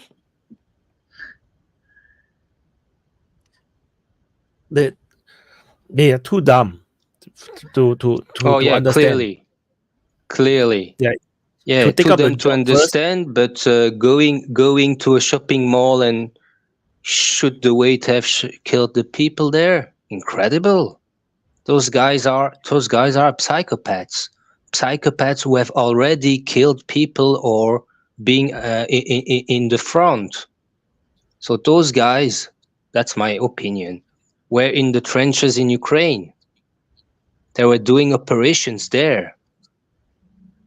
So it's clearly Ukrainian Budanov which is behind, with certainly the help of Westerners, because Okay. So Wyatt, 100% agree. I'm Yes, going to Leon. drop out, and you around November, I think, or December, you had asked me to comment on the situation in Argentina, Yes. and I said I'll give it 3 months and I'll comment. It's around about Okay. 3 months now. The inflation rate is dropping. There is reserves being accumulated by the central bank. The taxes are not quite as asphyxiating as I thought they would be, so it's livable. Prices aren't skyrocketing, so like I said, it's livable. Salaries are increasing to a reasonable rate. Now in April will come the interesting part, because all the different companies that had subsidies and no longer have them will increase the cost of the various services, sort of like electricity, transport, etc. A problem we have had is that due to the removal of subsidies from the electrical companies, there were very serious light shortages, like around January, February. And the funniest part is a whole bunch of shit that wouldn't have happened in previous years happened this year. Like, for example, we had some of the strongest storms in the past 10 years this year. We had because the government removed the payment that it gives to the various provincial governments to like sort out their internal decision making, I would say. Well, they removed that. Seems like one of the governments was paying the narcos to not make a scene within their one of the cities. They stopped paying that because they didn't have the money. And well, we had the situation in Rosario where the narcos basically took over. And a whole bunch of shit is going down. It's really interesting what's going down in Argentina. Like, it's a whole mess. There is the government that's trying to coalesce the various different provincial governments to agree on approving the reforms that it wants to pull that were initially removed from Congress because it was completely stripped during negotiations of all the contents. There is also all the different political parties that are completely dissolving because they cannot agree on whether it's the correct thing to move forward or not. It's a whole entire mess, and it's honestly enjoyable, even from inside. It's rather entertaining, I would say. So you're loving the situation the is new. livable, let's just So say. you're loving the new president. To be honest, yeah. For now. And based on the information that we have, even though the current reforms, like the current economic reforms, are not sustainable, because like, what is it? He has removed subsidies from a whole bunch of sectors that need to import things to maintain their operations, and they would usually use that as subsidized money to import those things. It's an entire mess that they have to figure out. Like I said, the prices will hike around April. Based on that situation, I'll be able to comment if that situation is sustainable and the government plan is sustainable or not. For now, it is. Now in April, the thing will get interesting. Any Go questions? Argentina. Don't cry for me, Well, Argentina. I like Millet. He talks a lot about Of anti-communist course you things, do. so I like him a lot. He's not He's communist. Of really. course you like him. But anyway, I wanted to go back to the notion of nation state, if I may, Yeah, for a guys. second. The modern nation states created around 19th century, most of them.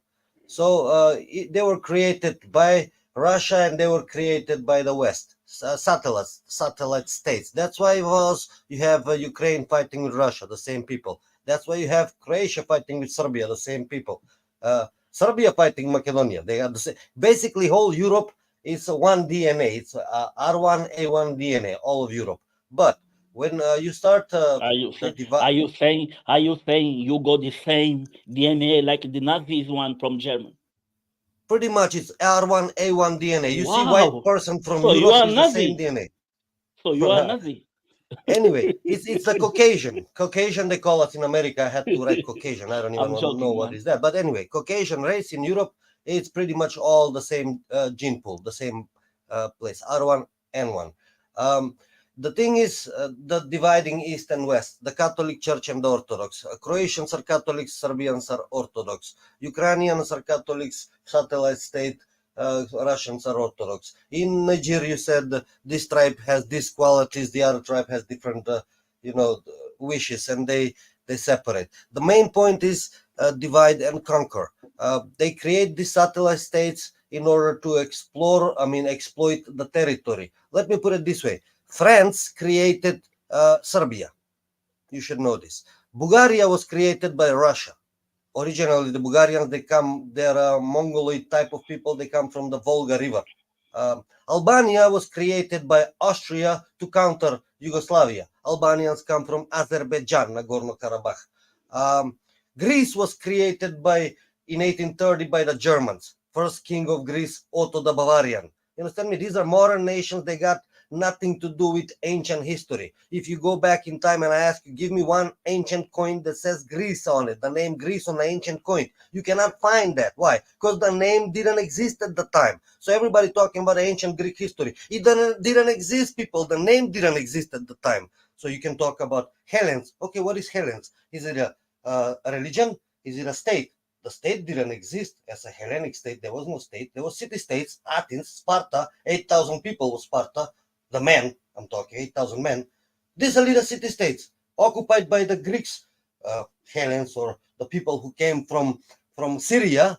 So the Greeks, modern Greeks, they have Syrian DNA. They come from there. They make the city-states. They occupy them. But the term Greek in the BC doesn't exist. If you have a time machine and go back in the time.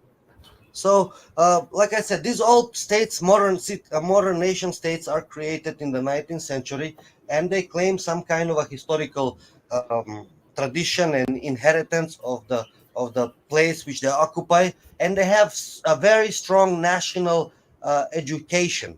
So when I look from Macedonia, my neighbors, they all act like fascists. Why, you would ask? The Greeks, they have the fascist political party over there. They got banned from the parliament. They had like 2-3%. I'm serious. They are so aggressive. The Albanians also aggressive. The Serbians also aggressive. The Bulgarians, they all claim. If you ask Bulgarian, what are you? He says Macedonia is Bulgaria. You ask Serbian, what are you? Macedonia is Serbia. The Albanian, the same thing. The Greece, you know that already. They claim Macedonia. But before 1988, if you go in Greece and you say Macedonia, you get arrested.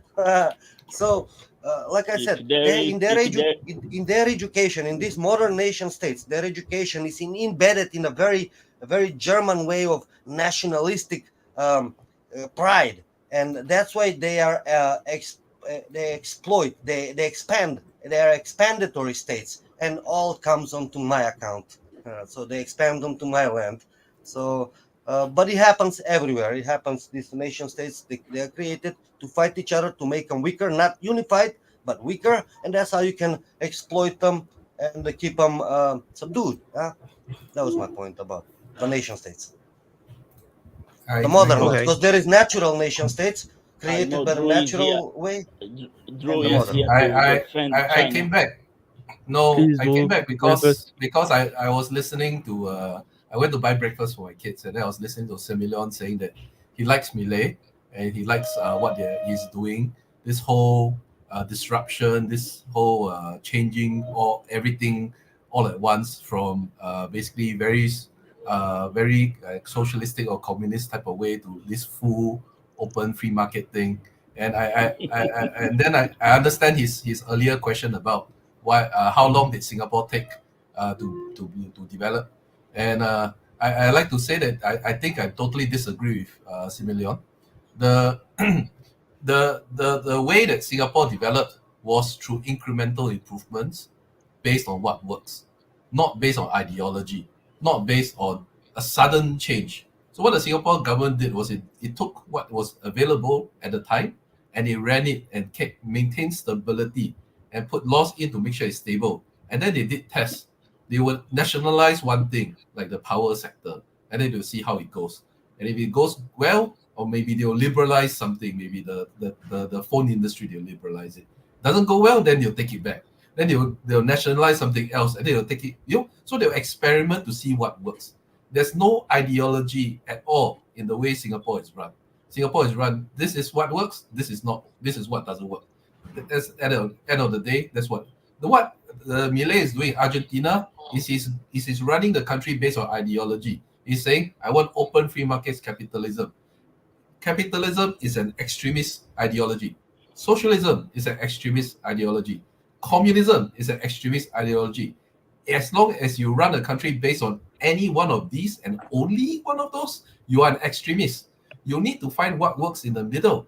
You cannot run a school system based on capitalism. You cannot run a business world based on socialism. You cannot, it just doesn't work. You need the right ideology for the right industry. And what Millet is doing is what has failed time and again. This whole idea of I'm going to have this big idea in the central, and then I go to implement it in one go everywhere. That is why you had you had the Great Leap Forward in China where millions starved. The communists did that. They will try, okay, I got to stop everything. We're going to go central planning now. It's not the central planning that was bad. It's the whole idea that I got to change everything in one go. Because if you have ever written, it's the same reason why you had the Holodomor in Russia and Ukraine. they try to change everything in one go without without trying a few things first. They govern via ideology. So it's like anybody has written a program before. You know, a programmer. I mean, most of us are guys. Most of us have tried programming before. You can never get it on the first try. If you try, you type it out, it's gonna fail, and then you try and fail and try and fail. You get the feedback, and then you find the way that works. You find the way that the program works.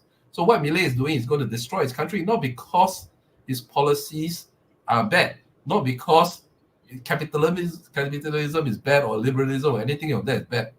It's because the way he's doing it, he's doing too much. He's doing too much, you know, at one go, and something is going to break that you cannot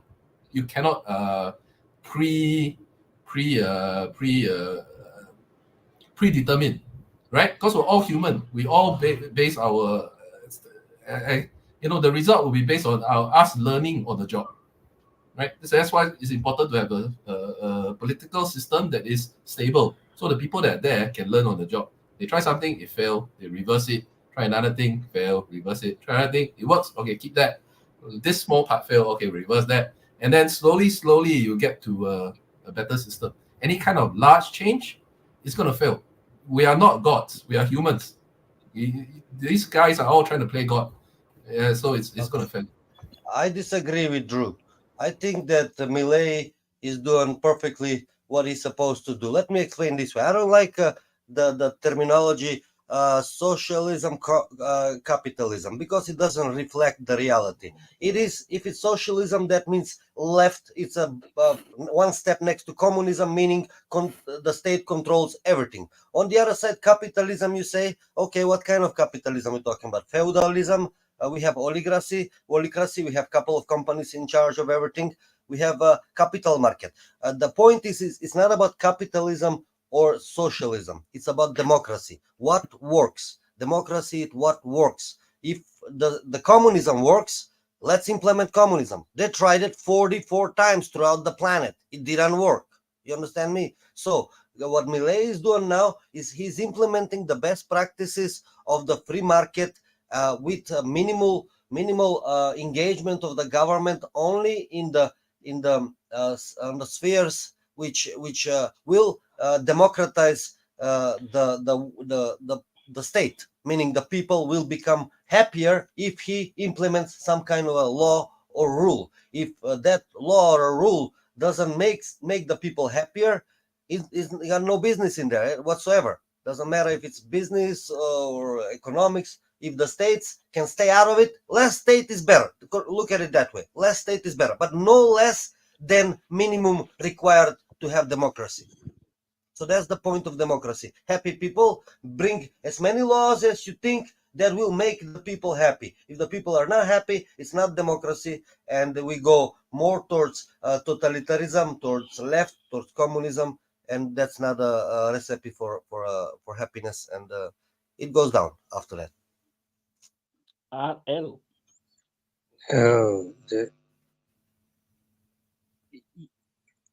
You have to understand that humanity is not one. You have group of people with their own mentality, with their own language, their own history, their own culture.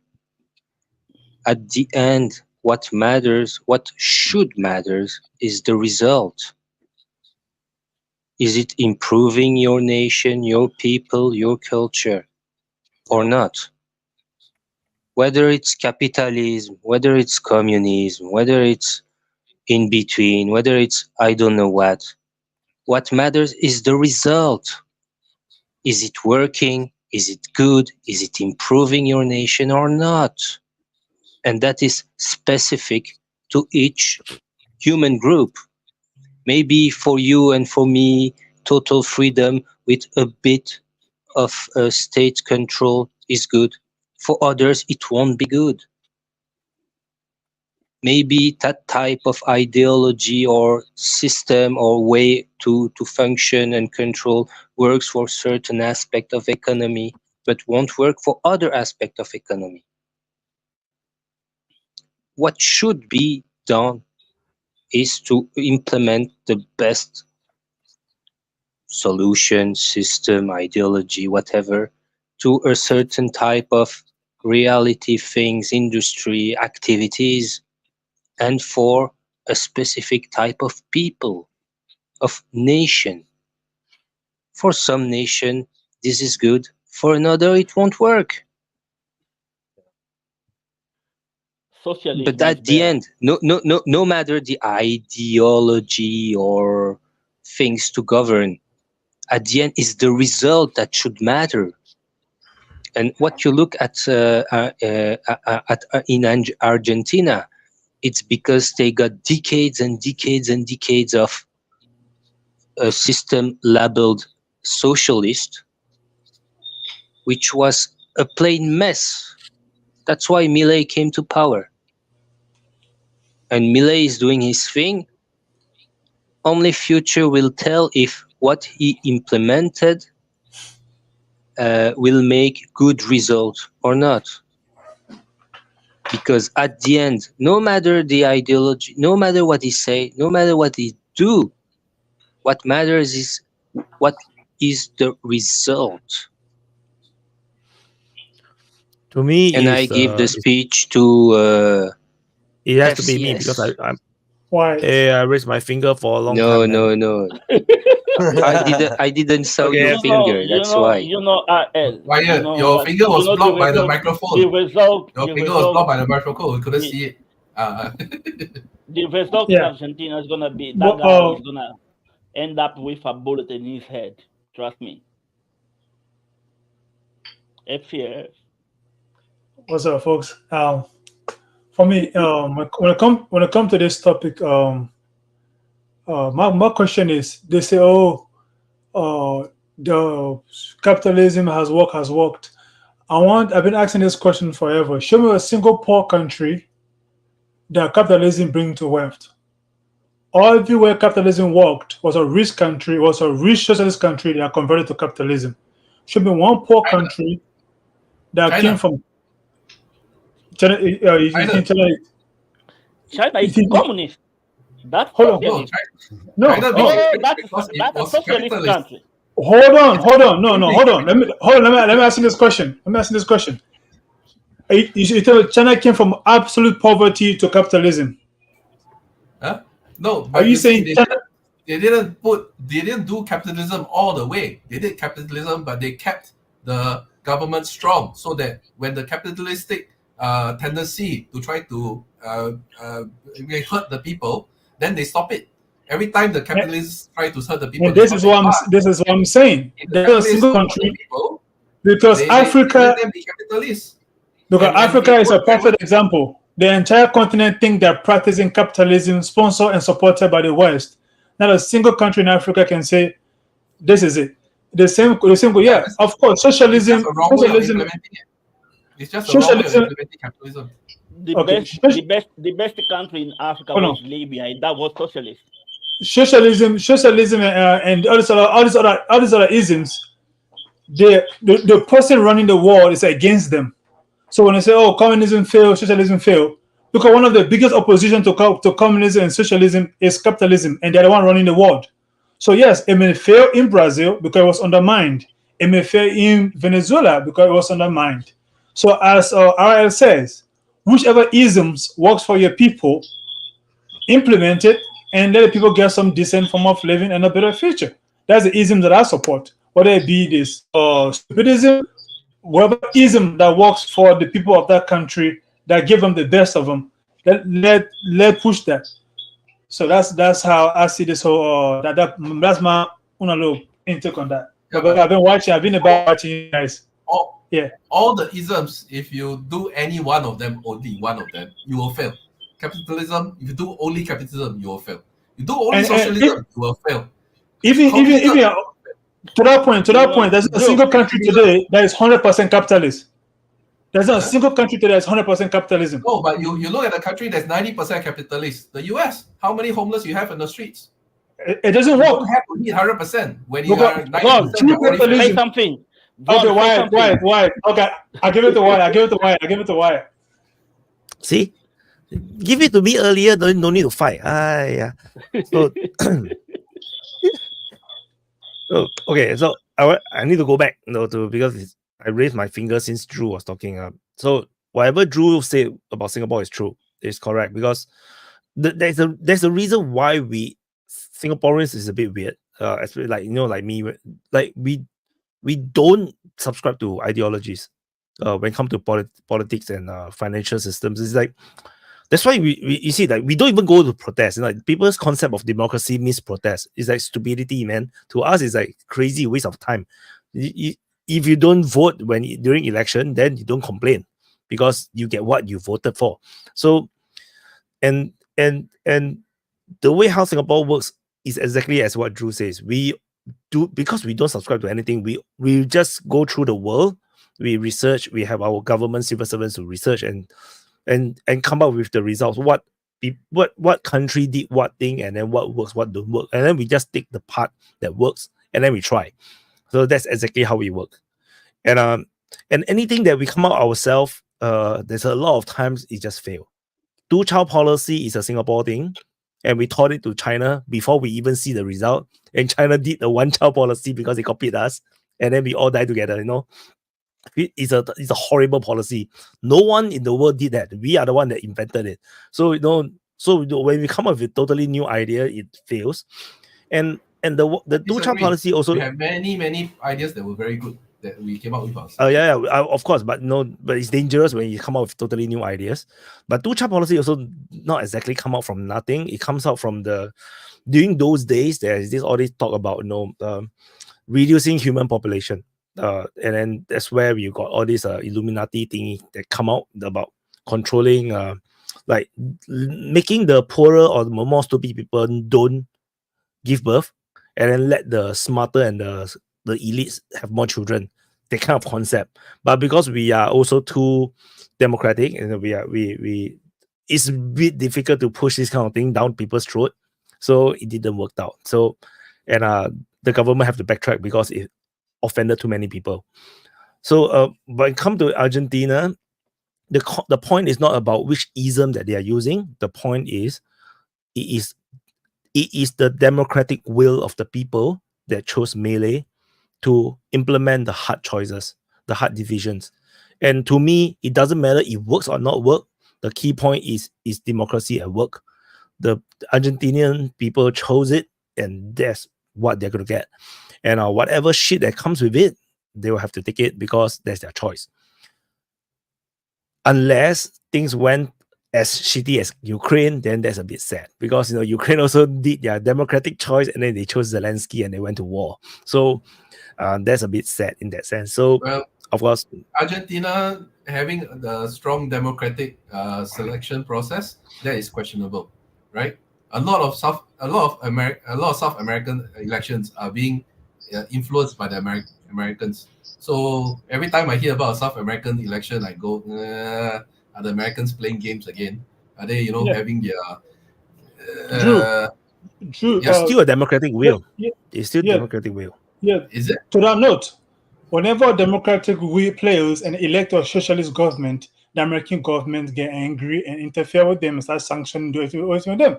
Then we'll come back and say, oh, socialism did not work.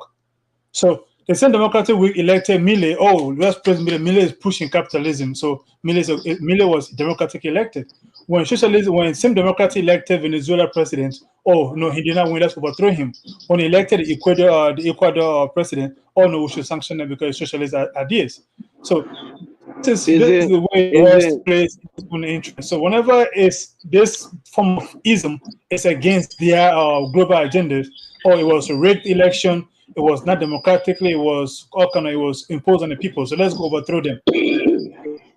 So again, as you say, when it comes to America, the elections is 100% dictated by America, or not 100%, but to a big level. I mean, isn't Kenya getting ready to interfere in Haiti? Exactly. Hold on. Everybody likes to interfere. No, that's America sending them. America is the one sending Kenya. The United States is telling them. America is the one sending Kenya to Haiti. The same way they send Kenya to Somalia, and they got whooped in Somalia. Kenya have become America. The United States is behind that. No, but the Wyatt. Haiti mission is a United Nations mission. Quit So No, it's blaming not. Israel, man. Come on. No, it's not. Who runs the Wyatt, United Nations? It's Wyatt, you picked the wrong example with Ukraine and Zelensky. Why? I mean, I said that because democratic will can because fail people, too. No, no, it's not democratic will. It's how to sodomize your electors from behind. Because Zelensky, to be elected by the people, he pushed for peace with Russia. That's why people voted for him. He didn't say, yeah, vote for him, I'm gonna make wars with Russia. No, he said, I'm gonna make peace with Russia. maybe we haven't seen Milei's final form. So there is no this is not even my democratic final will form there. yet. Oh, he already said that. No. I don't want communists in my country. The thing is, Milei also promised a lot of things. We haven't seen his final form yet. No, it's still early days. No, who knows? The next moment, Argentina becomes an empire or a kingdom. Then he declares himself emperor. Who knows, man? It's still early days. But You have to understand, Zelensky was president, and he was wait. Zelensky was actually trying to push for peace. He talked to the soldiers. He went to Donbass. He went to the borders. He did try. It's not that he didn't. So you cannot say that. No, Milei is not trying. But the next moment he's going to become the emperor of Argentina. So soon. He did try. The first thing he did was, we don't want to be communist, and fuck off, BRICS.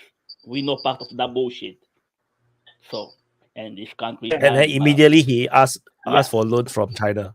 but I just say, to the note about Ukraine, Zelensky did try, but Zelensky didn't know how much hardcore military people was against that peace accord. I remember the video when he went to the front line, he tried to punk one of the military guys. Hey, who do you think you are? Basically call him bluff. So there was guys in the front line in the eastern region of Ukraine that wanted war. They wanted to fight.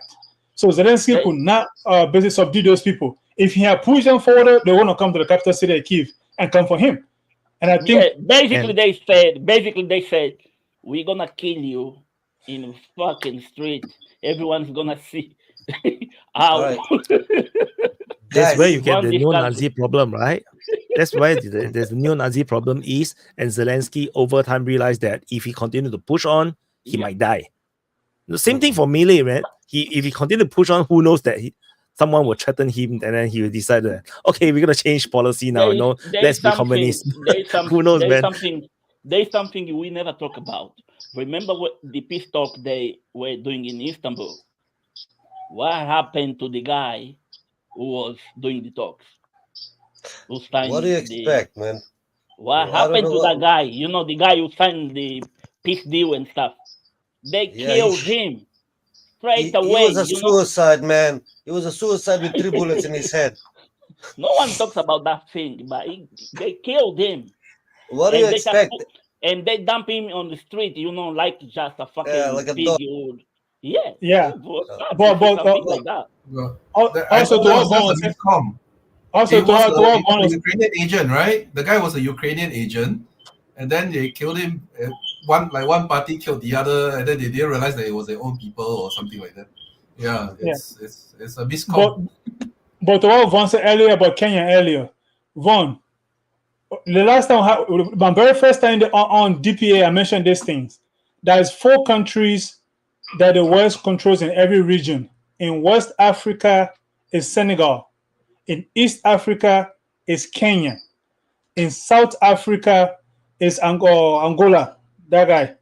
In North Africa is Morocco. These are the countries they use to basically destabilize these regions.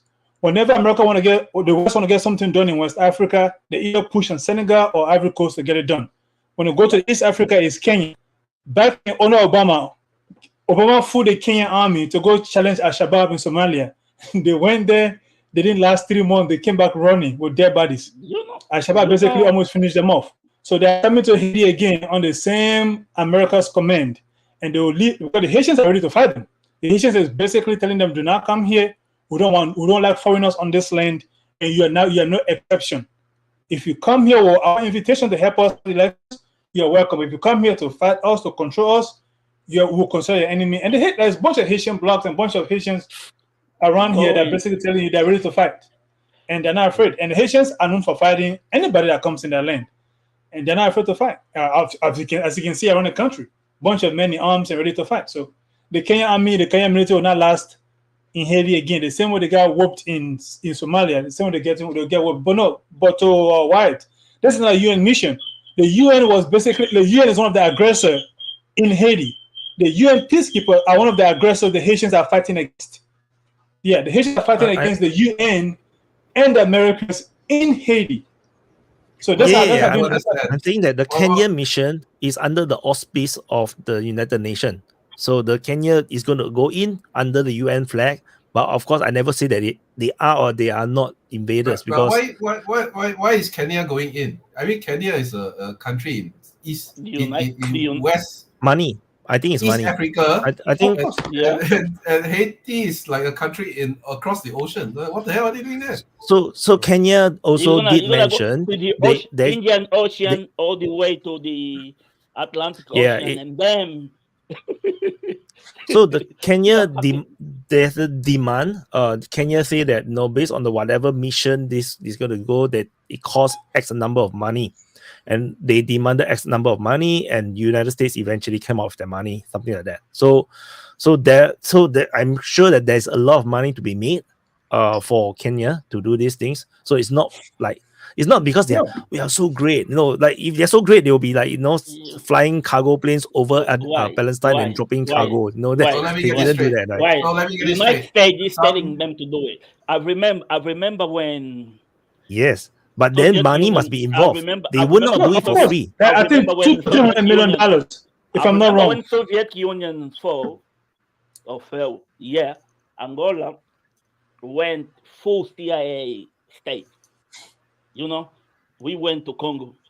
If you go and map, check where is Angola and where is Ivory Coast. We went to Ivory Coast. We changed the government there in the name of CIA. Yeah. This is Kenya. This is Kenya doing the same job. So I just checked my notes. Yeah, I just checked my notes. Kenya said that they need at least $230 million for the mission. Yes. So and then at the time when they say that there's not enough money for that. I think the commitment was up to 100 million. Then after that, United States add another 100 million. So it's 200 million, and then I think there's still other money coming from other countries. So they will make up the money. And the reason why the U.S. military is not going in because they were in previously and they got fought and they were basically challenged by the Haitian people. When they came previously by themselves with the UN peacekeeping force from Brazil and other places as a proxy, that was the 90s of Haiti's war. The Haitian does not want the UN there, they don't want the US there, they don't want nobody in that land. Because since independence, since the French overthrew that president of there back in the 70s, since that coup, they have never had a country, and so because of those reasons, they don't want American forces there. This is why America. It's easier for America to get to Haiti than for Kenya to get to Haiti. The reason Americans are not going because the Americans know the previous experiences, and maybe it's just threat, but on the ground, the Haitians that me know, the Haitians that I know, the Haitians that I talk to, and based on the little information that I can receive from here and there, if the Kenyans go, it's not going to end well with them. The Americans end up getting involved in this war. The Americans always get involved in that war. It starts easily, then they get involved and go finish it off. And once they finish it off, again, they're going to put another puppet, and that puppet will get cool. I'm just curious. Can somebody else talk for a few minutes and break this up a little bit more? Okay. Can I say something? Can we all agree that all of these puppet states and these puppet prime ministers are corrupted? What they do is they put the country in debt so much money, then the GDP of the country cannot cover the expenses. So basically, you're owing money to MMF, you're owing money to the master, and that's why they got to implement the policies which they tell them, whatever it is, LGBT or attack the neighbors, or here is weapons, get more weapons, get in depth more with us, and do what we tell you. We can agree all of these prime ministers are not so smart, I would say. They are clowns. Let's say, look at Zelensky. His name, I don't know if you know, but Ukrainians speak, you call Slavic language. It belongs to the Macedonian group of languages, and I understand it. Zelen is green. Imagine somebody when calls you green. Zelensky is green. So it's a derogatory term for somebody who's not ripe. You understand me? Alan, So that's what Alan Zelensky is, the disagree green with one. you. That's my teacher's name. Alan Mr. disagree Green. with you. But all Muslims like green color. No, so no, cannot say like that. Well, Alan, long time no in see. my culture, when they say you're not ripe, you're green, that means you're not mature yet. You understand me? That's why. Otherwise, that's the green English color, as well. it isn't. Yeah, it is a That's category. English as Let me just stop you right there. You are 100% wrong. Nobody in Russian culture uses the term green to reference undertrained or not ready people. So I'm just going to have to stop that because that's just a miss. Second cool thing, though, there's 14 Tu-95s in the air right now, and Ukraine is about to get pummeled. I think they sent up the Tu-22s as well. I see some backfires up in the sky. Okay. Wyatt, Alan, what do you think they're going to be targeting what is today? Wyatt, Zelenko? do you think they're going to be hitting the electric power plants again, or do you think they're going to try to go for targets again, like military targets? Decision centers. I have no idea, That's what man. I think. Honestly, because I don't really like to track what they fight, what they shoot, because it's kind of pointless. Because we can't tell what's the result. Like we can't feel it. You can only feel it when after a few weeks, or months where you see the front line. But then you cannot correlate between this and the missile strikes, which is why I don't cover it, because then it's just war porn. It's like, oh, I would actually disagree. Yeah. I would disagree because it allows us to see how the people of Ukraine react, right? When people How do they react, man? Well, because remember at the very beginning of the war, when they first turned off all the power with those missile strikes with Surovikin and all that, what happened was they panicked, right? People started to panic freak out in the streets and all this kind of stuff. There's a guy in the chat. His name is Dilumate. He won't join the chat, but he's talking smack. So get in here so I can talk smack to you face to face. But I think it's a very, very good litmus test to see how the people of Ukraine react to having their necessities taken away from them, and especially what we saw. The difference before it was wait. The air defense. Okay, go on. The difference in the early stage and now, the Russians were targeting substations. Yeah. Now they're targeting the means, the direct means of electricity productions. Yeah. And that is something you can't replace easily. What are they called? So I don't remember. It's way different. Now Ukraine if Russia continues to destroy their means of electricity production, Ukraine is in big trouble. Because what did they hit no Western substation could help them. What did they hit this time? Did they hit the boilers or the generators or the? They hit the. I'm trying to remember the terms. They hit I think they hit the actual hydroelectric generators on the Zaporozhye dam. Okay, that is on the dam itself. Yeah. Yeah. The Dnipro hydroelectric plant, that one is totally offline forever for now. Yeah. Like because for a they long hit time. the power plant itself. So Yeah. the dam is still intact, but the power plant is gone. So that's my understanding. But I'm not sure. Of course, I I'm not also sure. see some some fire in the middle of the dam. That means the Russians seems to also have hit some turbines. Also, it seems possible. Yeah. So and also with the strikes recently, we saw a massive uptick. Actually, no. Last night marked the first time. Last night, or I guess for me last night, for everyone watching, it would have been a night 2 nights ago. marked the first time that we saw Kinjals be launched from Tu-22 bombers instead of MiG-31s. So they finally, that's a big step. If they've been able to multi-mount Kinjals on a strategic bombers, that can be definitely a big change. So I have a question then. It could just be that, you know, the last couple nights they've just had an abundance of targets, and the Kinzels are ideal for the quick hits on maybe a command post or something. I agree, but all I'm saying is we've never seen Kinjals be mounted on Tu-22 bombers. I mean, they said they could be, like that was listed on like the spec sheets on Wikipedia and all that, but we never saw any deployment of that until last night. Yeah. Oh, I mean, that's fine. I was just saying, I mean, I would assume the reason they used them is because they had a bunch of shit to hit quick. Yeah, definitely. Like I said earlier, too, I think it was kind of a message to the French, like, you really want to come in here and be at the mercy of random cruise missiles? I got a question. You need to be fucked up in the head. Let Wyatt ask his question. So I have to guide the conversation, because I feel that we are going to go everywhere.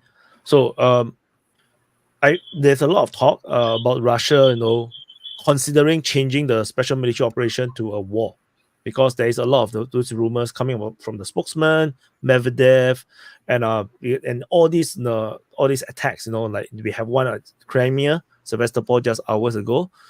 Some big explosions. We have the Belgorod offensive. We have this massacre over in the Moscow concert hall. So, what do you think? Do you think Russia would, within this near future, I don't talk about mid and far future, because we do not know what will happen to trigger them, but in the near future, based on everything that is currently happening with the French president, talking about all these things about going into Ukraine and whatnot, do you think Russia is going to transit now from an SMO to a war? Alan? I don't think so. I think what we're seeing with the terrorist attack, that was tragic, and I would love, I assume you guys already talked about it or touched on it earlier, so I'm not going to rehash that. But what we are seeing in Russia is some politicians have already come out and stated Russia is de facto at war, right?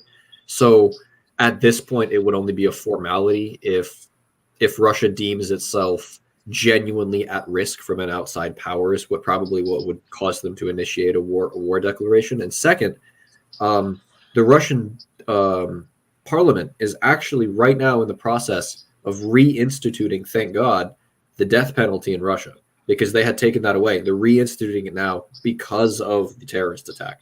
So we'll see if that gets. I'm so against that shit, you know. I think if they have to declare war, this would be the perfect time to do it. I think now, because again, there's not much resistance anymore in Ukraine. So the way the war started, the way the whole SMO started initiated, when it comes from Kiev, from the north and south, and all this, if they do that again this round again, I don't think it will be this much resistance like the first time. It would probably just overwhelm the Ukrainians to just surrender. I think even if they don't intend to move forward with it, but they come with that same force again from the north, and then the same force side of the if they come with that same most concentrate, that same most all angle attacking Ukraine, I think Ukraine will just say, "Oh, this war is done with." I'm thinking it's more. I think it's more towards that than a full-out warfare in Ukraine. But we have to understand what will be. We have to understand what will be the difference for the Russians between SMO and war. And I think the main difference for the Russians will be that the leaders, political leaders, military leaders will become primary target, especially Budanov with what happened in Moscow. That will be the main big difference. If Zelensky try to visit his troops somewhere in the front line, he will be eliminated maybe. Usually I'm against this kind of thing, but after what happened last night in Moscow, how do you think Russia can fight back? To who? Or just eat back? To who? Eat back to whatever did it. Everyone knows who did it. Ukraine is behind that thing. Well, everyone knows that. declaring a war from special military operation, it's a significant change. It's affecting the laws of the country. You get the war economy. So basically, it means the whole country is a different mode of being and existing and thriving. And you have curfews, and you have. So is this attack sufficient to declare war in Russia? I don't know. Will that change anything? It'll definitely increase the production, which is already increased. But it is a big, significant difference between a operation and a war for Russia in this case, because it's a mandatory draft.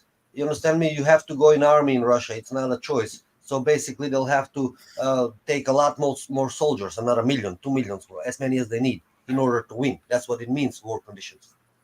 Yeah, I think war will be very different. Like now we have a few of the fronts that is totally quiet. Chernihiv, Sumy, Kharkiv is basically it's not an active front line per se, but in the actual war, it's almost obligated by the Russian military start all this front line to totally crush Ukraine, because now they're playing this attrition war, but in the actual war, I think is different in terms of mentality. It will be crushing the country and reaching the capital, forcing a surrender. Whereas a special military operation doesn't feel like they need to do this kind of thing. It still feels different.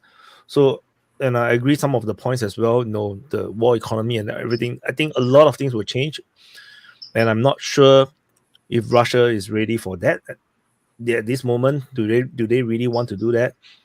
And yeah, and it is. I'm not sure really Russia really wants to conquer the entire of Ukraine, like, because in a real war, the aim is to conquer all the way to the capital.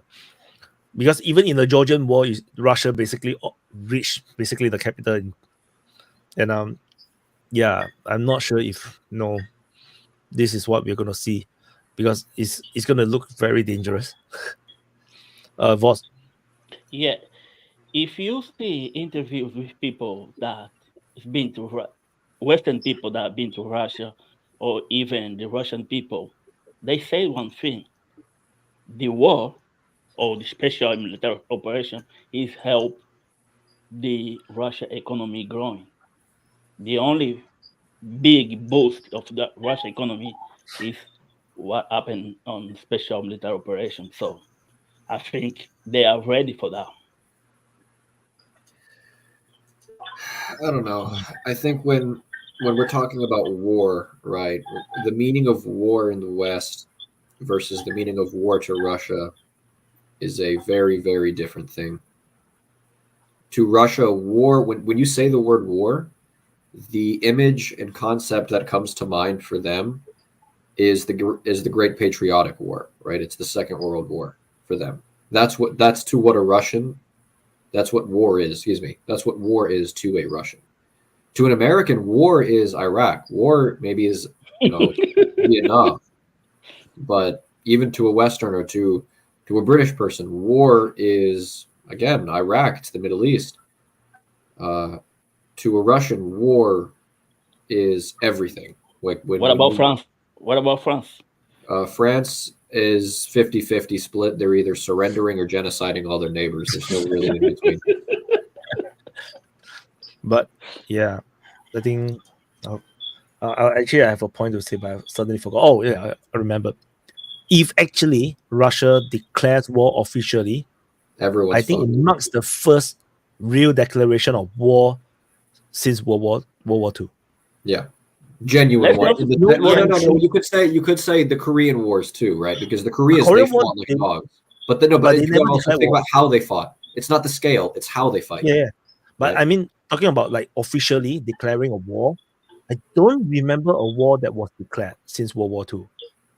I think that's like the Korean War is not declared. Vietnam War is not declared. I'm not talking about from America. The Koreas declared war on each other. Right, South Korea, North Korea declared war on each other. I'm not sure if they do, in the sense like they just attacked.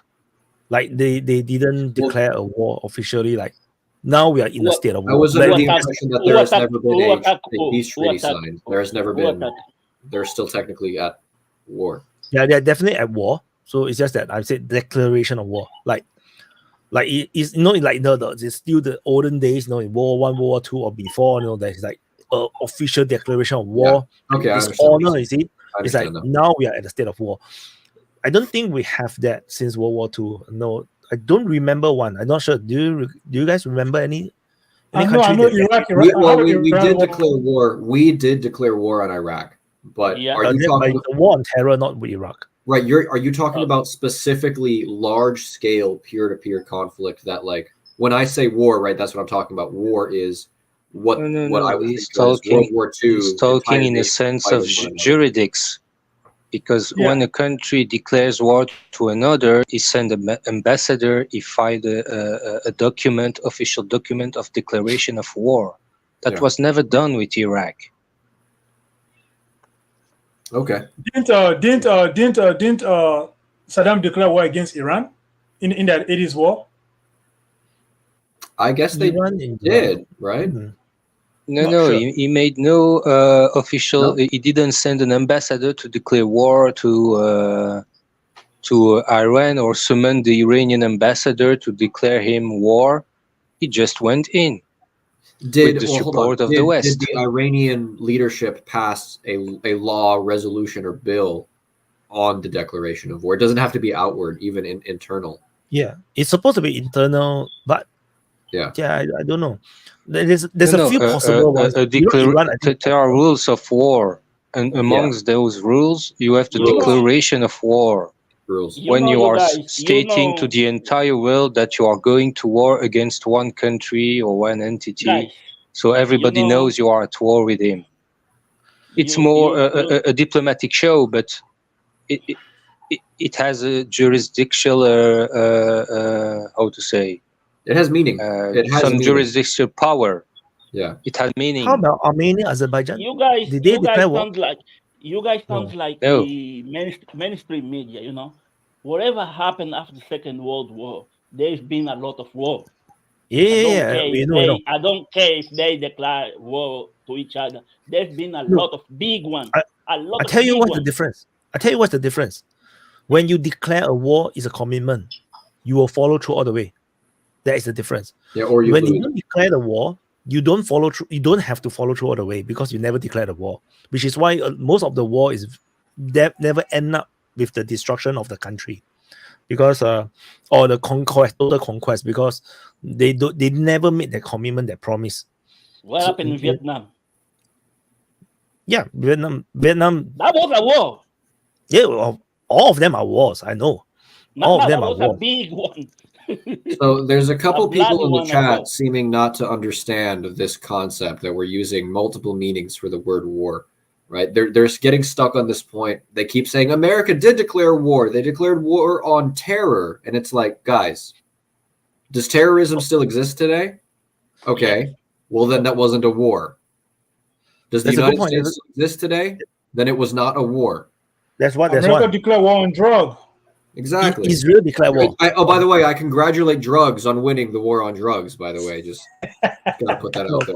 Costa made a good point. The only example I know of is actually Israel. They officially declared war on Hamas. That's an actual declaration. Okay, well, we'll see how that ends, right? If Hamas still exists by the time that Israel rescinds that statement, we'll see what happens. Yeah, we shall see, because I think. But again, it can't be. It can't be considered as a real declaration of war, because a declaration of war is between states, and Hamas is not a state. Can I ask? You could argue that. You could argue that Hamas is a state. If we could Hamas, then we can take the war on terror. Right, Ariel, you're making a good point. War is a declaration between states, right? You could say Hamas as an entity exists, and they could recognize themselves as a state. So you could work it in that sense. No, they don't see themselves as a state. They're part of the Palestinian state, and the majority of the state, which is in West Bank. So it's a sub-region. It's a section of the state. It's the subcategories. Yeah. It's also between recognized countries by the United Nations. a country who has a seat in the United Nations because it is recognized as a country by all the others. Well, That's I also declare war on the you, and I'm framework not of recognized by the declaration of UN, and war I'm going between to result in countries. your destruction. All right. So I don't think you need the United Nations How come to. This is my Israel public is a statement. country? How come No, I don't think Israel you is a need country United and Nations to have a war to be recognized. Like, for example, before there is League of Nations and United Nations, kingdoms also declare war on each other, empires also declare war on each other. So you don't need the United Nations. As long as you're an entity, you're a kingdom. For example, for me, Gaza Strip under Hamas is a country on its own. It's a state on its own. It's entirely separate from the Palestinian Authority. They are just different countries, basically. They have different governments. Hamas have their own Ministry of Health, Ministry of whatever shit. No, they are a running country.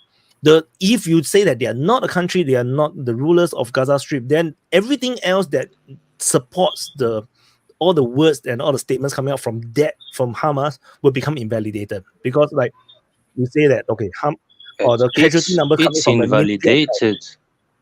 No, so for example, Wyatt, the casualty numbers, right? Palestine is not recognized as the country. It doesn't matter Palestine Authority recognized or not, because they don't rule. It matters they don't rule in the frame of a declaration of war. No, but Israel didn't declare war on Palestine. Not to They make declared war on war, Hamas. but to officially declares it as a war. Yeah. But the thing is, they declare war on Hamas. Hamas runs Gaza Strip, and they declare, Gaza but Strip, they don't make it in the framework of sending an ambassador to the Hamas entity. I want to say something. It's the same as declaring war against terrorism. RL, how would you there is then no classify ambassador any of civil terrorism war? nowhere. RL, how would you then? Because you're saying you have to have an ambassador, you have to have a declaration of war, etc., etc. How would you ever classify a civil war as anything then, other than what, rioting, extreme rioting? What is a civil war in your definition? That's what it's civil war. I don't That's a understand metaphor. your civil war thingy between two different countries doing war each other. A civil war is civil war. Two different countries. Wyatt's point was that it doesn't have to be a country, as long as it's an entity that can operate on its own. As long as it's a government. In a civil war, you don't have a declaration of war. What are you talking about? You can declare war without sending ambassador. No, you see that in the Napoleonic Wars, everyone just keep declaring war on France. They don't have to send an ambassador. They say that we are now in a state of war. That's all. They just tell them. No, they send ambassadors because they have no internet. They send ambassadors. No, I can't support that position. And they never came No, back. the thing is, in the past, they don't have telephone numbers. They don't have telephone. They have no internet. There's no way to just inform. They have to send an ambassador to send the information. RL, I declare war on you. They have letters. Yes. Yeah. They could write on paper. That's how we have historical documents of war declaration. Yeah. Before the invention of telephone. Correct. So you are not going to send the declaration of war, that letter, with a postman. You're going to send it with your ambassador because it's an important document. You understand what I mean? Today, you can just make a phone call and make an announcement, TV announcement. It is broadcasted. Everybody knows. So we cannot compare modern day age, like the past 100 years plus, to I don't think the Germans sent an ambassador to United States to tell them that we declare war on United States. I don't think they did that. The Japanese did that, but because they have an embassy in United States. But by then, Germany, I don't think they did. Japan declared war on United States. Germany straight away just announced that they are now in the state of war with the United States. So no, Hitler asked his ambassador in the United States to declare war. And Hitler was disappointed because United States didn't declare war on Germany. Didn't? What do you mean by didn't? They declare war against Japan. Against Japan. And by proxy, they attack all the allies. And they made it in an official way by summoning the Japanese ambassador and filing him documents of declaration of war. The United States officially declared war. But they didn't do it with Germany, and Hitler was disappointed by that. No. The last Macedonian, go. Okay, guys. So there What is actually a publication L77 to 331 session 1 CH chapter 564 51 stats 796. Hours after Germany declared war on United States declared war on Germany via the Congress. It is an official declaration of war. It is in law. After So 1945, definitely why? 100% they declared war. Whether the ambassador gives a letter or not, that doesn't matter. It is in law. What I mean by declared war is it is lawful. No, that means the government, the legislation or whatever, unless you're a monarch or you're a direct dictatorship like North Korea, there is an official declaration of war. That means the government decided that we are not at war. That is what I mean. It doesn't matter you send the letter or not. Okay. So I have a question. I have a question for everybody. There is a gray area. If I might ask something, I might say something. There is a gray area. What does it take to be a state? You need a constitution, declaration of independence, right? And you need a certain territory.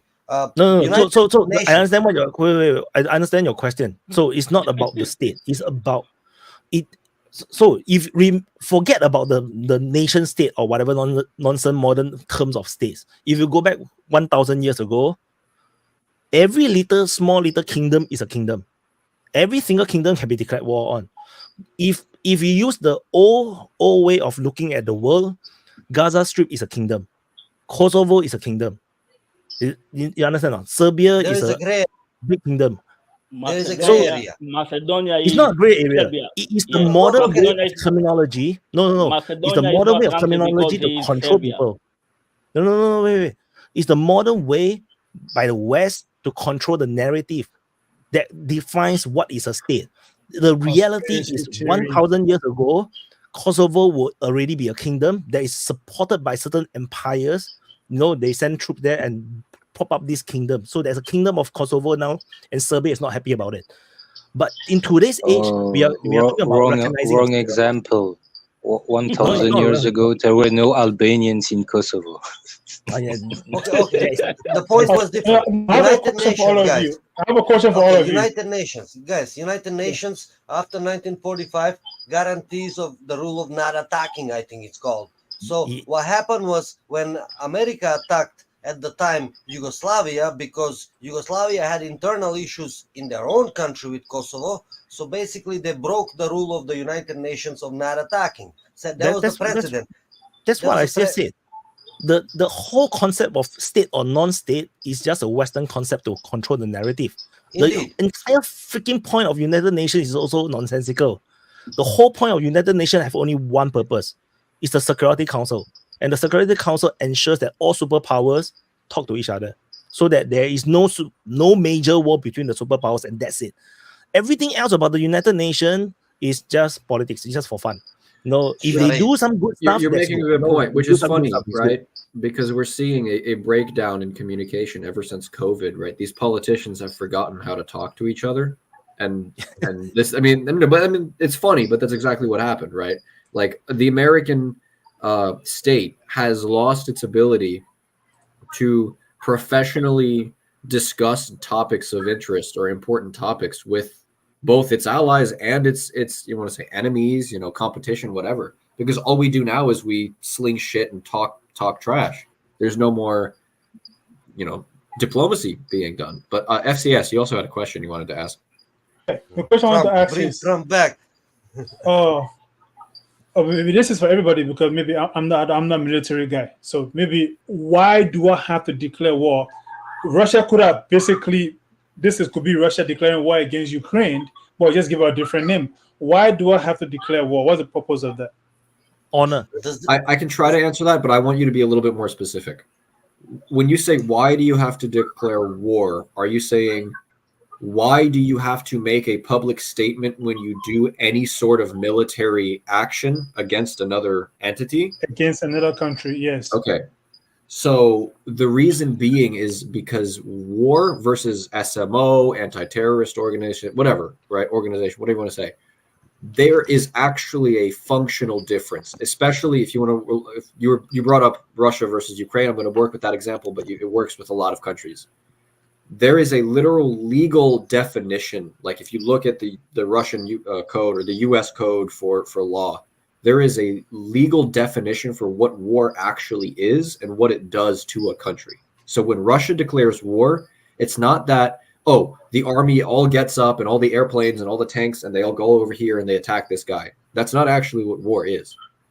A declaration of war is more actually a declaration and action to change what a country is.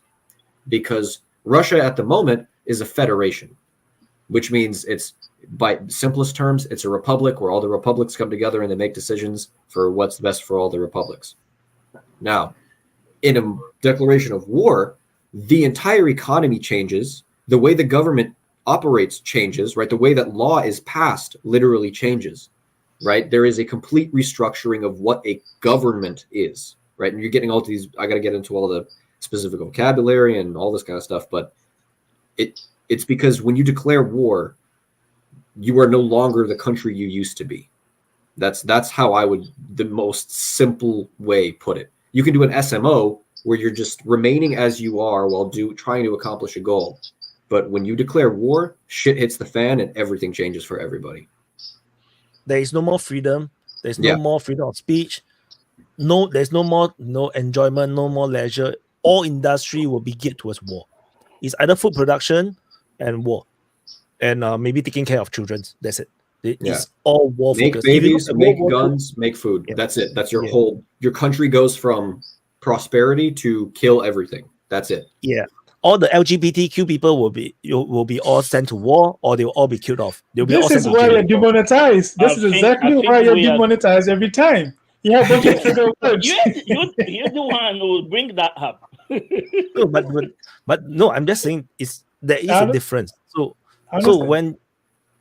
so that's why there is wars, but there is very few declared wars, and it always gives the politician or the leaders the leeway out. They can just stop. But when you declare a war, how do you stop a war? You have to declare an end of the war, and it will mark you as a victor or a loser. Okay. And you have to sign it. You have to sign it with your enemy. So then, how long should the special operation last? No idea. What was that? They never said how a long deadline. should the special operation last? How long? You're cutting out a bit for me. At least for me. Can you say that one more time? I said, how long should the special operation last? Should it last? I don't know. Ask the United States. They declared a special military operation in Iraq, and that was 25 years. It took 20 years. Yeah. And still going. Yeah. So this is why I asked the question, because it's a bit different. Like wars have to end in some sense. A war has to end, right? Yes. Your economy can't exist like that forever. Right. Now there is my question. Question: Is Ukraine at war? Ukraine is at war. Russia is not at war. Ukraine is at war. If you look at the statements, the things that they do, Ukraine is at war. But the thing is, they themselves, despite the war, did not go into a total war mode. It's very it's because they have an external. They have external source, right? They have external supplies. Is NATO part of this war? Whoa! Now you're changing the wording. Hold on. Are you saying is NATO at war, or is NATO part of this war? You got to be very specific. Part of this war, yes. At war, no. Nobody declared a war yet, so it's a special operation for both sides. So from my point of view, 1 second. Okay. So from my point of view, NATO is not part of the war. They are only supplying the shit to Ukraine to fight the war. They 100% are part of this war.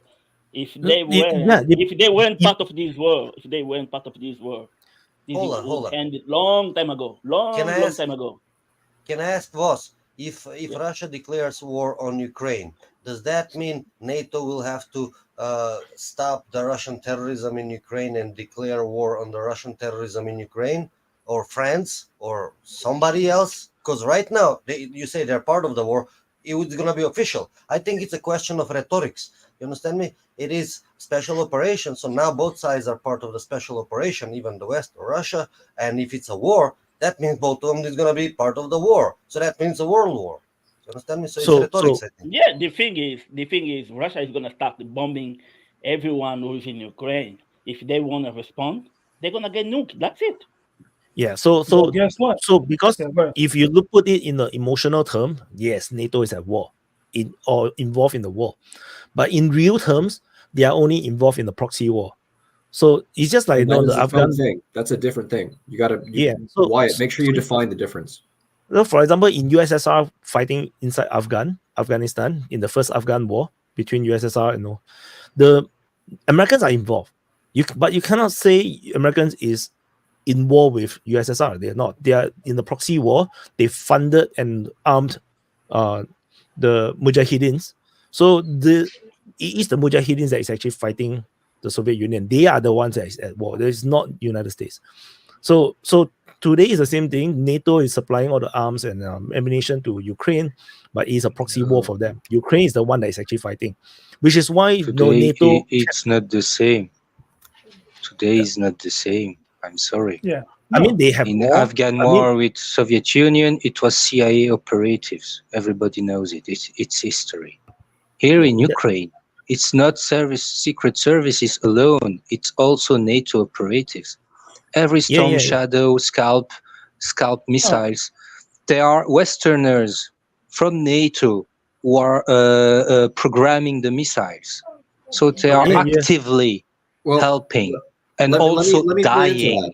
Ariel, because we have no record. Wait, we have no record of a CIA operative, an American who died in Afghanistan against the Soviet Union. While here it's different. Ariel, let's take your logic to the end of its conclusion, because you're just saying these kind of emotionally driven points. I want you to get to the end of your point. If that's the case, what does Russia do? Does Russia now have to declare war and then nuke Europe? What are you trying to say? What's your point here? What emotional point? I'm just stating a fact. Americans and Westerners are involved in this war by controlling the missiles or controlling or targeting the et cetera, et cetera, et cetera. What's the point? Where does this? What's your goal? Are you saying Russia should declare war? Are you saying Russia should nuke Europe? What are you saying? No, that's what you try to understand, but I don't see what's the link between the fact that NATO are fighting against Russians by helping Ukraine and not just by giving them weapons. Okay, but also in your definition, by managing the Ukrainian troops. So in your definition, and also dying. Let me understand your point. I want to make sure we're on the same page. But then to answer your question, I don't see why the Russians should nuke Europe or declare war. That's not my business. That's Russian business. So there is a link to it. So if we say that they are part of the war, means that when Russia declares war on Ukraine, they are automatically declared war also on NATO. So that is the meaning. So if they are not part of the war, means when Russia declared war on Ukraine, they are not involved. It can help all you want.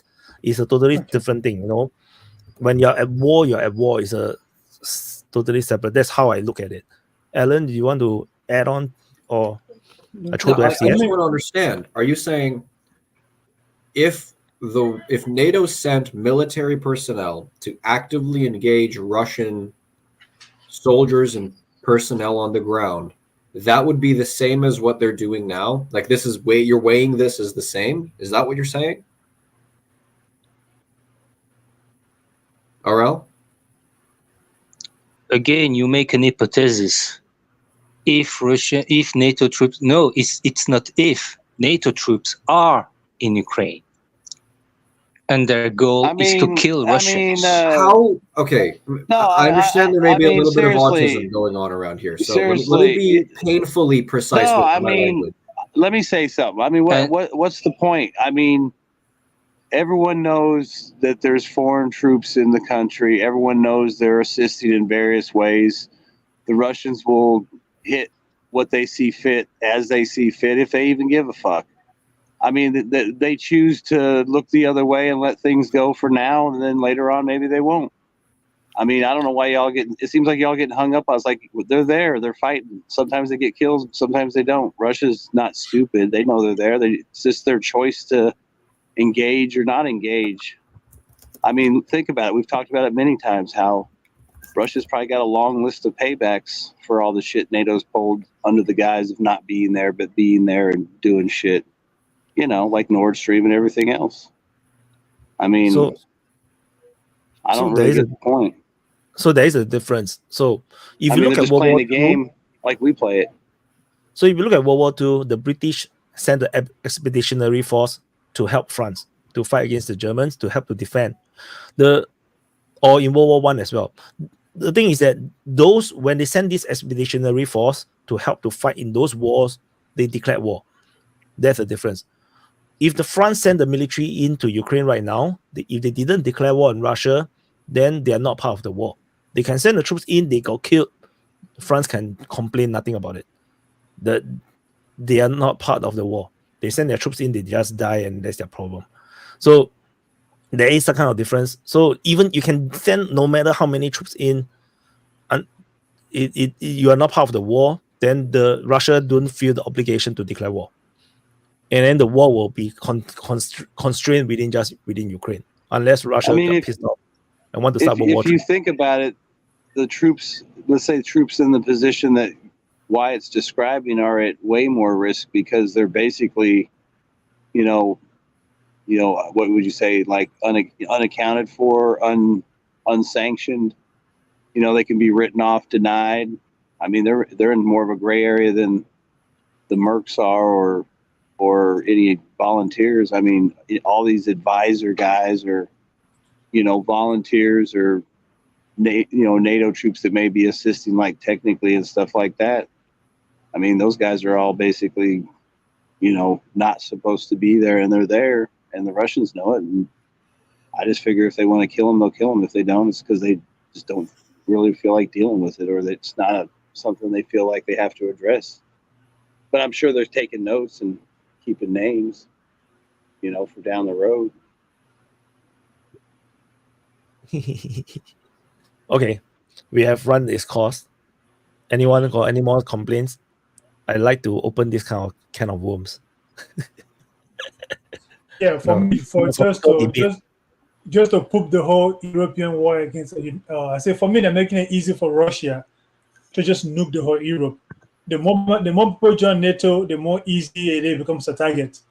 So for instance, I have to piggy bank around certain countries to nuke. Now I can just nuke the whole freaking Europe. So that's what I'm telling you. Be careful. Don't pick on Russia. Yeah. So which is why sometimes I'm complaining about the Baltic states, because they keep overcommitting. When Macron was just joking about these 2,000 troops, the Baltic states was like, yes, we want to be part of it. It's like you're asking to be nuked. You're asking to be invaded or destroyed. And when Russia do eventually invade Baltic states, nobody will come and save them. Nobody want to die for Ukraine. Why would you want to die for Baltics? It's the same problem, right? It's still so far away. No, it's not their problem. And Europe is totally not preparing for war. There's no militarization. There's no increase in military production in a meaningful way. No one is preparing for war with Russia. Because they believe Russia is not a threat, but they have to create a threat in their head to sell to their people. But which also means that Russia will not declare war, will not have a big war with NATO, because NATO is not prepared for it. And Russia don't really want the rest of Europe. It's not worth the soldiers. They probably can't conquer the whole of Europe, so there's no point. And they don't need. There's no resources in those areas, and you don't want to police so many countries. Waste of time, waste of resources. It doesn't work. Ukraine is the only place that they want, and maybe the Baltic states. Because Baltic states can let them link back to Kaliningrad. That is a convenience, right? So no. Otherwise, why would you want Poland? If you're Russia, why would you want Poland? A whole country of who hates you. What's the point? If Russia was the new Sorry, nukes, yes? are they radioactive? The new nuclear bombs, are they radioactive? Because I remember Chernobyl, we couldn't eat nothing except canned food and poison ivies. Did you just ask if nuclear bombs are radioactive? Yeah, the new kind, that thermonuclear. I don't think they have radioactivity anymore. So it's just a blast. It's a little bit more complicated than that. So They do produce radiation, but they're usually airburst detonated, so the radiation doesn't actually get stuck on the ground and evaporates into the atmosphere. So, yes, technically they're radioactive, but no, they don't actually irradiate the ground and kill everything. That But is we two will share different with everyone. statements. So it is radioactive then. One is radioactive. Just Yeah, sure. You can say they produce now. radiation, but the Can way you- they're can- detonated, that none of the radiation Can- stays around. It all Can kind of we dissipates. please don't talk about nukes? Let me move to Nah, Africa before. I'll be in Africa chilling. If I get I'll lucky, make sure all the nukes Yeah, land. let me go to Africa before they start to nuke each other. Hey, So, three bro, what countries topic in you want to talk Europe. about? Because if not, I want to do closing also. No, we are Countries 5.5 in Europe. hours. Then I'll close. 3 countries in Europe. The England will not survive. France will not survive, and Poland will not survive the next Hey, nuclear come war. on, man! England is nothing to do with this bullshit. FCS. The FCS. Okay. You don't need a nuclear war. They already cannot survive. With whatever is happening, Got they 'em. already can survive. You don't need I'll a be nuclear okay. war to make that But happen. I will be okay. Nuclear war is overkill already. They're gonna nuke each other. What about Africa? We got nothing We'll to be- do with that. Are they gonna send nukes there as well? For what? No need. Waste of the nuke, man. Bombing Waste of Africa is a nuke. waste. Just nuke each other and boom. Don't the have to. global, just let the global south live their lives. We got nothing All to right, do let me with close. that Let me bullshit. close. Let me I close. tell you, if there's no Western countries, interfering in Africa, Africa will go into its own civil war. You don't have to worry. They will fight each other to the death. Also, Even if there's Western countries, there's civil war in Congo for the past 50 years. yeah. So Why in all the Africa? different countries will start to fight each other, or there will be civil war breaks out. No, Africa will just be as messy as Oh ever no, will. that one they don't have the means. No African army is army enough to invade another country. So what I Yeah. hear, You know, so hold you know, on, we FCS. What I'm hearing you say is we need to nuke all of Africa. Well, hold on first. on. After you nuke each other first, they can No, try. no. You first. You No, first. no. Hey, we didn't do nothing to you. Nah, We but didn't invade you. We did not. It's not. No. It's not Alan, about what you Alan, did to you us or know, what you did Alan. against us. No, just to piss you off, we need to nuke you first. Alan That is right. would piss me off. That would seriously piss me off. If No, there is a the plague nuclear for war, Africa. if there is a nuclear war, I'm sure the United States is gonna nuke Africa. I'm sure the United States is gonna be the one. Why to not? nuke No. Africa. Yeah, I'm not they're gonna gonna love be the Jagos. one. They won't. Oh. They won't. The plan for Africa is to get rid of all its population because of natural resources, but without using nukes. Because if you use nukes, everything will be radioactive. So how can you exploit the natural resources? You can No, dig the the plan ground is and to dump it in use- the sea. The plan is to use bacteriological means to get rid of the Africans. To get rid of Nuclear Africa, you bombs have to get rid of are the not- bushes. The new bombs That's why are not Africans live. radioactive. Okay. No more nuke talk, please. Yeah, how did we get here, man? No, it's Your the mom is H bomb. radioactive. It's Let the me close. H Let me bomb. close. An It's not nuclear, it's not an radioactive. H bomb use a core of A bomb to detonate the H bomb, which produce Let me an close. electromagnetic waves. That's Okay. the EMP. Every EMP weapons are nuclear, but it's called thermonuclear, but it's radioactive. But you don't get rid of people with such bombs. You need radioactive all right. one. Let me close. Let me close. Ariel? Get out of here. Why? Let me close. We can talk about this later. Yeah, let me- Imagine African Union have to send a message to to the West or to US or to NATO. Is it send nukes? Send nukes. Nukes. Oh shit! I just got it. But yeah, okay. My closing is this, Alan. If you ever nuke us, if we survive, we'll come back for you. But yeah, if you have to nuke Africa, Come at me, bro. they're gonna look at the capital cities and let 80% of Africans live in the cities. They live in the forest, so they will survive. And you don't have enough nuclear weapons to bomb the whole continent of Africa. You're gonna run out. Oh, they have. But yeah, but that being said, again, nice meeting you all. Again, it's another weekend. Well, West, and until next time. Salute. Virgin.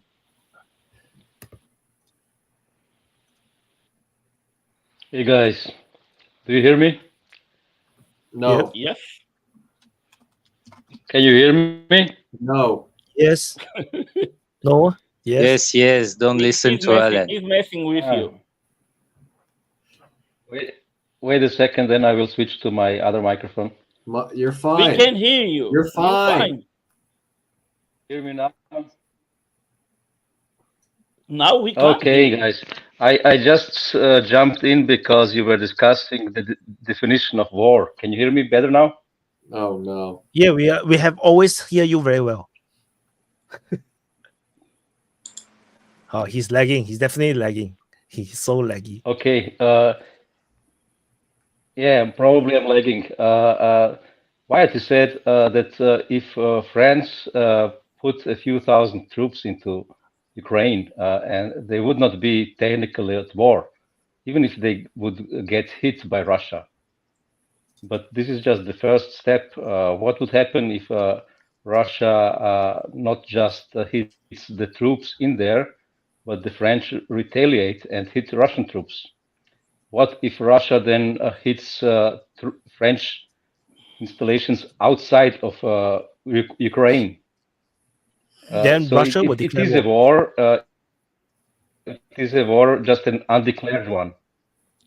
So it depends on the country's division. So let's say, like what you're saying, Russia already declared that if you send troops into Ukraine, we'll hit you, we'll kill you. So when they do send troops in and then they got killed, France retaliate and strike something in Russia. Russia will declare war officially on France. That will be what happened, and then they will officially be at war. And then France will have no choice but to declare war back on Russia, unless they just immediately surrender and say that sorry, we did wrong. But it's unlikely to happen. I don't understand. So I don't understand completely. So the process, the situation will be, Russia now warns France, don't enter or we'll kill you. France enter and then they got killed. France retaliate by firing into Russia. Russia will declare war, and then becomes a war. If not, it's not a war. It is the retaliation, and then you will depend on Russia. No, then you will depend on Russia whether they want to declare war. Huh? It doesn't matter from where. Depends If from they where. decided that it's a French Yes, attack, it depends. yeah, it depends on the French attack, and then it If depends on the Russia. French launch a bomb from Ukraine, then the battleground will still be in Ukraine. Oh yes, then it's up to Russia to decide if it's something worth declaring war over. But let's say the missile is launched from a French Navy ship or a French fighter jet, or a missile from French territory, then Russia will definitely 100% declare war, for sure. So that is the kind of difference. That is a reaction to the actions happening on the ground. So, which is why it's always a provocation, they call it, because if France send troops in, then it will lead to World War III. That's exactly what the Russians is trying to say, because France will definitely have to retaliate. If they don't retaliate, then it will look like shit, which most likely they will happen to be looking like shit, because I don't think France will dare to strike back on Russia, because if they do that, then a declaration of war, France is doomed, man. France is not ready for war. Like, the society, they will just first get into a civil war before they will even be able to fight the Russians. Let the new guy speak. Off. Welcome, Introduce man. yourself. Welcome. Oh. He pressed the wrong button. I think he pressed the wrong button. Yeah. Did he leave? Like he left, or did he just turn his mic or turn his camera off? He dropped out entirely. I think he just Nice. Everybody, round it of will be applause a good. in the chat. Everybody, round of applause in the chat for off. It will be a good opportunity to drive NATO into that war. You know, I hope not. For the last 2 weeks, I've been sending super chat about Macron and He's back. He's back. He's back. All right, off. Go ahead, introduce yourself, man. Yo, I'm off. I'm from Louisiana, U.S. I just had one real question. I wanted to ask, y'all talking earlier about NATO not being officially involved. And I'm thinking, have you ever heard of a war where two countries are fighting, but one country cannot support itself. If NATO wasn't involved, they would collapse, right? Straight away. So, like, yeah, how can NATO not really be at war? It's completely funded by foreign interests, I guess. Right. It's not So called a I think war. this is why this gets into this middle ground between proxy war and, there's another term, proxy war and direct involvement, special military operation and war-to-war war, because Ukraine's internal industry and economy is all based on war right now, right? They are in a wartime footing, even if they haven't declared it. They are functionally operating as if they are.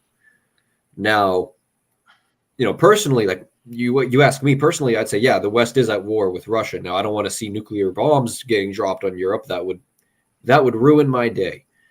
Yeah. I think you down by the bayou, you'd be fine. You just squat in the bog or something, but whatever. Over here in Virginia, we'd have a really bad time. I think it's purely a legal technicality by this point, right? If Russia just says, okay, well, we're at war with all of NATO, that instantly just ends the world, right? Russia has goals it needs to achieve, and it can achieve them in the setting that it's doing now. Yeah, it's a pain in their ass. Yeah, they're learning who their friends are very quickly, especially the West, who is betraying them at every single possible turn and vilifying them. And if the West wants to go to war, let the West take that first step. But it seems to me, Russia's just like, fine, throw your bitch fit, give them all the toys you want. I don't care. I'm going to get my shit done. And if you want nuclear war, you're going to get a nuclear war. But you're not, I don't think you're, I'm speaking as Russia to you, the West. I don't think you're stupid enough to end the whole world because you hate me so much. I think that's the idea. Alan, if the United States declare war to Russia, which side are you on? Which side am I on? I'm on the side that lets me live in peace in the mountains. Because I'm going straight. You guys are never going to see me again. I'm disappearing to the mountain. I'm gone. I like prepping. Yeah, we should all start prepping, guys. I guess start digging a hole. Bigger one, the better. One thing for sure, my country was at war. When was my time to join the army, I left. Call me whatever the fuck you want. Deserter. I didn't want to get killed. Voz, I didn't want to kill you're anyone. in England. Voz, you're in England, right? I'm going back to where I came from, straight away. No, I'm just saying now. Now you're in England, right? Yeah.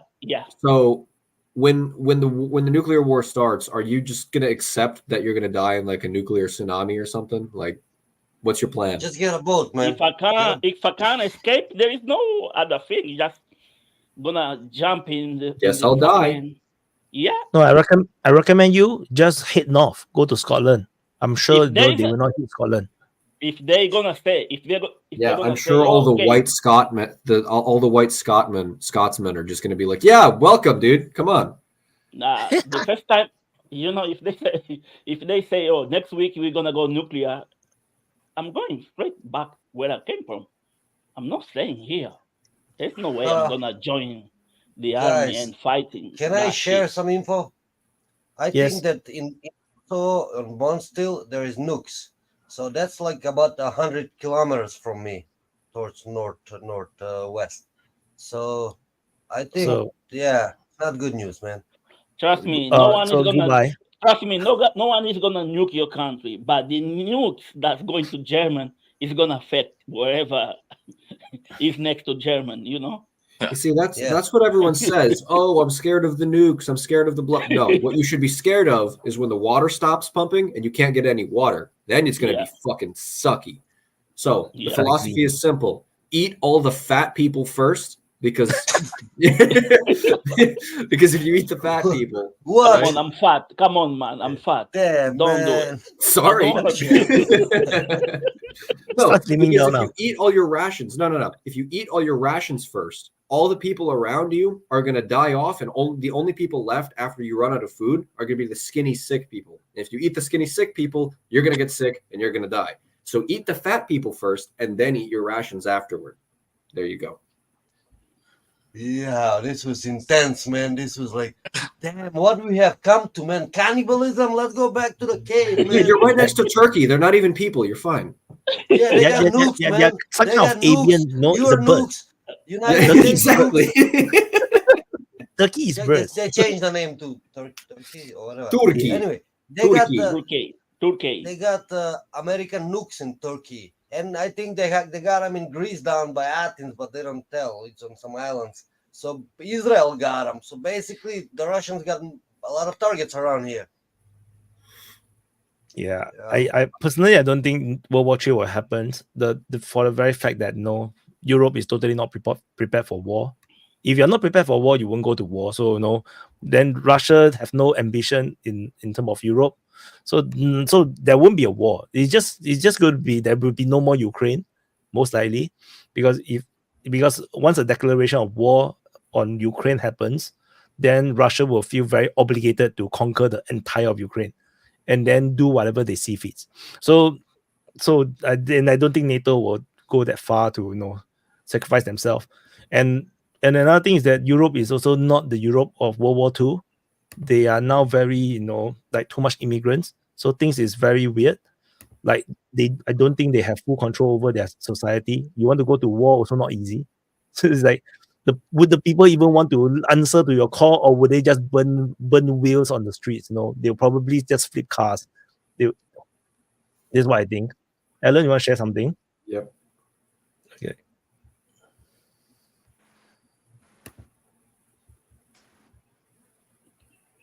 So, what is this? There is no Macedonia there.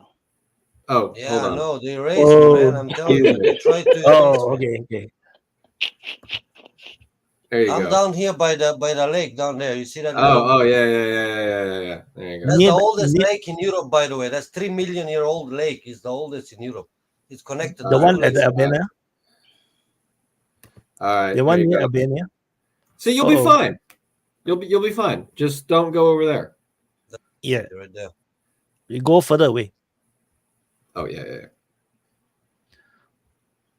Yeah. There you go. You'll be fine.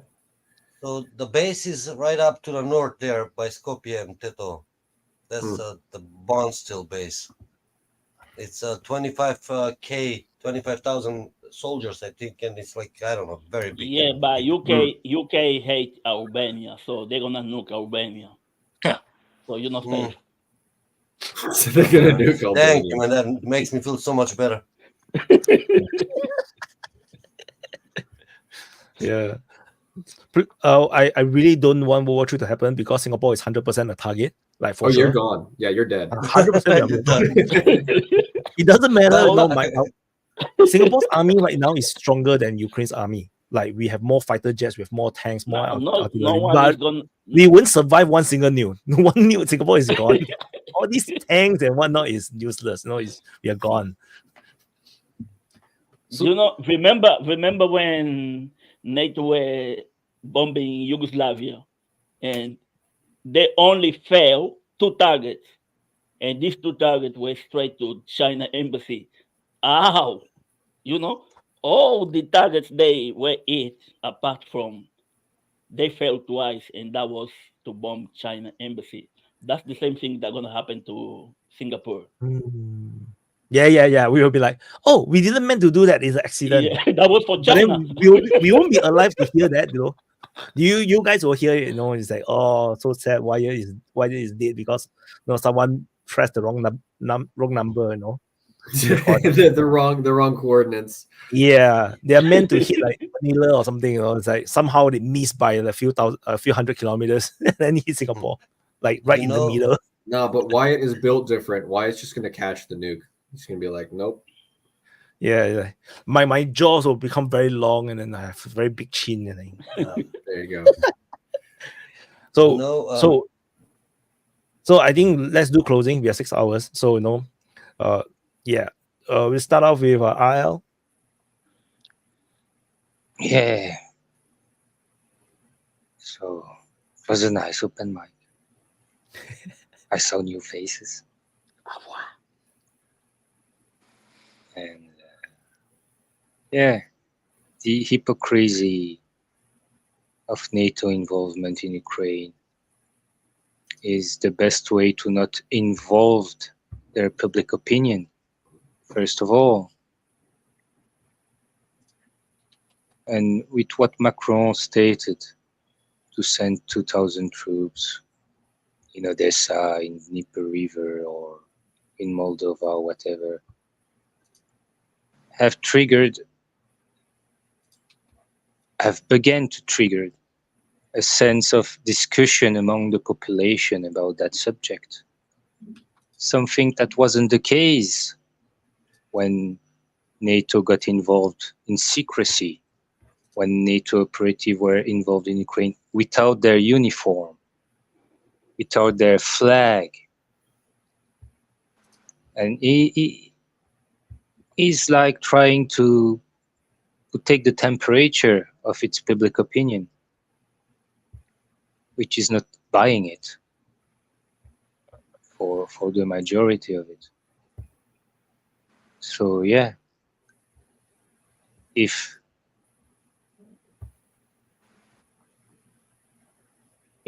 Russia declares war, let's say, to Ukraine, I think the European countries and United States will play the pussy. Simple as that. Voilà. Can I say my quick closing? I got to run. Okay. Yeah. Well, it's been good talking to you guys. I appreciate you. Hope you guys had a good time. Hope to see you on the Telegram chat. I'd love to get to know you more. Yeah. And all you nerds in the voice in the text chat, get in here. Get in here, right? You got to do it because we got to talk smack, and I need a drink while we talk because alcoholism is funny. Now, you guys have a good day. God bless. See you guys later. Thanks, Alan. I already emailed you the link to join the lounge, the speaker open mic speakers lounge. So this is exclusive only for people who came on to talk. So it's a forum. It's like DPA forum if you have been in, but it's only for speakers. So it's a safe zone. You can be whatever you want there. You can talk whatever the fuck you want there. Trust me, things you can't say here. Yeah, it's only for people. No, because you come on, so you are someone we can be trusted. No, in that sense. So no off closing. Closing. I just want to say thank you, DPA. I'm a fan. RL, he just jetted. And I want to say Drew is based. And during the collapse, remember, lead will be worth more than gold. And that's it. Oh. Why is lead worth more than gold? Because protects from radiation, man. It's dense. It's the most dense metal. Makes for a very good penetrator for ammunition. Okay. Got it. Thank you. Okay, guys. Well, I was talking, boss, about Kosovo.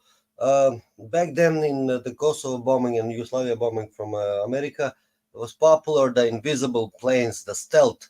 So I don't know how the Yugoslavian army managed to, destroy one. And they said, sorry, we didn't see it. But anyway, there is some new technologies. There's new depleted uranium bullets. So right now in Kosovo, there is a lot of 400% more mutated kids born from the radiation of these depleted uranium bullets used over there. And it is a long-term effect on the soil. The same thing will happen in Ukraine. And I hope it's not going to continue, all over the world, because it is a big, problem for all of us. Hopefully they will find a solution with discussions, and they'll realize that we can live together, without fighting each other. Okay. Thank you guys for talking. It was a pleasure talking to you all. Thank you. Got it. Okay. Voz. Yeah. Good open mic. Trust me, that was a good, really good one. One of the best, especially the first 3 hours. And I always send super chat saying that Macron is a good leader. Trudeau is a good leader. It's just a joke, because as long as these people in the West keep voting for people like this, Africa will be safe. I'm just saying that. So I want more people like this, enjoy Biden, wherever. Yeah, I want more people like this to be in power. As long they be in power, I'm gonna be safe. So people, don't forget like and share. We had a good audience even in Telegram. Yeah, at some point there were 12 people watching there. I don't see the point, but that's good. Okay, Vaughn. Closing. Hey, I just want to say it was a really good open mic. I enjoyed myself. I wasn't here a lot, so I'm going to give everyone the benefit of the doubt that it was good. But you know, if you really want to get into some good conversations and deep dives, come on the open mic, and then you can come hang out in the voice chat where we get all fucking deep and shit, and it's all crazy. Like, subscribe, and share. And seriously, check out his sit reps and his deep dives. They're excellent. Y'all have a good week. Thank you, Vaughn. Thank you, boss. So thank you, everyone. So I'm gonna remove. So thank you, everyone, for watching the DPA Open Mic 71, episode 71. Very weird ending where everybody just disappear. So I have don't really have much people to say bye bye to. So anyway, just full of force. So yeah, it's a very good open mic. Very how to say, a little random. Very taste a bit different. And yeah, and we kind of we basically run out of things to talk about, so we just talk crap in a way, which is interesting crap. The crap smells good. So yeah, so that's interesting. Anyway, so thank you for everyone who's participating in the chat. For those that are watching on the DPA main channel, the YouTube, if the logo, if you scroll down, you see the logo is black color, you are on the main channel. Do go over to the open mic channel, subscribe over there, because yeah, because most of the DPA open mic, this show will only be telecast on the open mic channel most of the time. The only reason why this the today I put it on the main channel is because my video got stuck. Because I did a video for the Moscow terror attack. I can't publish it because it was automatically demonetized, and I have to wait for the manual review, the human review, to review it, to give it the green light so that I can get money out of it. Because if not, then it's a waste of effort. Viewership is already very low, so there's not enough income already. So so I cannot just publish, and then just ignore the demonetization. So I can't do that. So unfortunately, and also do press the like button as well. And I still, so in terms of the administration wise, in terms of open mic channel, I still did not manage to find time to publish the clips. It's a huge waste, but I really don't have time. I really tried my best to squeeze out the time, but things just keep happening. So I will try my best again this coming week and see how it goes. And so there's a guest coming to Singapore tomorrow, or the day after tomorrow, depending on your time zone. So which on Monday, someone very important will be in Singapore. You will know when it happens. I'll let you guys know. So I'll just keep it a secret for now. And yeah, what else? What else? So I will publish the report on the terror attack soon. As soon as it's approved. If not, then I will still publish it regardless, because it shouldn't drag too long, because it's a little bit time sensitive.